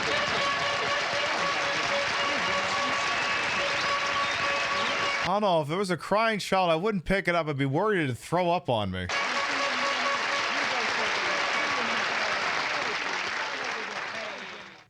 I want to thank you for coming by and entertaining the kids here. Yeah, I get a lot of practice at this, Dean. I got a bunch of them at home myself. Yeah, well, not to mention a 650-pound bear. Oh, yeah. He must be hard to handle. No, not really. Whatever he wants, I do. Oh.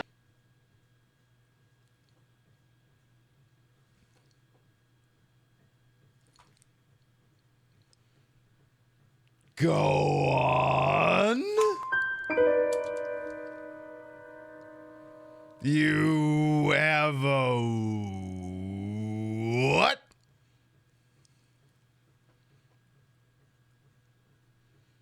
I know whose Wikipedia article I'm looking at after the show. Hey, what's the face? How you doing? Hey, while we're all here, why don't you join me with Ken Lane and we'll sing some Christmas music? Been waiting. Come on.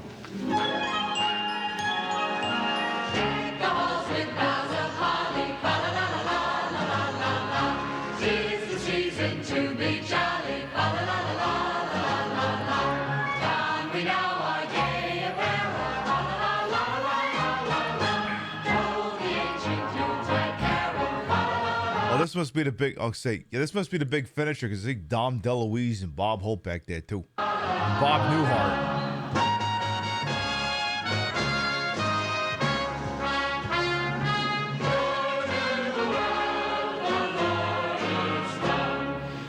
It me, I'm the Lord.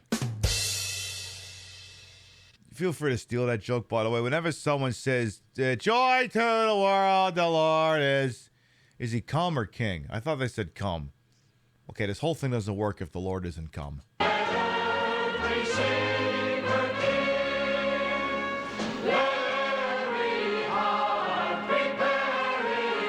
Gold diggers that kind of giving deal or no deal. Yeah, a little bit. And heaven and nature sing, and heaven and nature sing,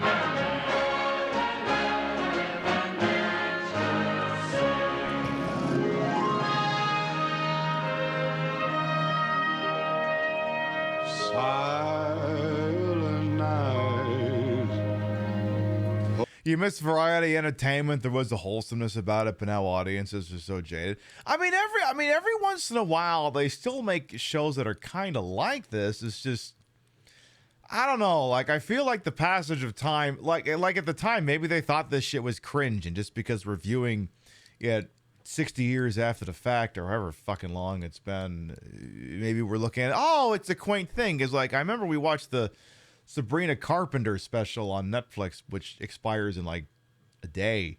And I mean, it was full of crap like this too, but I mean, she was singing, she did that duet with Chappell Roan. And I remember like 10 years ago, there was like this Muppet Christmas thing with Lady Gaga. And I remember not particularly enjoying it because I don't know, I guess maybe it wasn't what I was expecting. But I mean, if you told me it was the logical continuation of like ensemble variety shows in like the 1960s, I'd go, you know what, that actually makes sense. Because like in the context of this, and we'll pull up the Star Wars, we're not going to watch the whole Star Wars holiday special, but we'll kind of jump around to a couple of bits when we're done with this. But I mean, every once in a while someone kind of makes a throwback special that's like this. I think the problem is we don't necessarily look at it and go and think of it as it being an organic. Well, again, I don't know, because it's like, I mean, if this concept didn't exist in 1968, and like the Sabrina Carpenter Netflix, whatever the fuck you want to call it, special existed in a vacuum where this doesn't exist, I'm like, do I look at it and think it's a really cool thing, or just a cynical thing crapped out at no notice? Like, I don't know. I think the one thing we can universally agree on is these things are best enjoyed 20, 30, 40, 50 years out. Holy night. Jimmy Fallon had a good Christmas special this year. Why? Did he not laugh during it? All is bright round yon virgin mother This isn't the song I would have closed it out with, but keep going, Dino. and child.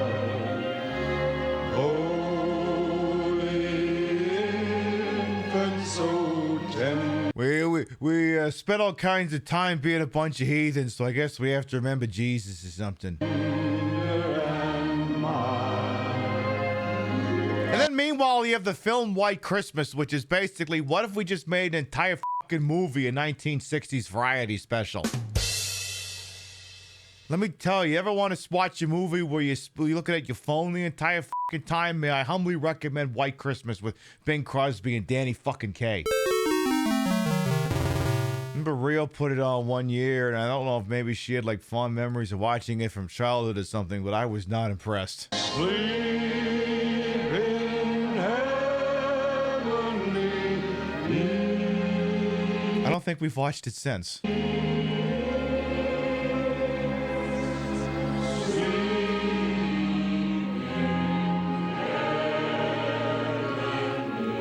I mean, it's okay, Rio, we're even. You made me watch White Christmas. I made you watch the Star Wars Holiday Special. We're even.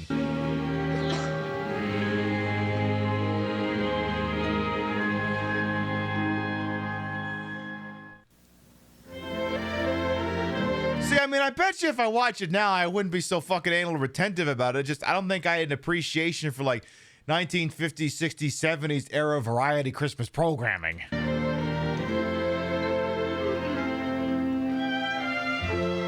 toy trains, peppermint canes. Christmas is for kids.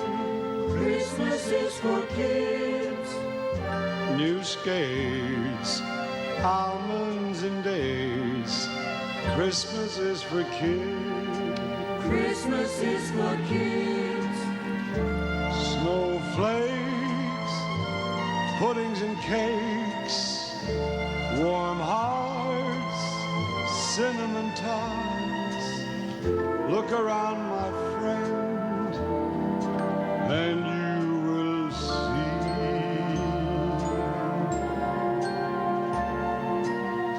Christmas is for kids.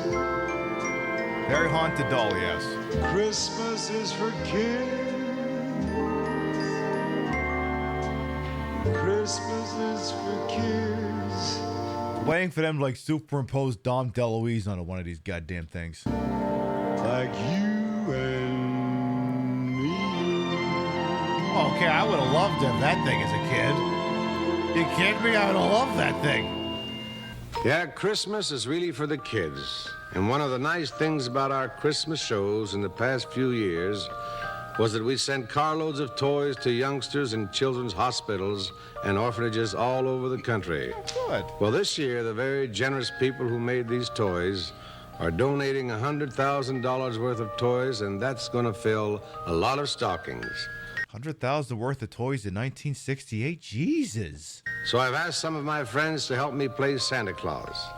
And I'd like to start by telling all you kids that the charity was a big thing back then. I know. It's almost like maybe some things were better because we weren't fully corrupted by the profit motive yet. St. John's Hospital in Steubenville, Ohio, where I was born, to keep a sharp eye out for Santa, because he's on his way with lots of gifts for you. St. Nick told me that he was on his way to the Mexico Children's Home in San Antonio, Texas. And Rudolph the Red-Nosed Reindeer is going to be happy to make a stop at the Hartford Hospital Pediatrics Ward in Hartford, Connecticut. And you kids at the New England Home for Little Wanderers will be happy to know that Santa Claus got all your letters, and he's on his way with some shiny new toys. And to the children of the Dornbecker Memorial Hospital in Portland, we're sending a bag full of toys and games that you'll all love. Yeah, that was fucking, what's his name? Tony... God damn it, how am I blanking on this shit all of a sudden? I know I'd go from rags to Tony Bennett. Dancer, Prancer, and Blitzen will be parking outside Casa de la Esperanza, House of Hope, in Tijuana, Mexico, with lots of goodies for all the children. Well, Dean, I hope the boys and girls at the Children's Hospital of Michigan in Detroit are watching, because Santa Claus is going to be good to all of us. See, what's confusing me is all these jump cuts. I wonder if these were all part of the original airing, or if they just, depending on the market it was being shown in, maybe they just showed the only one that was relevant. I wonder if someone just supercut them all. Like, I'm confused now. And Santa's been working nights to get his delivery ready for you children at St. Vincent's Orphanage in Chicago, Illinois. And you children at the Hillcrest Center for Children in Bedford Hills, New York, will be real happy to know Santa had to hire some extra reindeer to make a delivery at your place on Christmas Eve. And it's going to be a real Merry Christmas for you children at the Angel's Haven in Glen Burnie, Maryland. I see I see Dean shared some scotch with her. And all of you at the Immaculate Heart of Mary Children's Home in Buffalo, make sure that you keep the front walk all shoveled off, because Santa's planning on dropping in there, too. And things are really humming, Dean, at Santa's workshop, so we can deliver some real fun toys Christ, to you there's children a lot of these. at the Gila Indian Reservation at Laveen, Arizona. We're also sending lots of fine toys to the Holly Hill Well, that's Gene Autry. I'd recognize that voice anywhere. Children's Home in Cold Springs, Kentucky, so you can have yourself a merry little Christmas. You know, at St. Vincent's Orphanage in Columbus, Ohio, a lot of eyes will light up brighter than Or it's Glenn Ford, and I'm just an idiot. Rudolph the Red-Nosed Reindeer's red nose when they see what Santa's got in store for them. Santa plans on making a trip to the Children's Convalescent Home in Washington, D.C. That's Harry Belafonte, right? And Santa's helpers advise us that he'll be heading across the Pacific with some goodies for all youngsters at the Children's Hospital for Crippled Children in Honolulu, Hawaii. You children at the Lifeline Home, Kansas City, Kansas. Or it's Greg Moore. Well, look, everyone's here. You're going to find lots of wonderful toys under your Christmas tree. It's going to be a real happy Yuletide for you children at the Barium Springs Orphanage in Statesville, North Carolina. I want you kids to know that neither rain, sleet, or... Hey, that's David Ketchner. Wait, no, it's Rob Corddry. Wait, no, it's Bill Burr. No, is going to stop Santa from visiting children at the Children's Hospital of the District of Columbia in Washington, D.C. Don Rickles. And if you children at the Edgewood Orphanage in San Francisco hear footsteps on your roof on Christmas Eve, it'll be Santa with lots of goodies for you. And on his way down from the North Pole, Santa's making a special stop at the Jesse Lee home in Anchorage, Alaska. And you children at the Protestant Children's Home in New Orleans, Louisiana will be happy to know that Santa got all your letters and he's got some nice surprises for you. But I want one of these people to come up and say that the presents aren't actually being delivered by Santa, but they're being delivered by Satan or like some other person, you know? You children at the General Children's Home in Indianapolis, Indiana. Leave out the welcome mat on Christmas Eve because Santa's going to drop by.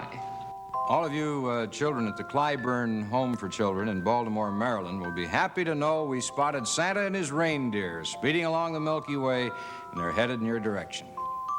I'll be loaning my hat to Santa to fill with toys for all the youngsters at the Southern Christian Home in Atlanta, Georgia.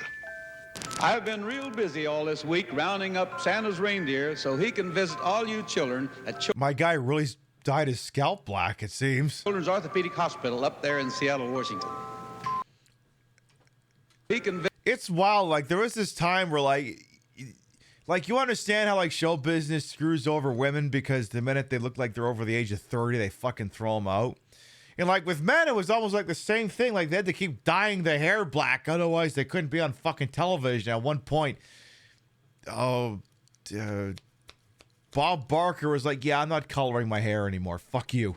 Visit all you children at Children's Orthopedic Hospital up there in Seattle, Washington. And there are lots of fine toys on the way to you children at Terman Avenue Home for Children in Pittsburgh, Pennsylvania. And it's going to be jingle bells for all of you at the Kendall Children's Home in Miami. Santa's going to be making a stop at the Boys' Home of the South in Greenville, South Carolina. Be sure to make lots of room under the Christmas tree at the Windacres Orphanage in Cincinnati. My good friend Barney Fife from Mayberry told me he's given a police escort to Santa, so he'll be sure and get to the Ethel Harpst Home for Children in Cedartown, Georgia. Santa's going to be making a visit to the Methodist Children's Home in Worthington, Ohio. Santa Claus will also be making stops on the roofs at the Abbott House, Irvington on the Hudson. And all you kids at St. Joseph Hospital in Phoenix, Arizona, be sure to clean out the chimney, because Santa's going to drop in on you, too. I don't know that we want to be trusting a bunch of kids in a children's hospital to be cleaning out a chimney. Wouldn't that just put more kids in the hospital? You youngsters at the St. Agatha home in Nanuet, New York, will be very happy to know that Mr. and Mrs. Santa Claus have included all your names on their Mr. and Mrs. Santa Claus. gift list. Now, you children at the St. Mary Villa in Nashville, Tennessee, be sure and leave a light in your front window, because a nice man in a red suit and a white beard is going to be looking for your place. That's right. Sean Connery's going to be coming by. The red suit, it's admittedly a little bit more conservative than a little bit less conservative. Look, the guy's basically wearing a thong. Pib, are you quoting that weird fucking Zardoz movie? Yes. I wish I could see the smiles on the faces of you kids in Seattle at the Children's Home Society of Washington when you open your presents on Christmas morning. Even Scrooge is working overtime this Christmas to send lots of wonderful toys to you children at the Memorial Hospital for Cancer. Okay, is that Gene Autry? Children's Ward in New York City. One of these bastards is Gene Autry.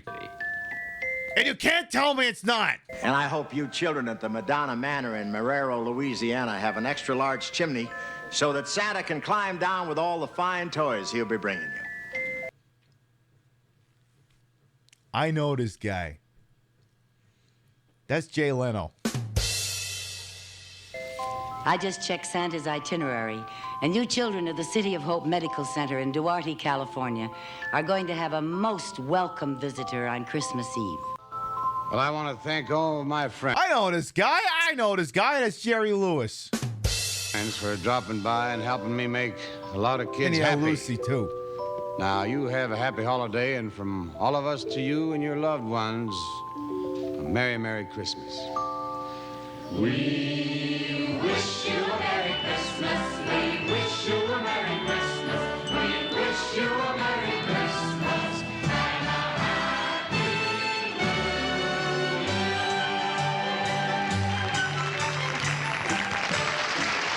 Okay, the kid that was given was given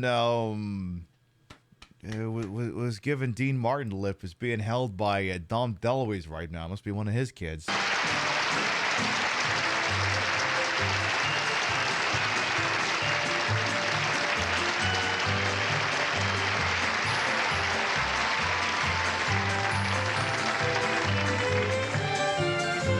We used to be a country, a proper country, where a drunk bastards are going to have a nationally televised holiday variety show.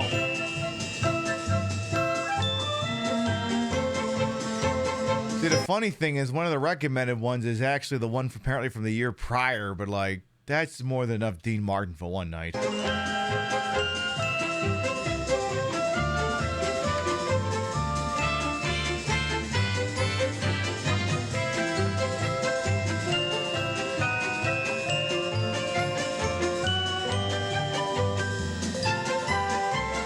Alright, Dean, you finished taping the damn thing. You're gonna get drunk as fuck now. You can absolutely do that now, Dino. I believe in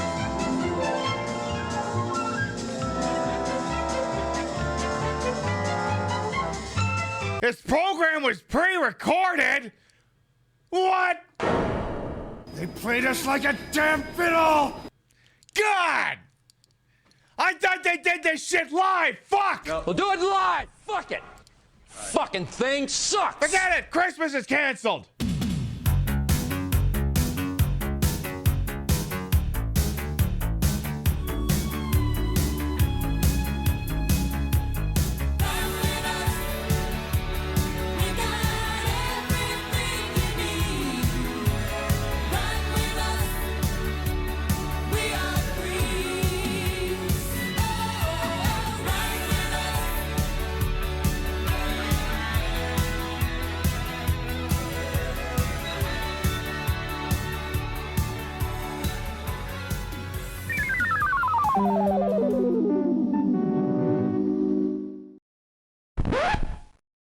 I was like, oh yeah, wait, this isn't even the right scene. Pib, you're in the 4x3 aspect scene. Get over there. You're in the wrong one.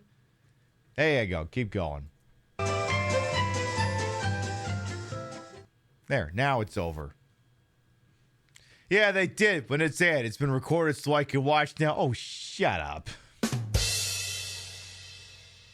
You'll have to keep making these credits forever. I know. Glad someone noticed that bit in there. There you go. That was the Dean Martin Christmas show from 1968.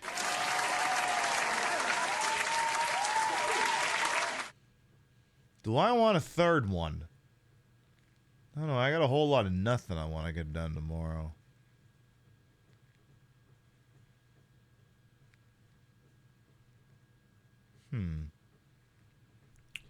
Here's what we're going to do. We still got like 2 or 3 specials left in the pipe here. What I'm going to do is I'm going to take a little BRB. I'm going to fix myself one last drinky poo. And then we'll go and we'll pull out another one of these lovely, lovely Crimbo specials. We will be right. You want to know about this glass? I don't know. Rio bought it for me. It's the whiskey glass. It doesn't just have to hold whiskey in it, but it's a very nice glass. As you can see, it has ridges. It can contain alcohol. Just make sure I'm drinking water. I am also drinking water as well.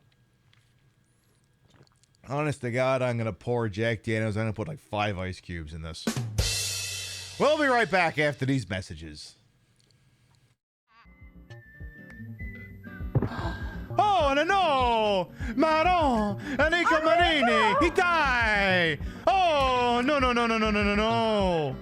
Maury, for the love of God, get down from there. Is that guy gonna... Okay, almost got the guy with a rocket launcher. One more shot should do it. There he goes. Maury, don't step in the fire. Maury! Maury, you dumbass!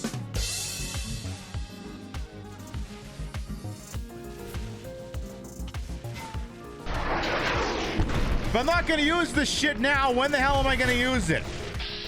Oh!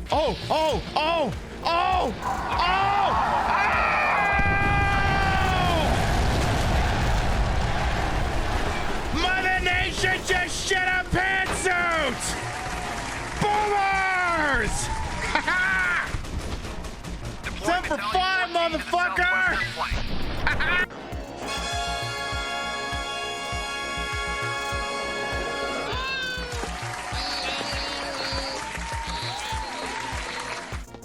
I don't know what the f that was, but it sure was something, wasn't it? Turn that goddamn infernal thing off and go wash the fucking dishes! Mama's pissed. Get over here! Stop shooting! Stop shooting! Stop shooting! That'll get her to stop. Apparently that's the guy. Is there any reason I can't just... Oh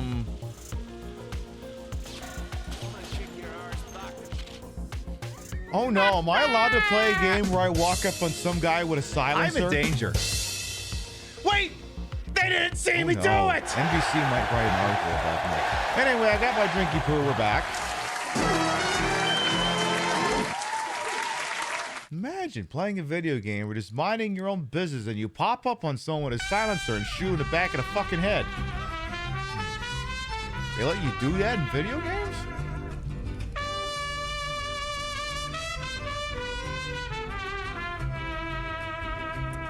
Lightling! P indeed. I'm guessing there was meant to be more to that, but all the same, Lightling, thank you for the 38 months. Welcome back. Now, I know Rio is upstairs going, please, God, Pibby, don't get fucking wasted. Here's two things on you. One, these boots I'm wearing. Have you seen the heels on these goddamn things? I can't get fucking drunk. If I walk in these things and I'm drunk and I'll die. Second of all, I told you I put 5 ice cubes in this thing, and there are 5 ice cubes in this thing. When this thing melts, it's going to be more water than Jack Daniels. Pip, please tell me you're not still drinking the Jack Daniels Sinatra's. Like, no, I'll have you know I've switched over to the Jack Daniels Single Barrel Select. Because at some point, what's the point in drinking the $200 booze, you know? Rim shot. I'm just flattered that Chief Beef thinks these were $1,000 glasses. I mean, I get that I do come off as the bougie-ass bride, but no. I'm sure these were quite affordable on Amazon. See, what happened is, I started drinking whiskey because I started drinking Yakuza. No, I started playing. You didn't drink Yakuza. I was playing the Yakuza games. They drink whiskey and these things, so I figured we needed like a whiskey glass. So Rio went and bought a couple of these things. Is go figure, I didn't have a crippling whiskey addiction. Then I started playing Yakuza. So I guess if you don't want to have a crippling addiction to whiskey, don't start playing Yakuza and then go, ooh, I should try all the things they drink in the video game. But anyway, we're not going to watch the entirety of it because we did that last year. But I'm going to pull this one up for about 10 minutes here. Again, we're not going to sit down and watch the whole thing, but like I said, just because you're here and you're interested. Star Wars. You and your children loved it. Now, the Earthlings at Kenner have asked my associate and me to present the Star Wars collection. Truly remarkable toys and games for your children. What are you so excited about now? My goodness, the Star Wars TIE Fighter and X-Wing Fighter. Now, merchandising where the real money from the movie is made. Oh, just start the fucking special.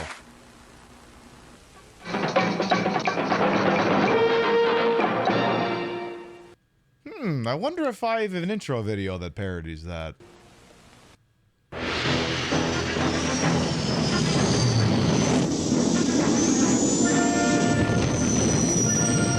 True story. You can watch this on your Twitch show and no one will throw the book at you. Except if you're gonna export the VOD to YouTube, you have to skip the little weird animated cartoon in the middle because that will content ID. The rest of it, completely clean. I'm not even joking. We watched this on entirety on the show last year. The only thing the copyright police got pissed off at was the fucking cartoon in the middle because I guess that thing's on Disney+. After that, Disney's like, we don't own this. We disavowed it.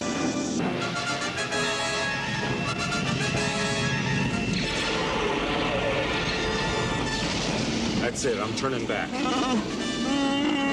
I know your family's waiting. I know it's an important day. All right, we'll give it a try. I'll set your coordinates. I won't jump far. You've still never seen all of this? It's all over YouTube if you want to watch it. I'll get you back.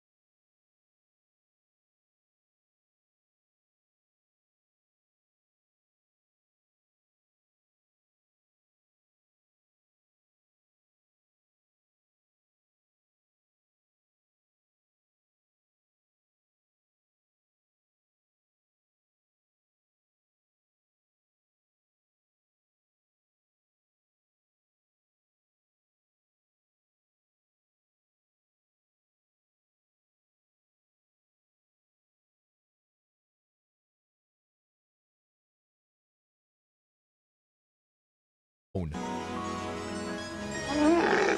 not putting this whole thing on because, again, we watched it last year.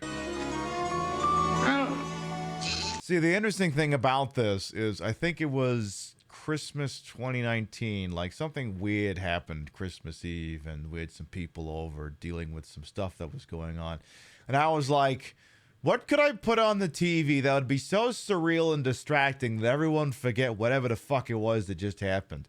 So I put this on, and for the next 90 minutes, everyone was like, what the fuck is this? It did achieve its objective, but it did forever get inextricably linked to whatever the hell that event was.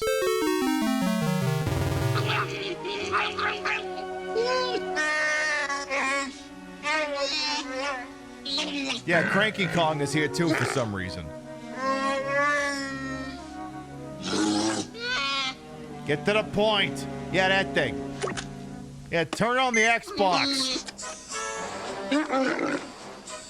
Here, watch your fucking Xbox.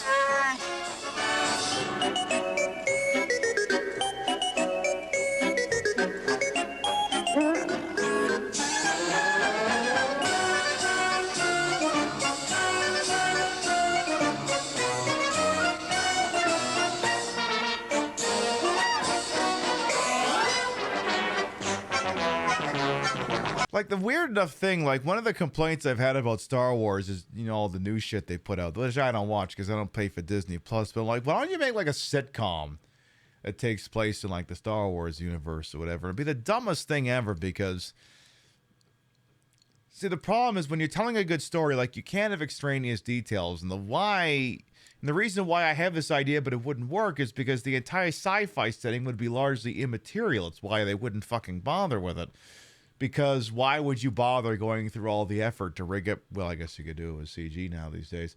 But, like, why would you bother wasting all the time and effort to rig all this stuff up just to tell a mundane story about people living their day-to-day lives in a sci-fi universe or something?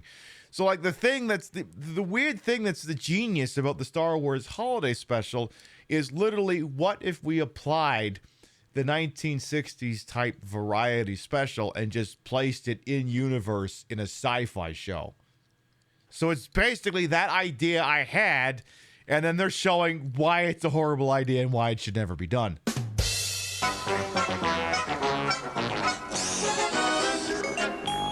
They're like, we tried it, we never want to speak of it ever again.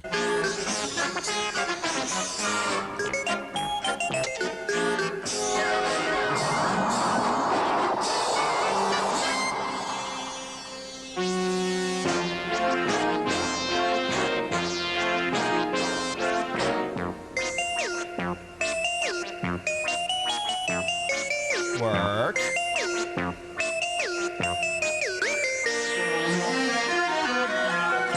For context, I want to say this is Christmas 1978, somewhere thereabouts. This is before Star Wars went, oh shit, we could make a trilogy out of this.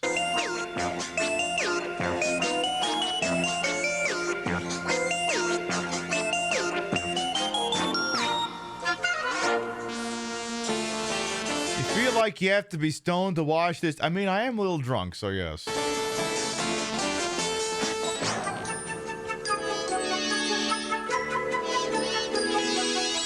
I mean, yes, if you're in a place where weed or related products are legal and you do partake in such things, I would highly recommend be under the influence of those things when you watch this.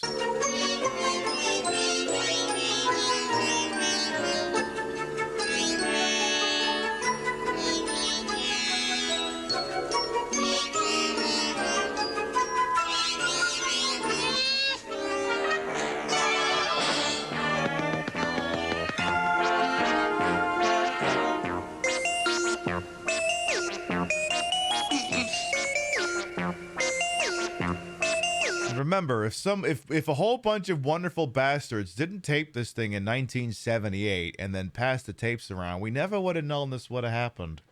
Like, this literally only exists because enthusiasts recorded it and then shared the tapes with each other and then had like super duper quality ones that they kept for a while and then they fucking upscaled them to like 4K and shit like this. This is literally, this had the potential to become lost media if not for enthusiasts. And I mean, this is a diehard example of like why we're into like preserving old songs, old TV shows, old video games, because the profit motive doesn't want to fucking keep this shit alive for future generations, but we do, and damn it, we're gonna keep doing it.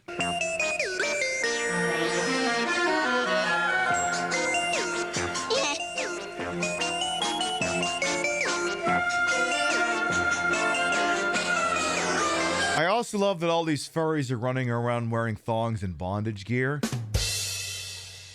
The furries in attendance watching this show are like, I appreciate this, but I don't know why.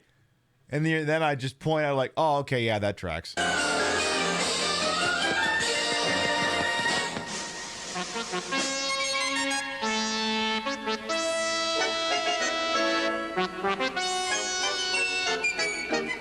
I mean, explain to me. I mean, the cod pieces. It writes itself.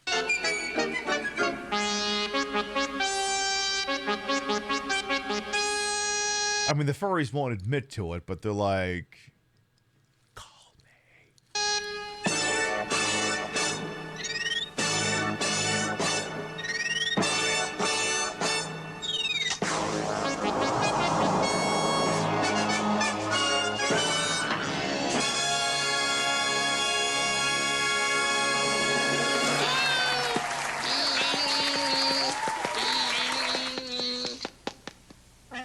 congratulations. Hey, turn off that goddamn Xbox and go wash the fucking dishes.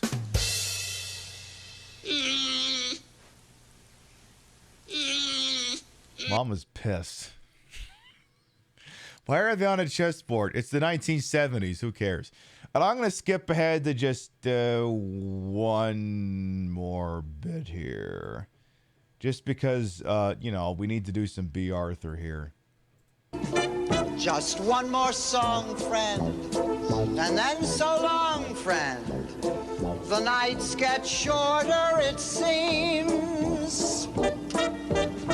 Just one more rhyme, friend. Yes, it's a crime, friend. But you know time, friend, time can fly. So it's good night, friend. Good night, but not goodbye.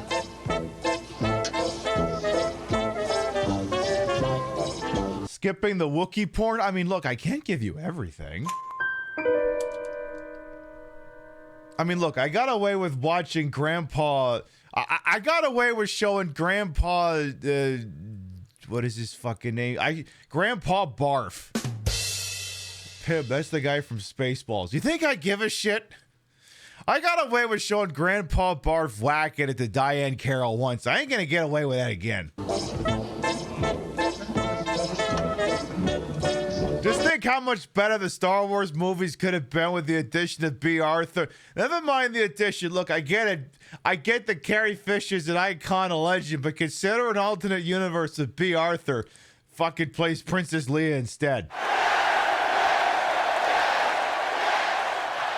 Then Harrison Ford and her have this will they, won't they? And I'm like, you know, this is a great fucking idea. We should make this happen.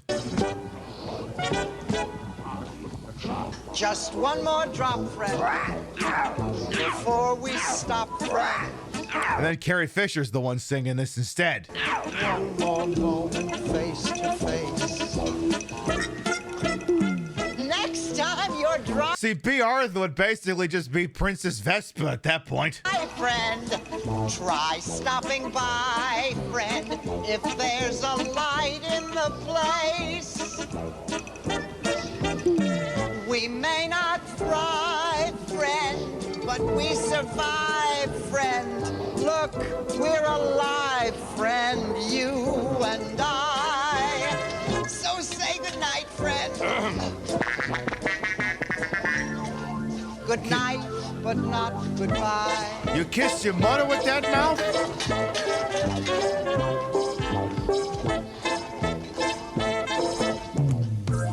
Just one more dance, friend. Just one more chance, friend. One more chorus, one more tune. It's not the end. Hey, that's the guy who got his arms shot off. Friend, I see it's regrown. It looks very nice. then you'll come back to me soon. But it's too late, pal. And Michael Myers is here for some reason. Celebrate, pal. Yes, that's B. Arthur. You'll have to wait, pal. Don't you cry. Now it's good night, friend. Good night, friend. Good night, friend.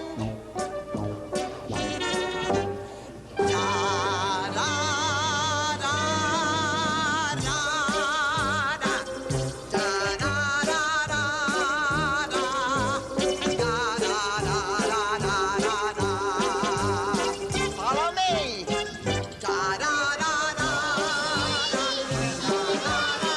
B says, get out of my bar!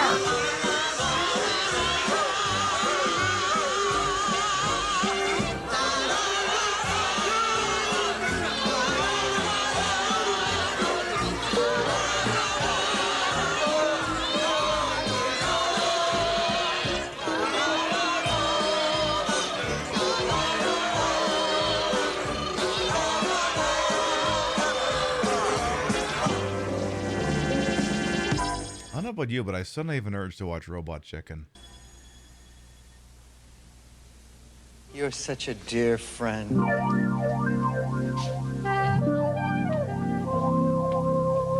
Hey, boy. You know I'm here, friend. Is that a tear, friend? In your eye? Now it's good night, friend. What? Good night, friend. Yeah, I wonder if this whole Star Wars thing will ever manage to keep going after this. I don't know. I feel like this whole... I feel like this might have killed the entire concept. Good night, but not.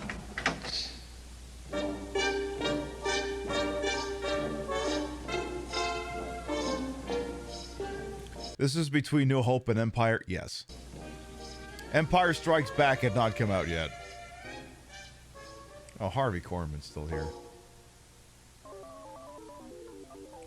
Anyway, in universe, apparently the Empire had declared martial law or something on the planet, so she had to kick everyone out of there or something, because... You know what, I'm going to skip to the ending just because it's so... Well, not the complete ending. I mean, you can see Carrie Fisher's there. But I'm going to skip to...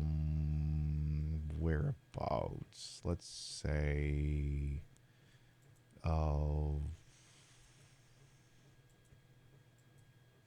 you know, when Harrison Ford finally turns back up. I'm going to skip to here. Wow. Wait, no, a little bit earlier. Little earlier. The stormtrooper's being a dick.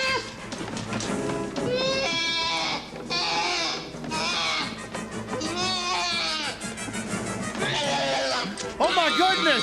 It's Chewbacca!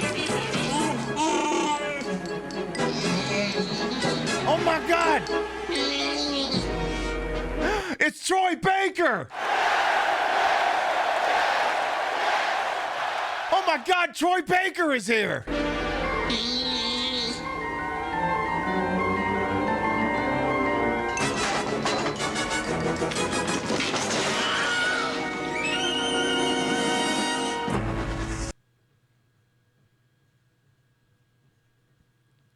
Just that fucking easy.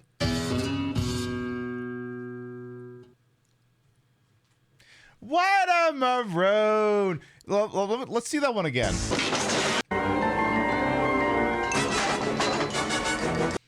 Literally, guns dropped on the ground, and he just kind of does it.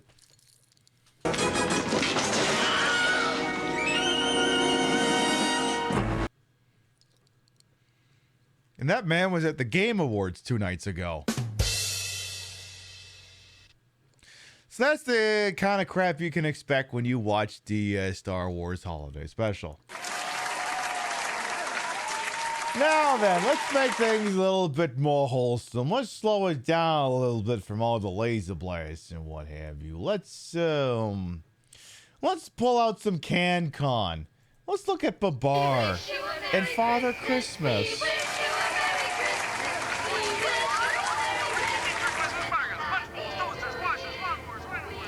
Babar is an elephant. I don't know. I think it's Canadian and British or French or some shit like that. There is a place far, far from man's country where the days are very different. Have we gotten Chewbacca's dad, the porn simulator? No, I skipped that one this year. It's called Celesteville. Yeah, apartheid elephant Babar. Land of the elephants. Home of King Babar.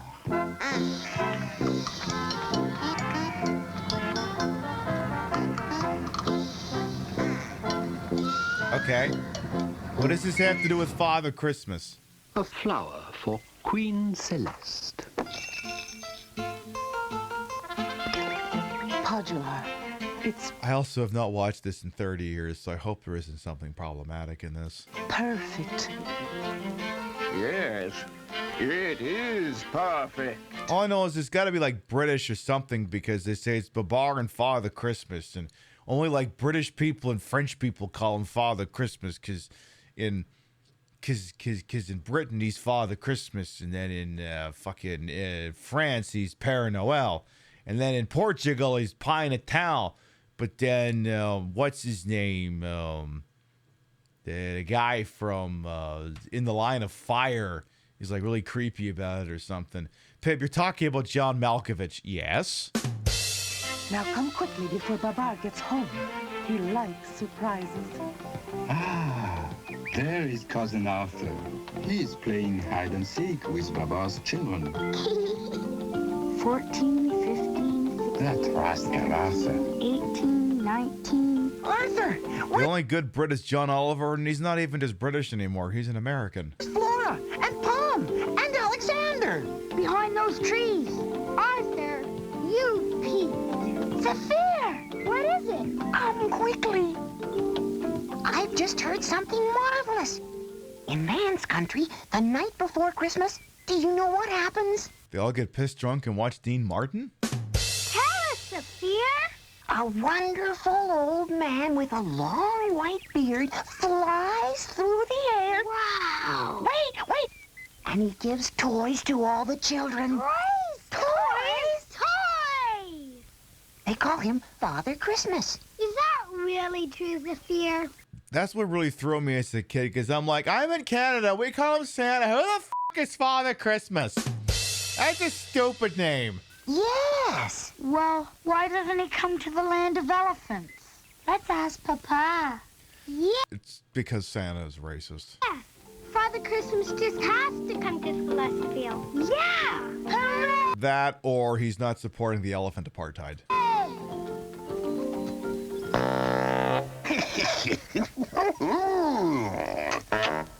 That looks better. Babar, now close your eyes. A surprise? For me? Are you ready? Look. No.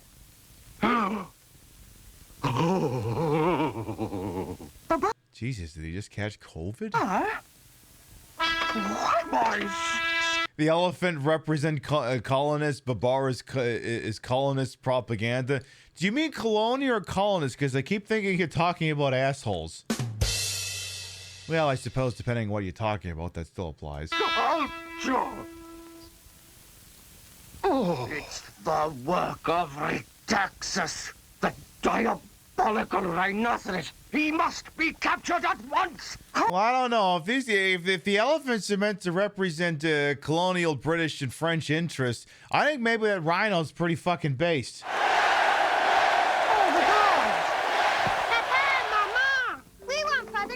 Zephyr just told us. He brings toys to all the children. At Christmas time. Wait, children. We want him to come to Celestial, Mama, and bring us toys too. But he won't come to Celestville because the United Nations kind of shit on us. Father Christmas. Oh, he'd never come here. Well, I think it's a wonderful I want to know why the guy who looks like the limousine driver thinks Father Christmas wouldn't come here. idea. Don't you, Babar? Yes. Why don't you write him a letter and ask him nicely if he'll come? That's it. We'll write. And we'll tell him Arthur wants a train, an electric train. Bright red. That goes under bridges. Sorry, watched a special earlier. Apparently Santa can only do black trains that got like red roofs on them and stuff. I want a robot that really works. And tell him Palm wants a teddy bear. I'd like a doll with curly hair. A bike. That's what I want. Zephyr, your writing's the best. Yes, Zephyr, you write the letter. Okay. Now here's some paper. Why does the monkey have to write the letter?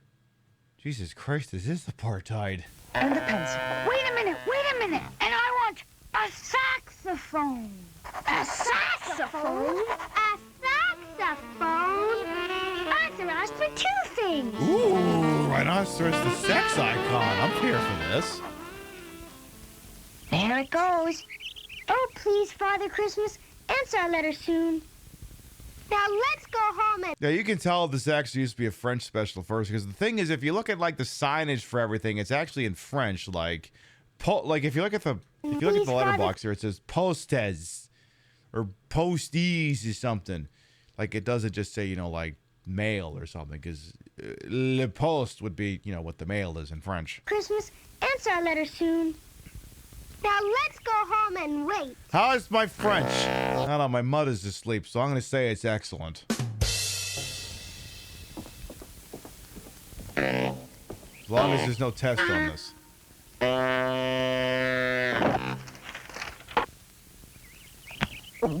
Hell yeah. Oh, the taxes. You are one bad fellow. Yes.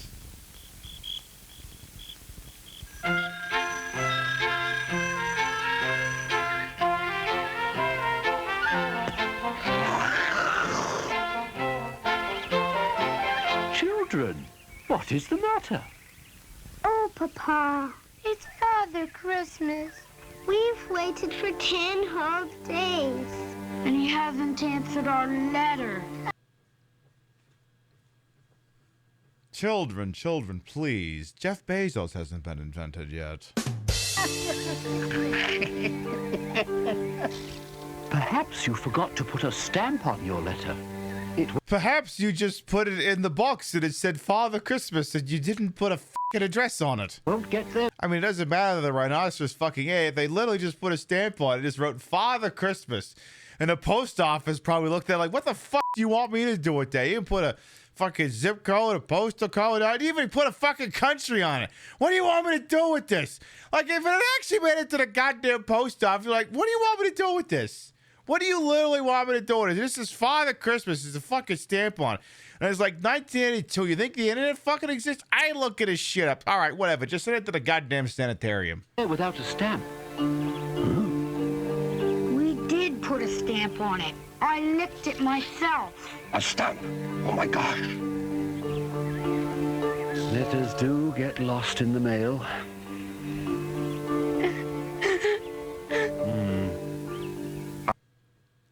The kid's fucking crying. It's like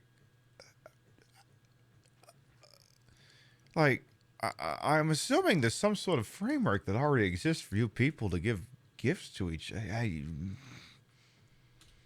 Wow, like someone just told you Santa Claus existed, and you sent a letter, and you're already crying because he didn't bring you anything. It's like, wow, you're gonna be the most fucking gullible kids in the history of anything ever. I suppose, yes. I could go myself and ask Father Christmas to come. You will? Hooray! Babal, this idea to privatize the postal service was a bad idea. And he will bring our toys. Now, Flora, I will have to find him first. No more. I mean, this is French animation. You'd be able to tell if it was British animation because something really depressing like a nuclear weapon would have gone off. I will get to Father Christmas first, Papa. And all those toys will be mine.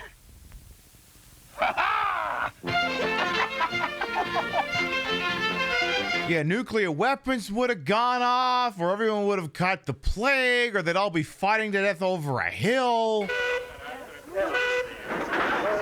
All aboard?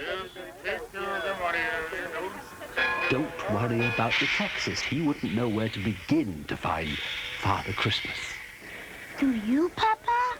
Well... I'm going to take that as a they'll no. help me in man's country. After all, I am a king. I didn't vote for you!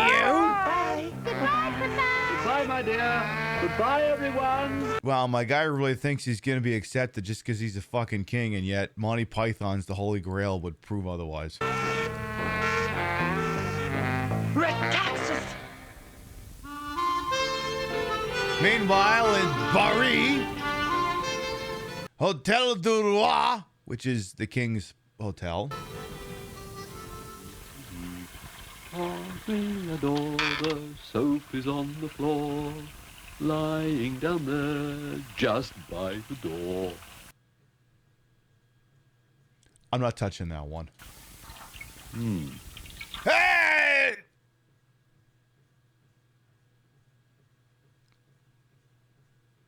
Now wait a minute. Donald Duck rule says that if you're wearing clothes, Okay, so the Donald Duck rule says that if you're an animal and you're wearing clothes, and at any point you're not wearing clothes, you're buck ass naked. This guy was wearing a 3-piece suit. Jesus Christ, he's fucking naked.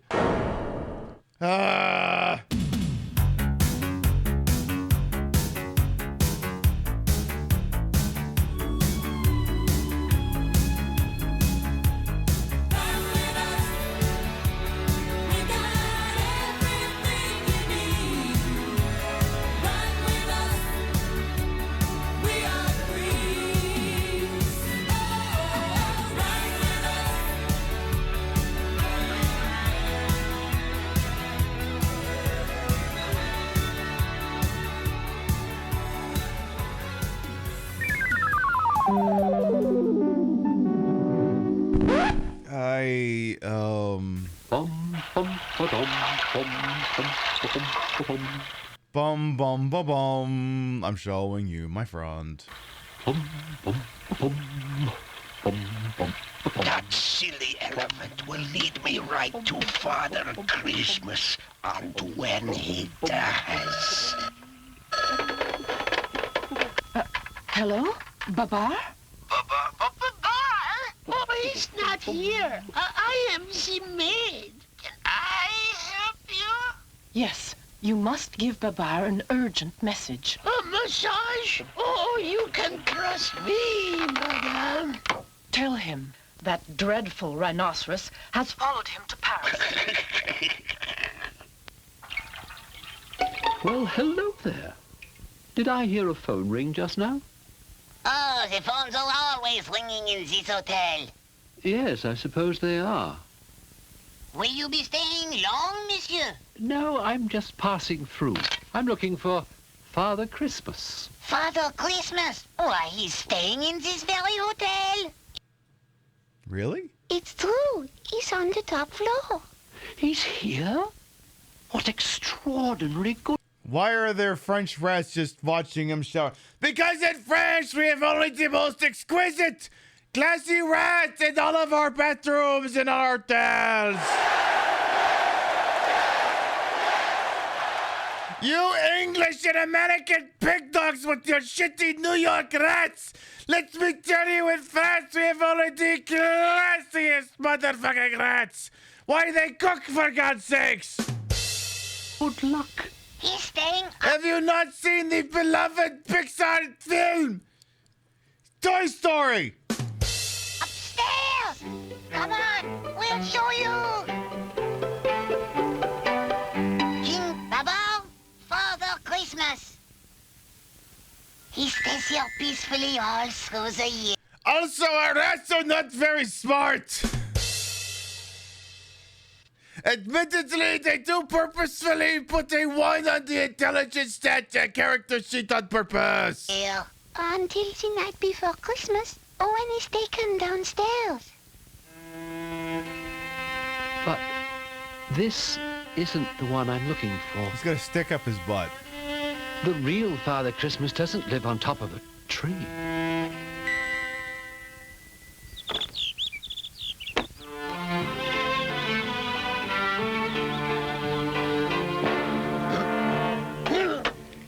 Oh. He's gone!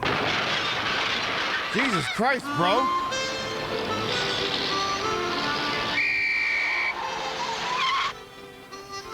It's a fine job you do here, sir. Ah, merci, monsieur. You can tell all these people which way to go. Perhaps you could tell me which... Get this stupid elephant out of the streets! I have all kinds of cheese and pornography to buy! Which way to go? I'm looking for... Get out of the road, you idiots, before I turn you into a piano!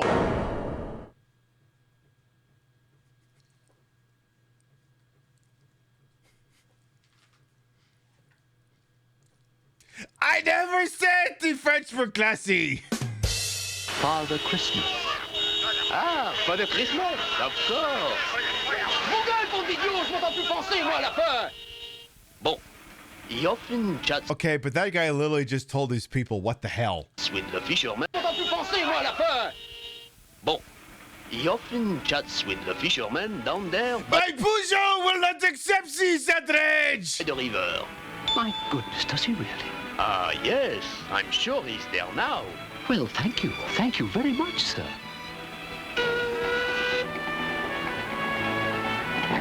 Hey, Father Christmas! Hey, paisano! Father Christmas? Yes? I'm King Baba. We've heard about you in Celestville. I have a list of toys from the children.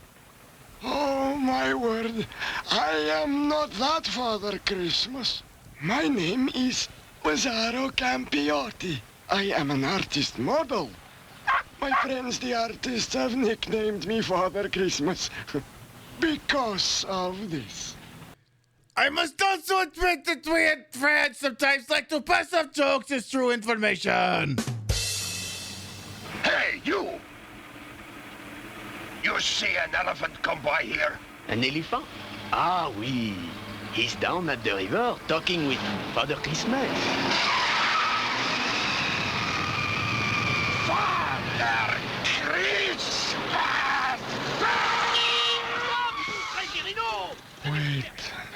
Wait. There is a fellow at the university. He studies maps. Maps to everywhere. Really? Professor Laframboise. He's a bit, but maps. What does mean in this context? He may have the one you're looking for.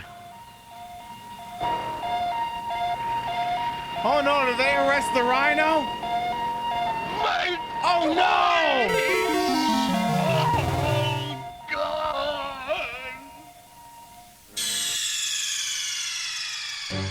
The rhino! Is it racist for them to be arresting the rhinoceros? Ah, King Baba, you must be from the... Arrested me for what? Arrested me for what? For running through traffic? I'm sorry, I thought this was France. land of elephants. Yes. I have a map of Celestville. Oh, that's the guy from the Christmas, the Alvin and the Chipmunks Christmas special. Where did I put it? Bottom drawer, left-hand side. But I don't need a map of Celestville. To where? It's Father Christmas I'm looking for. Saint Nick, Santa Claus, Father Christmas. They're all the same, you know. And they all live in one place. But where? North of Bormenia. Yes, north of Bormenia. But no one knows exactly where north of Bormenia. It's a secret. The map's in your vault, Professor. Of course. It's the only vault in the world with a map like that in it. In fact, it's the only map in the world that shows exactly where Father Christmas lives. This guy is on all of the uppers we have in the wonderful country of France. Literally, you go to this guy and he says, look, I took all the uppers. You can go to your dealers and they're just going to say, sorry, I'm out. That guy, he took them all. It must be rare. Where? Yes, where's the vault?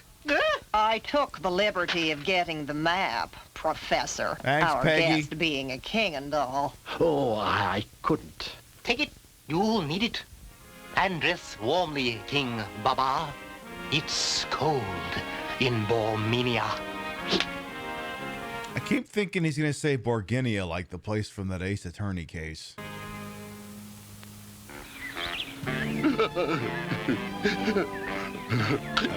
No toys for rat taxes. He's been bad. Rat taxes bad. Oh, Jesus! If only I could see Babar one more time, I would say rat taxes. Well, Retaxis? Don't worry about Retaxis, Celeste.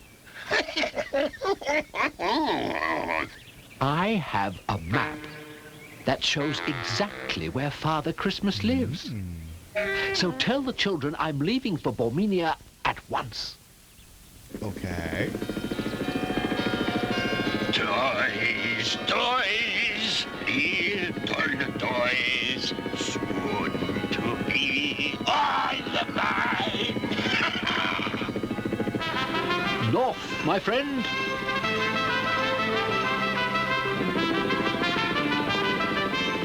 Okay, but are we actually just watching On Her Majesty's Secret Service at this point? Because we may be headed to Piz Glory at this point, for all I know.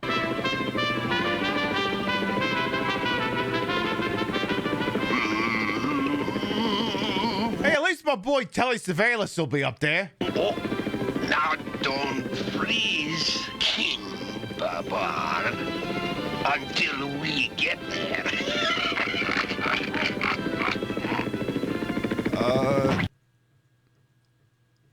Bro, did you borrow that bottle of bourbon from Dean Martin or something? I don't know if you should be drinking that thing while you're flying a helicopter. Like I said.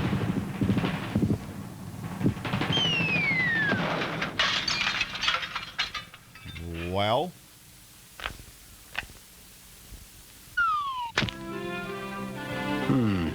Please, no sleighs, sleds, or snowmobiles beyond this point.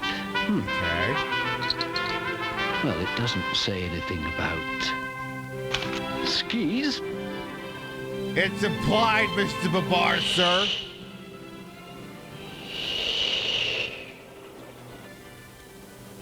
Okay. Oh, it can't be much farther. I'll take shelter in those trees. The map. I must check the map. Do you want to maybe wait till the wind's blowing, bro? Oh,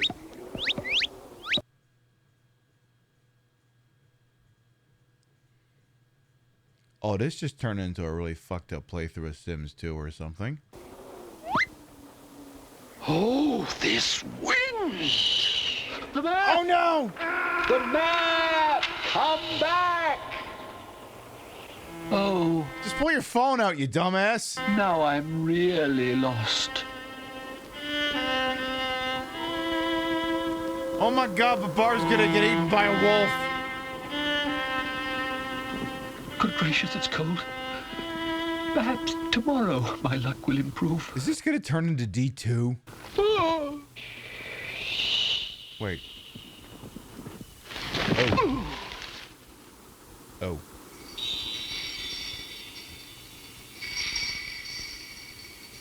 Oh. That is the proper response. Well, when do we start playing Fallout Shelter? I'm very touched, King Babar. I mean, I think I can see the Mr. Handies from here. You've come all this way to my underground kingdom for the children of Celestville. Well, but I'm afraid I cannot visit. I cannot visit because the United Nations designated your state as an apartheid state, and it would be it wouldn't look good for my image. I am already so busy with the children of man's country. Excuse me, sir, but there's a rather strange-looking bird in the paint shop, and we don't know what color to paint it. Strange bird. You see, I had great difficulty last year completing all my deliveries. Okay. Yeah, where's the death clause? This is where you make toys for all the children of man's country. And there are more and more children in the world. And only one Father Christmas. Look, with all due respect, Mr. Santa Claus, Father Christmas, Père Noël, Pie Natal, whatever your name is, we already watched one special tonight about how you're overworked. I don't need to hear it a second time. Green, I tell you, with black stripes. Here we are. These birds are supposed to be purple. Why, that's a flamingo. It's colored pink. It's a Las Vegas special. I told you. You did? Pink? Oh, we have many flamingos in Celestville. Oh, Celestville this, Celestville that. Why don't you just fucking marry Celestville. And they're all colored pink. Pink. How wonderful it would be to see pink flamingos. You see, in the land of man, flamingos are brown. Father Christmas, why don't you come to Celestville before Christmas? You could use a rest before that long journey, I'm sure. What part of UN sanctions are you having a problem understanding, Mr. Babar? I could do it. God damn it. I will do it. A day off.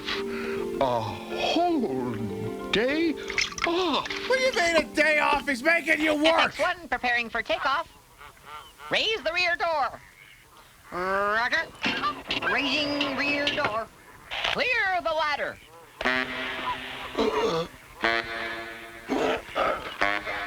Come on, Slick Willie, you can do this.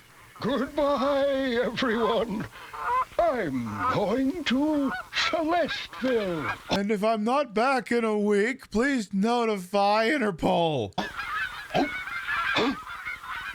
FX1 departing for Celestville. Wait. Bye. Bye. Goodbye. Bye. Bye. Bye. Wait. Huh? Also, this is going to sound like a stupid question, but what the f*** exactly are they flying in? My home. My little home. Literally flying on a goddamn bathysphere from Bioshock. Oop. Did not mash X hard enough to hang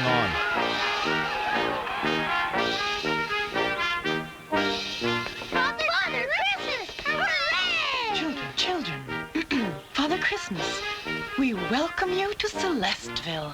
Thank you, Queen Celeste. Did you get our letter? Oh, you must be Flora.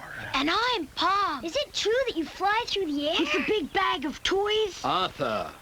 So you're Arthur. It's a bold move for this Babar special to recreate the chopper scene from Clear and Present Danger. Oh no, not this. Mean to tell me that fucking Willem Dafoe is sitting in there shooting at him while Troy Baker is aggressively running away and being shot by that guy from Fast and the Furious 5? Arthur asked for two things. An electric train and a saxophone. It was a Fast and the Furious 6, whichever one was in Brazil. I asked for a robot. I asked for a teddy bear. Now, children, Father Christmas has come to spend a day in Celestville with all of us before his long journey. No toys for blackouts. He's gonna be okay, right? Okay, the drama queen has signed on. Yes.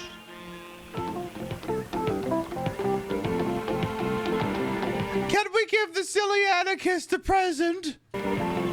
He's been quite a nuisance around here. What a tragedy. At Christmas. Isn't there anything we can do? Well, yes, there is something he can do. We could make a piano out of him instead of me.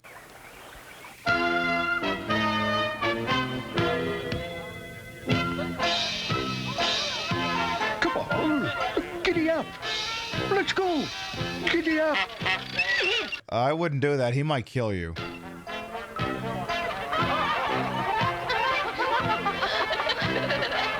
So was he actually giving them any toys, or...?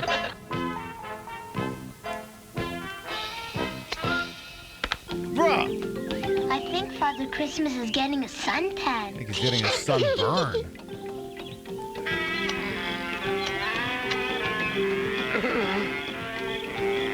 Goodbye, Father. Bye, Father Christmas. Bye, Father Christmas. So let me get this straight. They got all bent out of shape at the start of this because he didn't get their letter. He didn't bring him a fucking bicycle or whatever. And they were crying and QQing and whatever. And he comes here on his fucking Bioshock-ass bathysphere, brings them nothing, and suddenly they don't give a shit. Swear to God, fucking elephants. Goodbye. Goodbye, children. Goodbye, everyone. Oh, I've had fun today, King Babar. We'll see you on Christmas Eve. Yes, Father Christmas will visit you all. Won't he, King Babar? I think someone's about to pull double duty. Celestville, for a wonderful holiday. Someone's franchising out.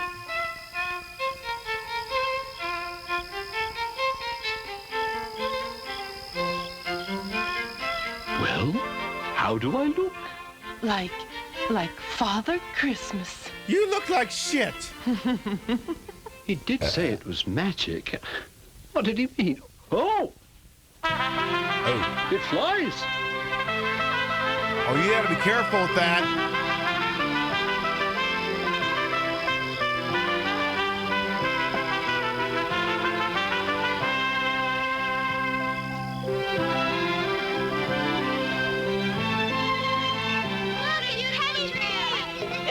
Merry Christmas. Katrina. I'm going to call her Katrina. Okay, but if you're just doing this to Celestville, I don't think you needed to fly around with us. To be completely honest, you probably could have just had a couple civil service workers do this. A wonderful Christmas. Mama, Papa, a real robot. Father Christmas brought it just for me, and it really worked.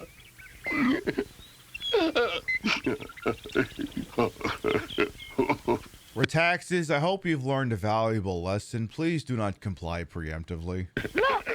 Look, there's another gift. It's for Retaxis. Merry Christmas, Modular. Merry Christmas to you. And just like that, Jesus was forced down their throats through indoctrination of the youth. Exactly. Oh, a brand new horn. It's Christmas in Celestville and in man's country too. Well, King Babar, we've decked the hall. Tonight we're off to the elephant's ball. Father Christmas comes to one and all. Merry This is a lot. Christmas to you and you. Merry Christmas from Celestville to you. Our Christmas tree is gleaming. The children all are beaming. I'm kind of confused. What was the message of this special? Like, usually it's about, you know, giving is better than getting and all this stuff, but like, what was the moral of this? Yeah, well, what happened here? Like, someone might have to explain this one to me. I'm not exactly sure. Like what? If you go talk to Father Christmas when you're running an apartheid regime, and you ask him to come and he says no, I guess you just steal his shtick and do his stuff for him instead. I guess serve the king and you might get a saxophone. You have nothing to lose but your slickness. And I'll let this play out. Just look at the curls on Katrina's hair. My electric train goes anywhere. Christmas is a time to love and share. Merry Christmas to you and you. Merry Christmas from Celestville to you.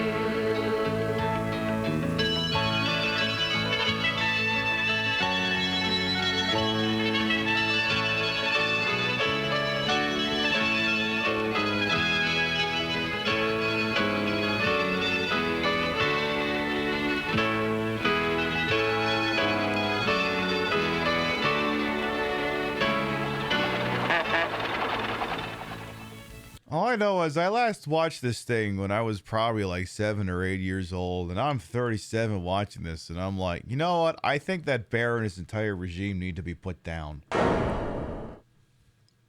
Elephant, whatever the hell he is. I said he was a bear, but you get the point. Something very wrong is going down here. Something very rotten.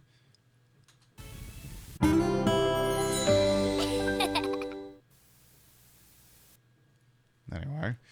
Yay. All right. We got one last one. One last one here before we sign off for the evening. And we got one last motherfucker one for you here. Remember when we watched the red-green one last time? How about if we watched another red-green one? Yeah, if you're anything like me. Oh, Jesus Christ, this is a double feature. Okay, we'll watch a little bit of it.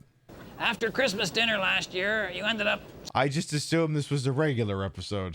stretched out on the sofa with your pants undone, moaning, "Why didn't somebody stop me?" Now, here's a low-fat alternative to eating all that turkey at Christmas that's going to take the strain off your waistband and also get you out in the fresh air. Okay, the first thing you want to do is grab the frozen turkey, get it out of the freezer before it defrosts. And then second, you need to take that thing over to your rich neighbor's garage over in Connecticut. And then you need to stick that thing in the fryer, and then it burns his whole house down. What you want to do is take the door handle off the fridge. It's very important. This way you won't be able to get into the fridge, so you can't sneak down in the middle of the night to eat another handful of jellied salad. Now all you got to do is attach the door handle to the turkey, the way I've done here, and you can curl that bird to a leaner, healthier you. Oh.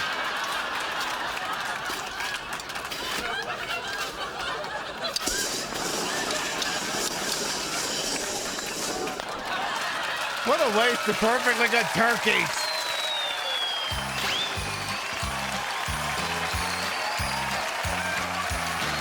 What a waste. I mean, this is a Canadian production, so I'm sure it'll only have half as much colonialism as the Babar thing did.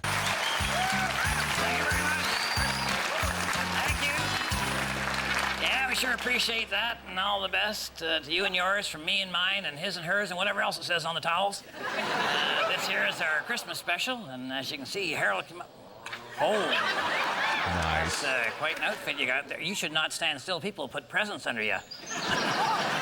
I thought you might appreciate it. Yeah. This is my Christmas outfit. Yeah? Well, it's better than your birthday suit. Anyway, it's great to have you up here for the whole Christmas break, Harold. Appreciate it. Yeah. No. I'm just here for the Christmas show. What? Oh. Yeah, the company asked me to work over Christmas, and I said yes. Oh, Harold, no. You gotta learn to say no. It's not that hard. Just pretend you're your own girlfriend. Which I'm sure you are. Okay, that is uncalled for, sir. Sounds good, Freya. Thanks for popping on in. We'll see you next time. I was kind of hoping you might knock it off with the insults, being Christmas and everything. Oh, Harold, I'm kidding you. See, when I insult you like that, that's because I like you. Oh! Yeah. Oh, okay. Oh, yeah. That's cool. Okay, all right, yeah. All right. Well, thank you very much then, you fat old burned out doofus.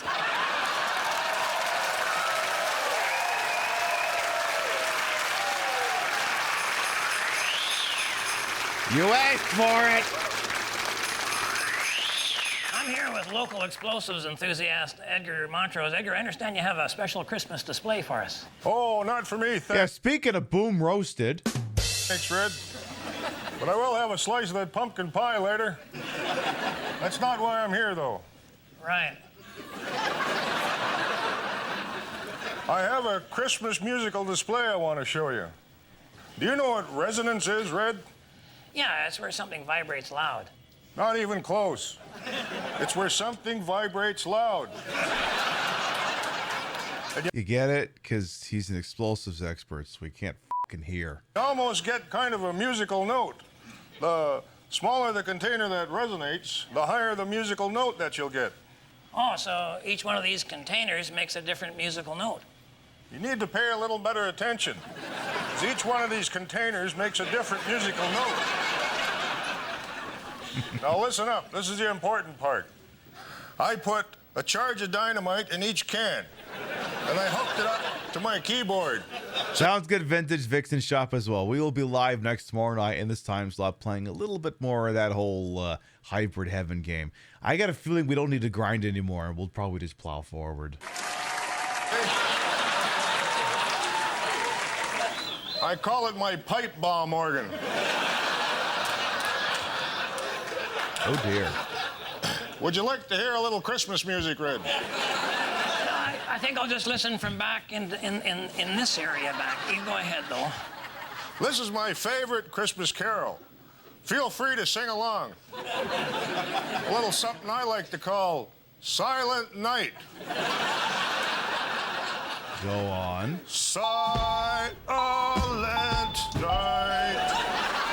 Holy night.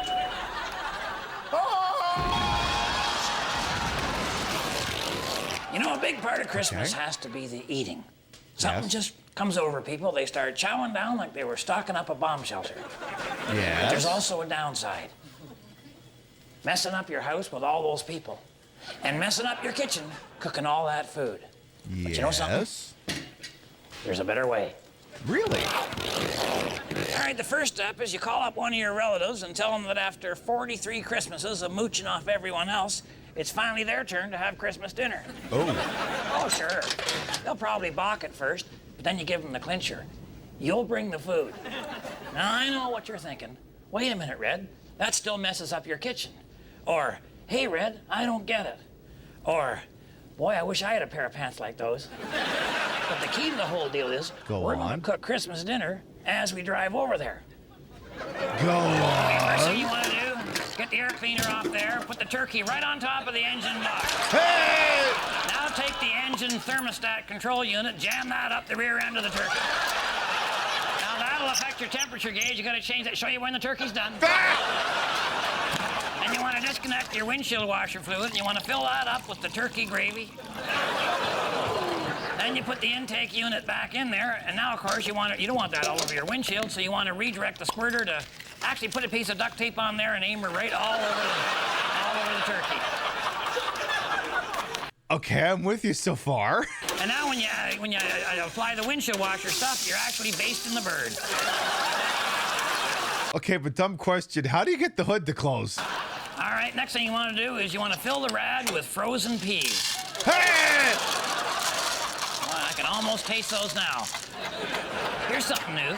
Take your lighter, put a mushroom cap on the end of it. You can cook them right out of the cigarette lighter unit there. And take that, put it in the bar, and put the new one on. Go into the thermos there to keep them warm. A nice treat for non-smokers. Here's how you make the mashed potatoes. Just put them inside the hubcap. Okay, that makes sense. That makes sense. You need the wheel to be warm, so you put the emergency brake on 3 clicks. You put the pie in behind the turkey on the engine block. Now you want to make whipped cream? No problem. Hey! No! Stick that back on the rim, you're in business. Corn on the cob, into a jar. Take one of the spark plugs, attach that to the lid. That'll just make popcorn. You should cook a corn on the cob.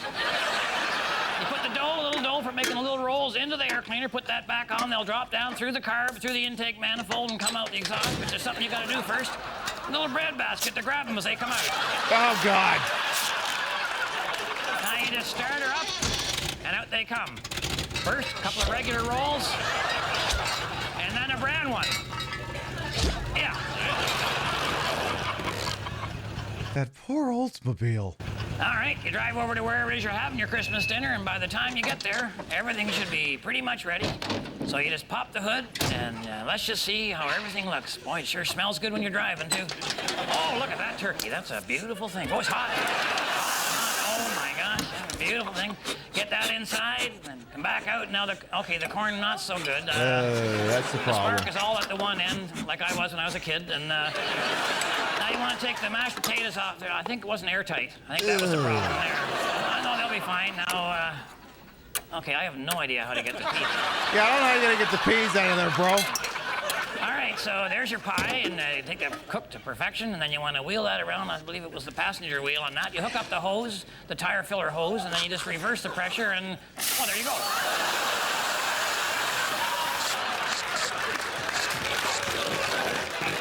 And it's just that easy. You know, if we cooked this turkey on an old van instead of a car, we could have called it Cock Old Van.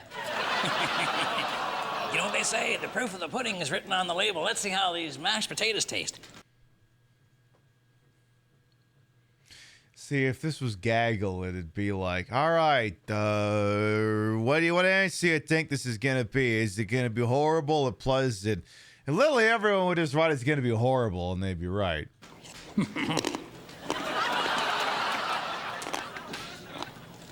that rock salt really enhances the flavor. No kidding. Oh, golly, I forgot my knife. How am I going to carve the turkey? Oh, I got a better idea. We got a 200 horsepower slicer right here. Not the... Oh, no. Fan blade.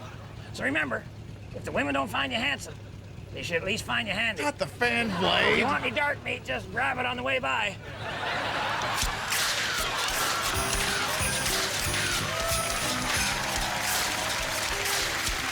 Well, yeah, this is Canadian. This is genuine Canadian humor, folks. If your stockings aren't the only things that got stuffed this Christmas, call Rothschild Sewage and Septic Sucking Services. When there's no room at the inn. Forgot about that guy. When did we start Christmas playing is Until the home Dawn? fire. To get you through the darkest time of the year, January, when the visa bills come in. A fire to warm you through the cold of your father-in-law's questions concerning your employment status and overall solvency. So light a fire at Christmas to remind yourself that if you don't pay the gas or electricity, this is basically what it comes down to. Light a fire in the stove and light a fire in the bedroom if you can. And most of all, light a fire under your kid. You know, when the cavemen looked up at their night sky, they might have wanted their sun to come back after it left, but you don't want yours to. Ooh. Fair Dear enough. Santa, now that I'm out on my own and holding down an important executive position in the big city, this will probably be the last letter I send you. Writing letters to Santa is no longer considered appropriate behavior for an entry-level manager such as myself. However, I should like to draw your attention to my enclosed annual employee evaluation report that quite clearly indicates that I've been a good secretary to the Vice President of Mergers and Acquisitions this year. Have you been letting them drill you?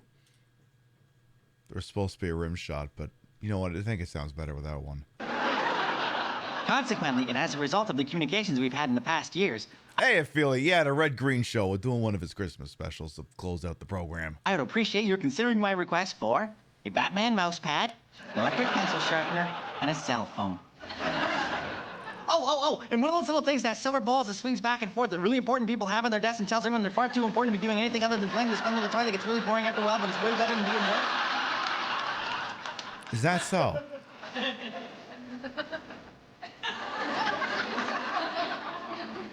Your cooperation in this matter would be greatly appreciated. Signed, your friend always, Harold Green. P.S. Santa, I would like to redirect your attention to my opening paragraph, wherein, as I stated that I would probably no longer be sending you letters.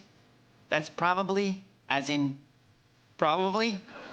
Thanks again, Harold. It's the 1,000 yards word game! Yay! Hey, the audio got better.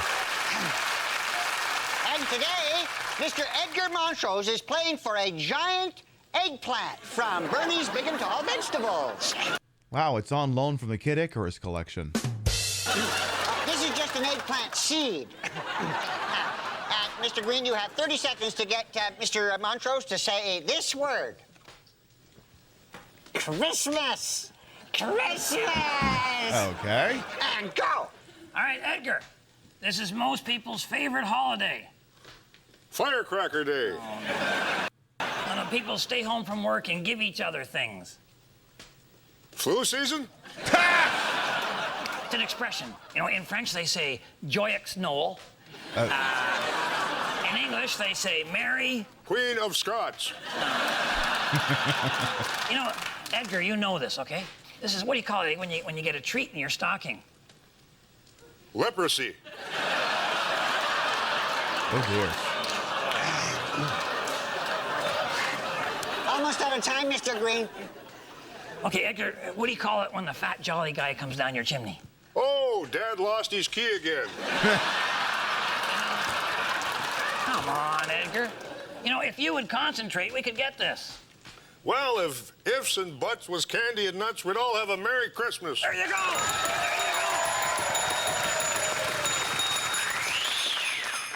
Have you seen a decent winter hat in here, Red? No. Boy, you're kind of getting in the Christmas spirit this year, aren't you, Hap? No, not especially. Well, Hap, you're wearing a Santa costume. Oh, this is not a costume. This is my winter coat. I got it for last Christmas. Yeah? Oh. Sure looks like a Santa coat to me. Yeah, it's a Santa coat, but it's not a Santa costume. You see, there's the difference. This is Santa's actual coat. Oh. He wore it last Christmas. He always leaves it at the last house he was at, and that just happens to be my place. Oh, okay then. Sure.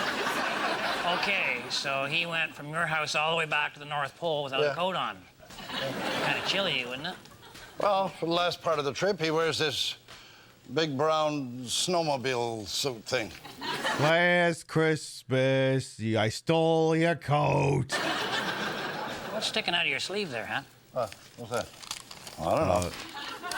Oh. Seems to be a list of some kind. I can't believe this stuff, Hap. Come on. Oh, I know. Doubting people is a common flaw. Some people don't even believe in Santa Claus. That's why I feel so much for the man. So you wear his coat? Red, I'd gladly give up all of my world records, all the medals, all the scientific breakthroughs. He's a bullshit artist, in case you hadn't figured that out. All the inventions and the fame, everything. I'd give it all up, other than the women, of course. True. If I could convince people that there is a Santa Claus. Well, that's why I'm wearing his coat all winter, so people will accept that Santa's in their hearts all year round. Right. Oh, here it is. Here it is. This'll do. No. I got a better hat. I got a better hat. Look, Easter Bunny left it for you. I was worried he was pulling out a KKK hood. You know, around Christmas time, a lot of people like to pets for their kids. I forgot about this guy. Thought I'd get local animal control officer Ed Fred to give us some tips on what to get. Come on up here, Ed. Sure, okay. Yeah, okay, sure. Is that an actual rabbit? So, Ed, what gift would you recommend for, say, a 9 or a 10-year-old? A book. No, I mean, what kind of animal would you recommend? Like, say, like mice here? Would that be good? Oh, no, not mice. No, they're rodents. Oh, yeah, they carry disease and they can gnaw right through your skull. Well, maybe if you had cheese for brains, eh? Don't ever joke around the mice, man. All right, okay, so mice are too serious. How about this guy here, this bunny rabbit? Is that a good idea? Eh? Well, sure, but you know, rabbits, you know, there's something they like to do a lot that maybe you don't want your kids watching, you know. Wearing dresses? They eat with their hands. Oh. Yeah, but I mean, look how cute and fluffy they are, Ed. Well, yeah, but do you have any idea how sharp those front teeth are? Yeah, and look at those hind legs, Red. Can you see the size of those thigh muscles? Well, a full-grown rabbit could, like, kick in your bedroom door. Look, I've seen what they do to the knights at a round table. He'd march right in, eh? And gnaw right through your skull. That's what he'd do. Not that cute little thingy. That little itty-bitty Benoy is an absolute cutie patootie. Okay, no mice, no rabbits. Surely goldfish are okay, aren't they? No, fish are brain food, Red. What does that tell you? That nobody I know eats fish. No. Story checks out. That they're smart, too smart, always thinking, always scheming. How do we kill the humans? And flush them down the toilet. Yeah, that's it. We'll plug the drains with their bodies. Sir, please leave those goldfish alone. And look at their mouths, eh?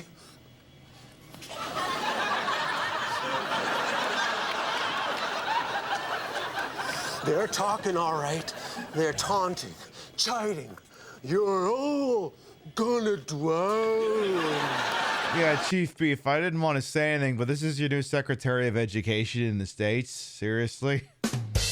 That or he's gonna run the goddamn EPA. Okay, maybe not as informative as I'd hoped, but at least now you know who not to ask. If you'll excuse me, it's feeding time. All right.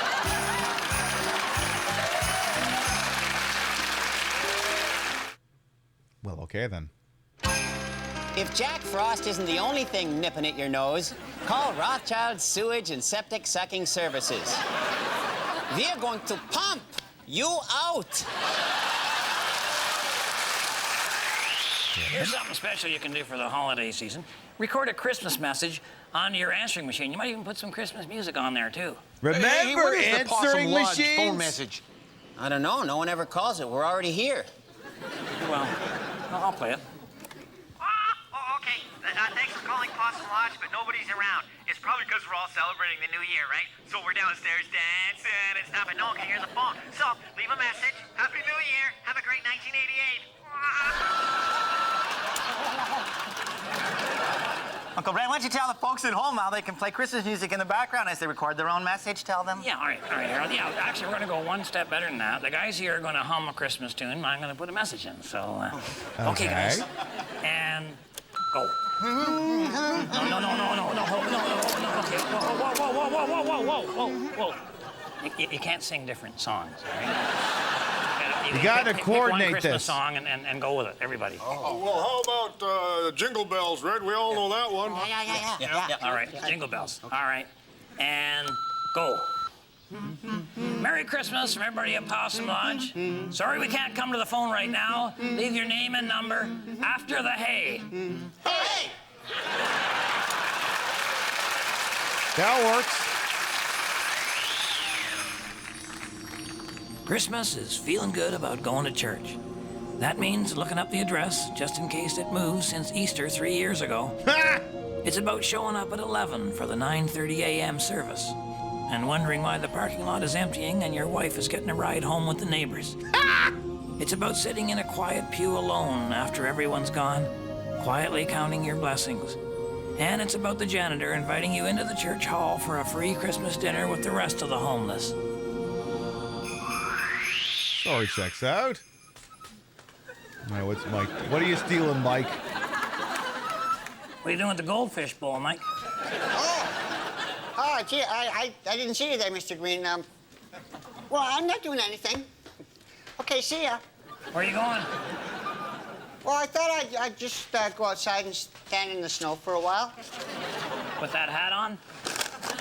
Well, sure. I mean, it's getting colder out there, you know.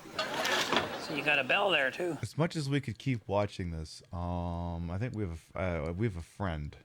I'm just gonna stand up for a moment.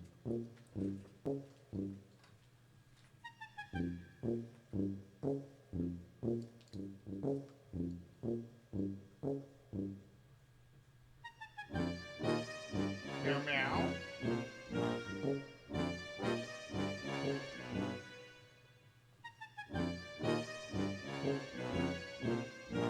Meow. Are you meowing for me? Would you meow for me, or are you meowing for them? Meow.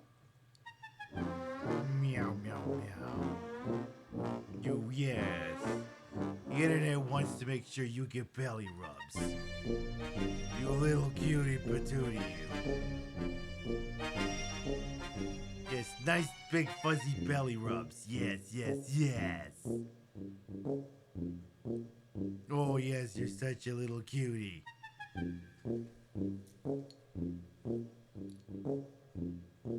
How else can we be of assistance? As you lick your beehole. Surely you could have done that somewhere else. Surely you don't need to be doing this right now. I guess nothing quite says Merry Christmas like licking your own asshole.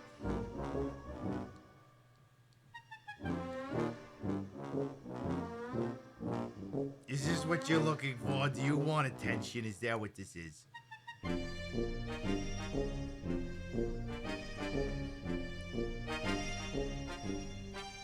You silly cutie kitty, you. Meow. Meow. Yeah, that's your foot. That's definitely your foot.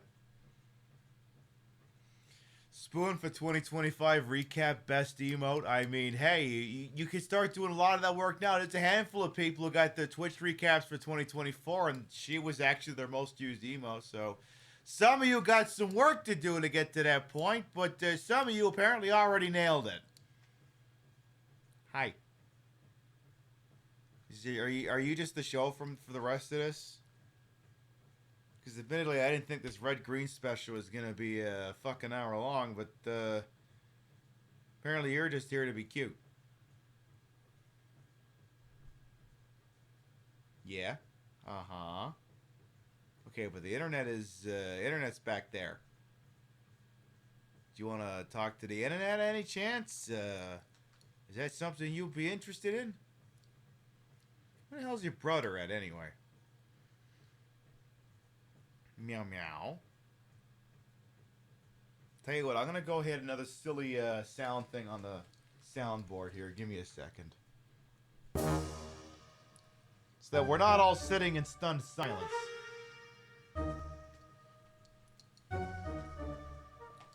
You silly kitty.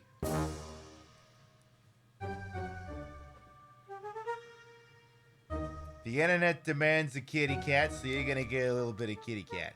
Hey, hey! You biting me? I'm just giving you a nice little rub. Meow. What? What? Meow. Meow. Are you giving me lip? You wouldn't give me lip, would you? You wouldn't do that. You're adorable. See? You're being cute and cuddly. I'm gonna give you belly rubs. See? I'm gonna give you nice, wonderful belly rubs. You love how the cats walk on there because of the chroma keying? Yeah. Aw, you kitty. You just love being warm, don't you? Okay, how long do I got before you start biting my hand? Because I've been rubbing your belly for quite some time. I know Mia wouldn't let me do it this long. Huh. Why am I not being attacked yet? Do you like belly rubs? Like, you by right, you should be destroying my hand right now. And you're not. What are you waiting for? Do you like belly rubs?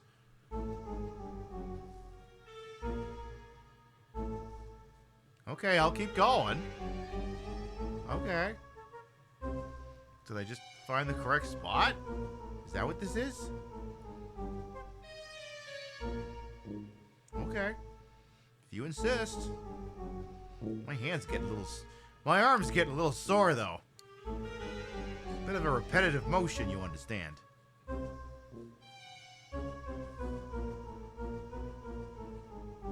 Okay, well, I'm stopping because now my hand is getting tired. I didn't think that'd fucking happen. I'm done rubbing your belly not because you got pissed off at me, but because my arm got sore doing it. Okay, Spoon, I love you, but I think I'm gonna have to evict you from the chair. Now, you can sit on my lap if you want, but I gotta sit down there and I gotta finish off the show. Yeah, you, I'm talking to you. You're sitting down there, ain't you? I'm talking to you. I got your tail. I got your tail. Wow, you don't give a shit. I tell you, I swear to God, this is the chillest cat in existence. You can catch her on the top of the goddamn dining room table, and you yell at her, she's like, what? What? Like, she won't get faced until you start making overtures to stand up. She's like, what? You're not going to stand up. You're not going to do it my bullshit. I don't fucking believe you. And she's a very chill kitty cat. Yeah, you. Yeah, I'm talking about you. Yeah. Uh-huh. Yeah. With your little peetsies. Your little itty bitty bitty bitty peetsies. Alright, that's it. As much as I could let you sit there forever, at some point, I gotta get back in a chair. And I ain't gonna sit on you. And both of us know perfectly well that if I pick you up and set you down on my lap, you ain't gonna want to sit on the goddamn thing anyway. I mean, my legs look good, though. Alright, here's the deal. I'm gonna pick you up, and it's up to you if you want to sit on... Or that. Yeah, that works, too. Alright. She's nuzzling my leg. Spoon? Spoon, would you like to sit up here? Spoon? Yeah, you. Yes, you're nuzzling my legs and what have you, but is there any chance you want to sit up here? I will permit it. takes a second to get her attention, you see. Spoon! How many times I gotta slap my leg? Up here. You can see she's down there. She's thinking about it, and she's still just flying around. Boy, she loves these boots. She is, the way she is rubbing up to these goddamn things. Spoon. Yeah, come on. Come on. Yeah. Well, she was thinking about it for a second. Come on. Come on. Or don't. But, okay, do you want up here or not, kiddo? All right, well, I'm putting the show back on. Oh, yeah, this. I thought I'd just ring it once in a while I stood outside in the snow. That's it? That's it. Well, then you don't need the goldfish bowl, do you? Well, I thought that if people wanted to, they could, you know, like, drop, Goldfish into it? Okay, actually, I was gonna collect donations for charity. Oh, okay. Oh, that's great. Which charity? Well, no particular charity. More like for all the needy in general. Oh, okay. Boy, you know, there's a lot of needy. To distribute that money all over the world, that's going to take a lot of your time. Well, that's absolutely right, Mr. Green. That's a good point. I mean, I don't have the resources for that, right? No. I think what I'll do is I'll collect money for the needy Possum Lodge members. Yeah. Okay, thanks for the tip. All right. Now, Mike, who do you think is the most needy? Hey, no scratching that. You're not allowed to scratch that. There's foam panels back there. You're not allowed to scratch that. Possum Lodge member. Well, I have to say that the lodge member who hasn't paid his dues for the longest time would need the money the most, right? Yeah, well, that's you, Mike. Yeah, well, that's right. That is me, isn't it? You've never paid your dues at all, I don't think. No. Not in my recollection, no. I'll tell you what, Mike. I'm going to give you a Christmas gift. Really? Yeah. I'm going to waive all your dues. You got no debt at the lodge at all, all right? How's that sound? Oh.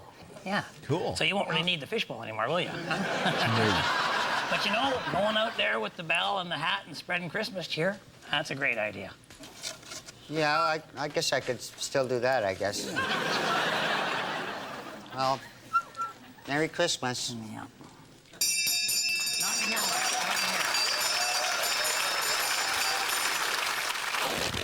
You know, I like to spread the Christmas cheer. I used to do the Christmas caroling, but my friends made me sound bad. I want to see if he's going to do one more hardware gimmick, and then maybe we'll call it for this one. Of course, they'd blame me. They'd say, you have no control over your voice. You just do the parumpa-pum-pums in the background. Yeah, he's just doing the same goddamn thing as the Salvation Army. He just keeps all the goddamn money for himself, just like them. I got a better way to spread music and joy to your neighbors without going door to door into the biting cold there. Come on up. I'm going to turn the possum van into a Christmas song broadcasting vehicle. Ooh, okay. I could probably come up with a better name than that. No? All right. Oh, well, there you go. All you need is Christmas music playing on your car tape deck and a couple of speakers mounted on the roof. Don't have to be expensive speakers now, because they're going to be out in the open. There's usually one guy in every town who sells cheap speakers, as long as you don't need a receipt. Ooh. True.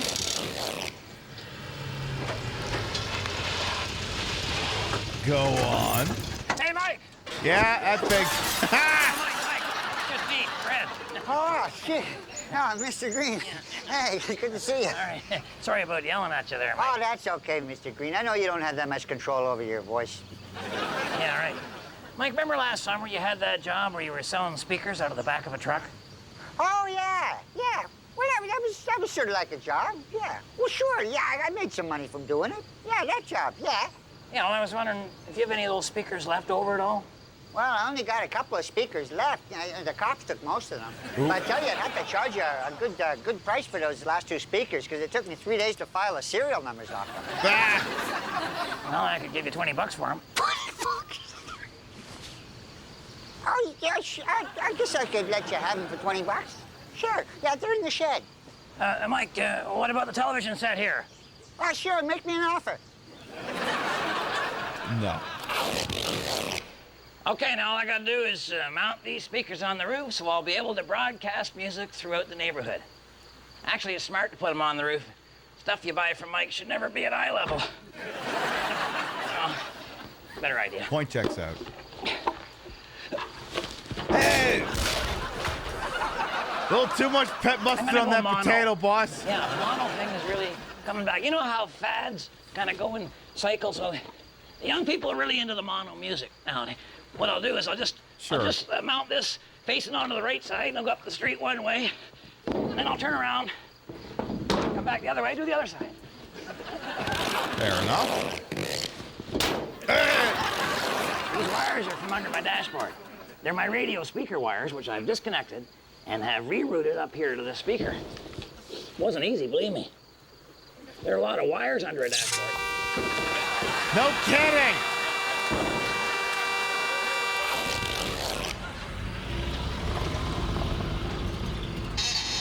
Hey, Dalton. Fred? Oh, I didn't know you were Are we open. just working out how to get all the characters into this? Sundays? Shh. If Anne Marie finds out I'm a dead man, she thinks being open on Sundays breaks one of the commandments. I don't know which one. Judging by your prices, it's probably thou shalt not steal. And speaking of which, did you hear I gave Mike Hammer a TV set? It was broke, and he didn't even know. Well, he knows now, Dalton. Well, you know, I just wanted to get it off my back, so I told him he'd want it because he was my 1 millionth customer. What? You've had 1 million customers?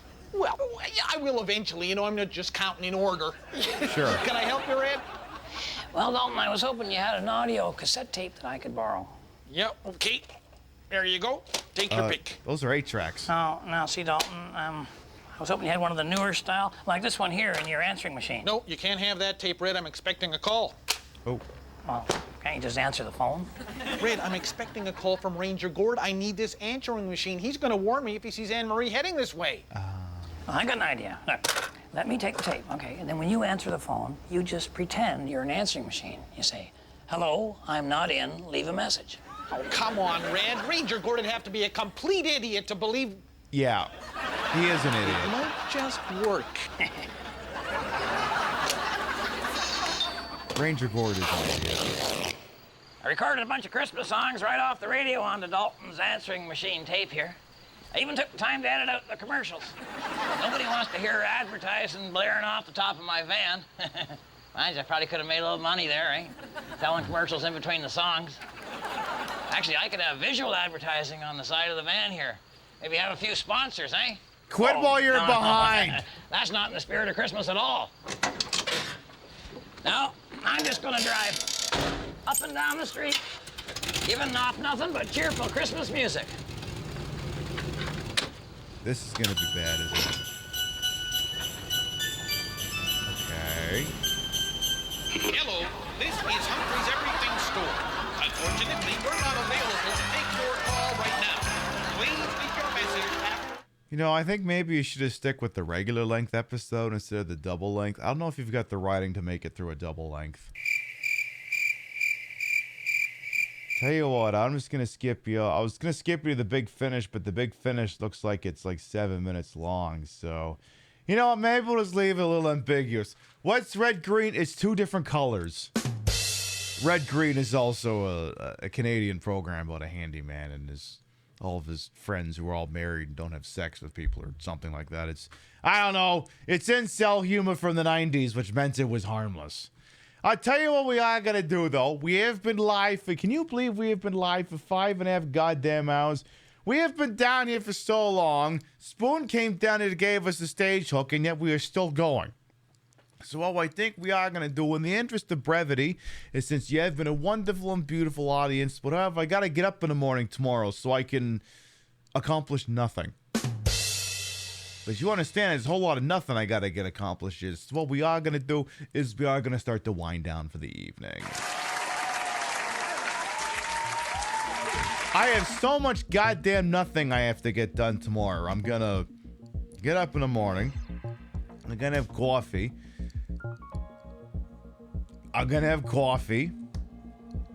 And then I'm going to have leftover pizza. And then I'm going to cook another pizza that I bought from the store. And I'll probably place in for Xanadu. As you can see, it's going to be a very productive day. You understand why I got to get my beauty sleep in order to make that happen. But hey, I continue to have a wonderful experience watching some of these old Christmas specials with you fine, wonderful people. And make sure you join us next Saturday night in this time slot, because that's when the big promise I've made to y'all finally comes due. We're going to be watching Staying Alive, the 1983 smash, 0% on Rotten Tomatoes hit starring John Travolta and, I don't know, a bunch of people who aren't John Travolta. Featuring music by the Bee Gees and Frank Stallone, and it's got a lot of Frank Stallone in it. I'm not exactly saying it's a problem. He's got the voice of a goddamn angel, but you get where this is driving at. So you come on by next Saturday night. We will indeed be doing that. But all right, before we figure out where we're going, let's read off the list of gravitas. Your biddies, raid, subs, and tippies to this channel, while never required, are always appreciated, and we love the shout at the end of the show.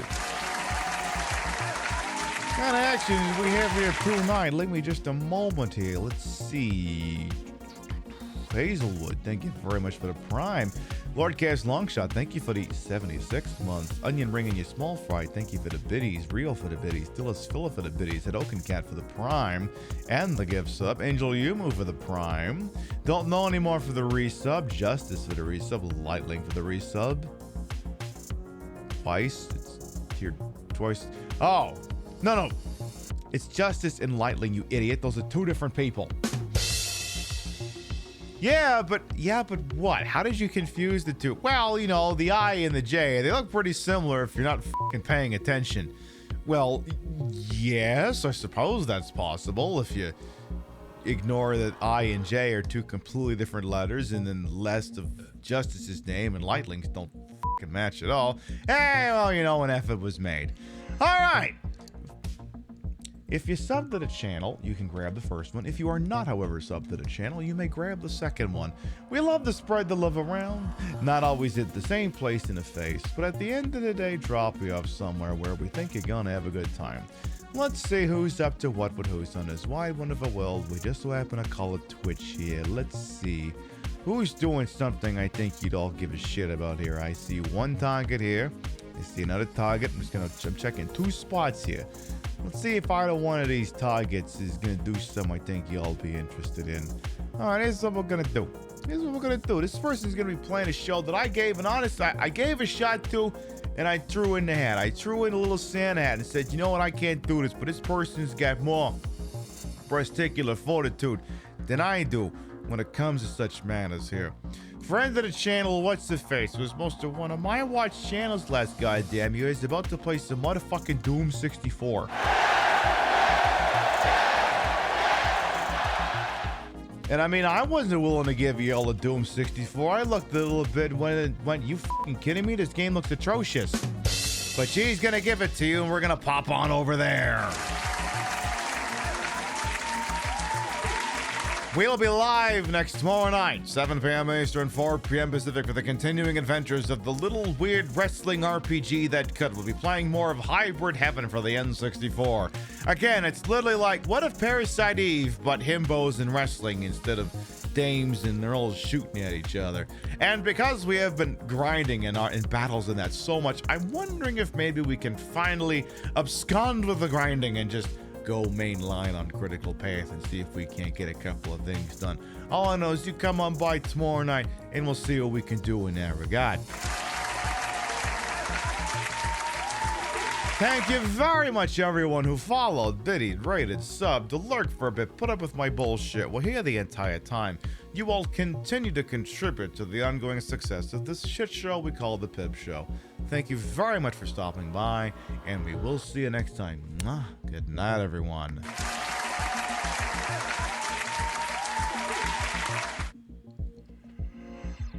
Boy, that Dean Martin guy sure does know how to drink, huh? Do you like himbos and wrestling? Tomorrow night might work for you then. Or maybe not. We'll see. In any event, see you later, folks. Mwah.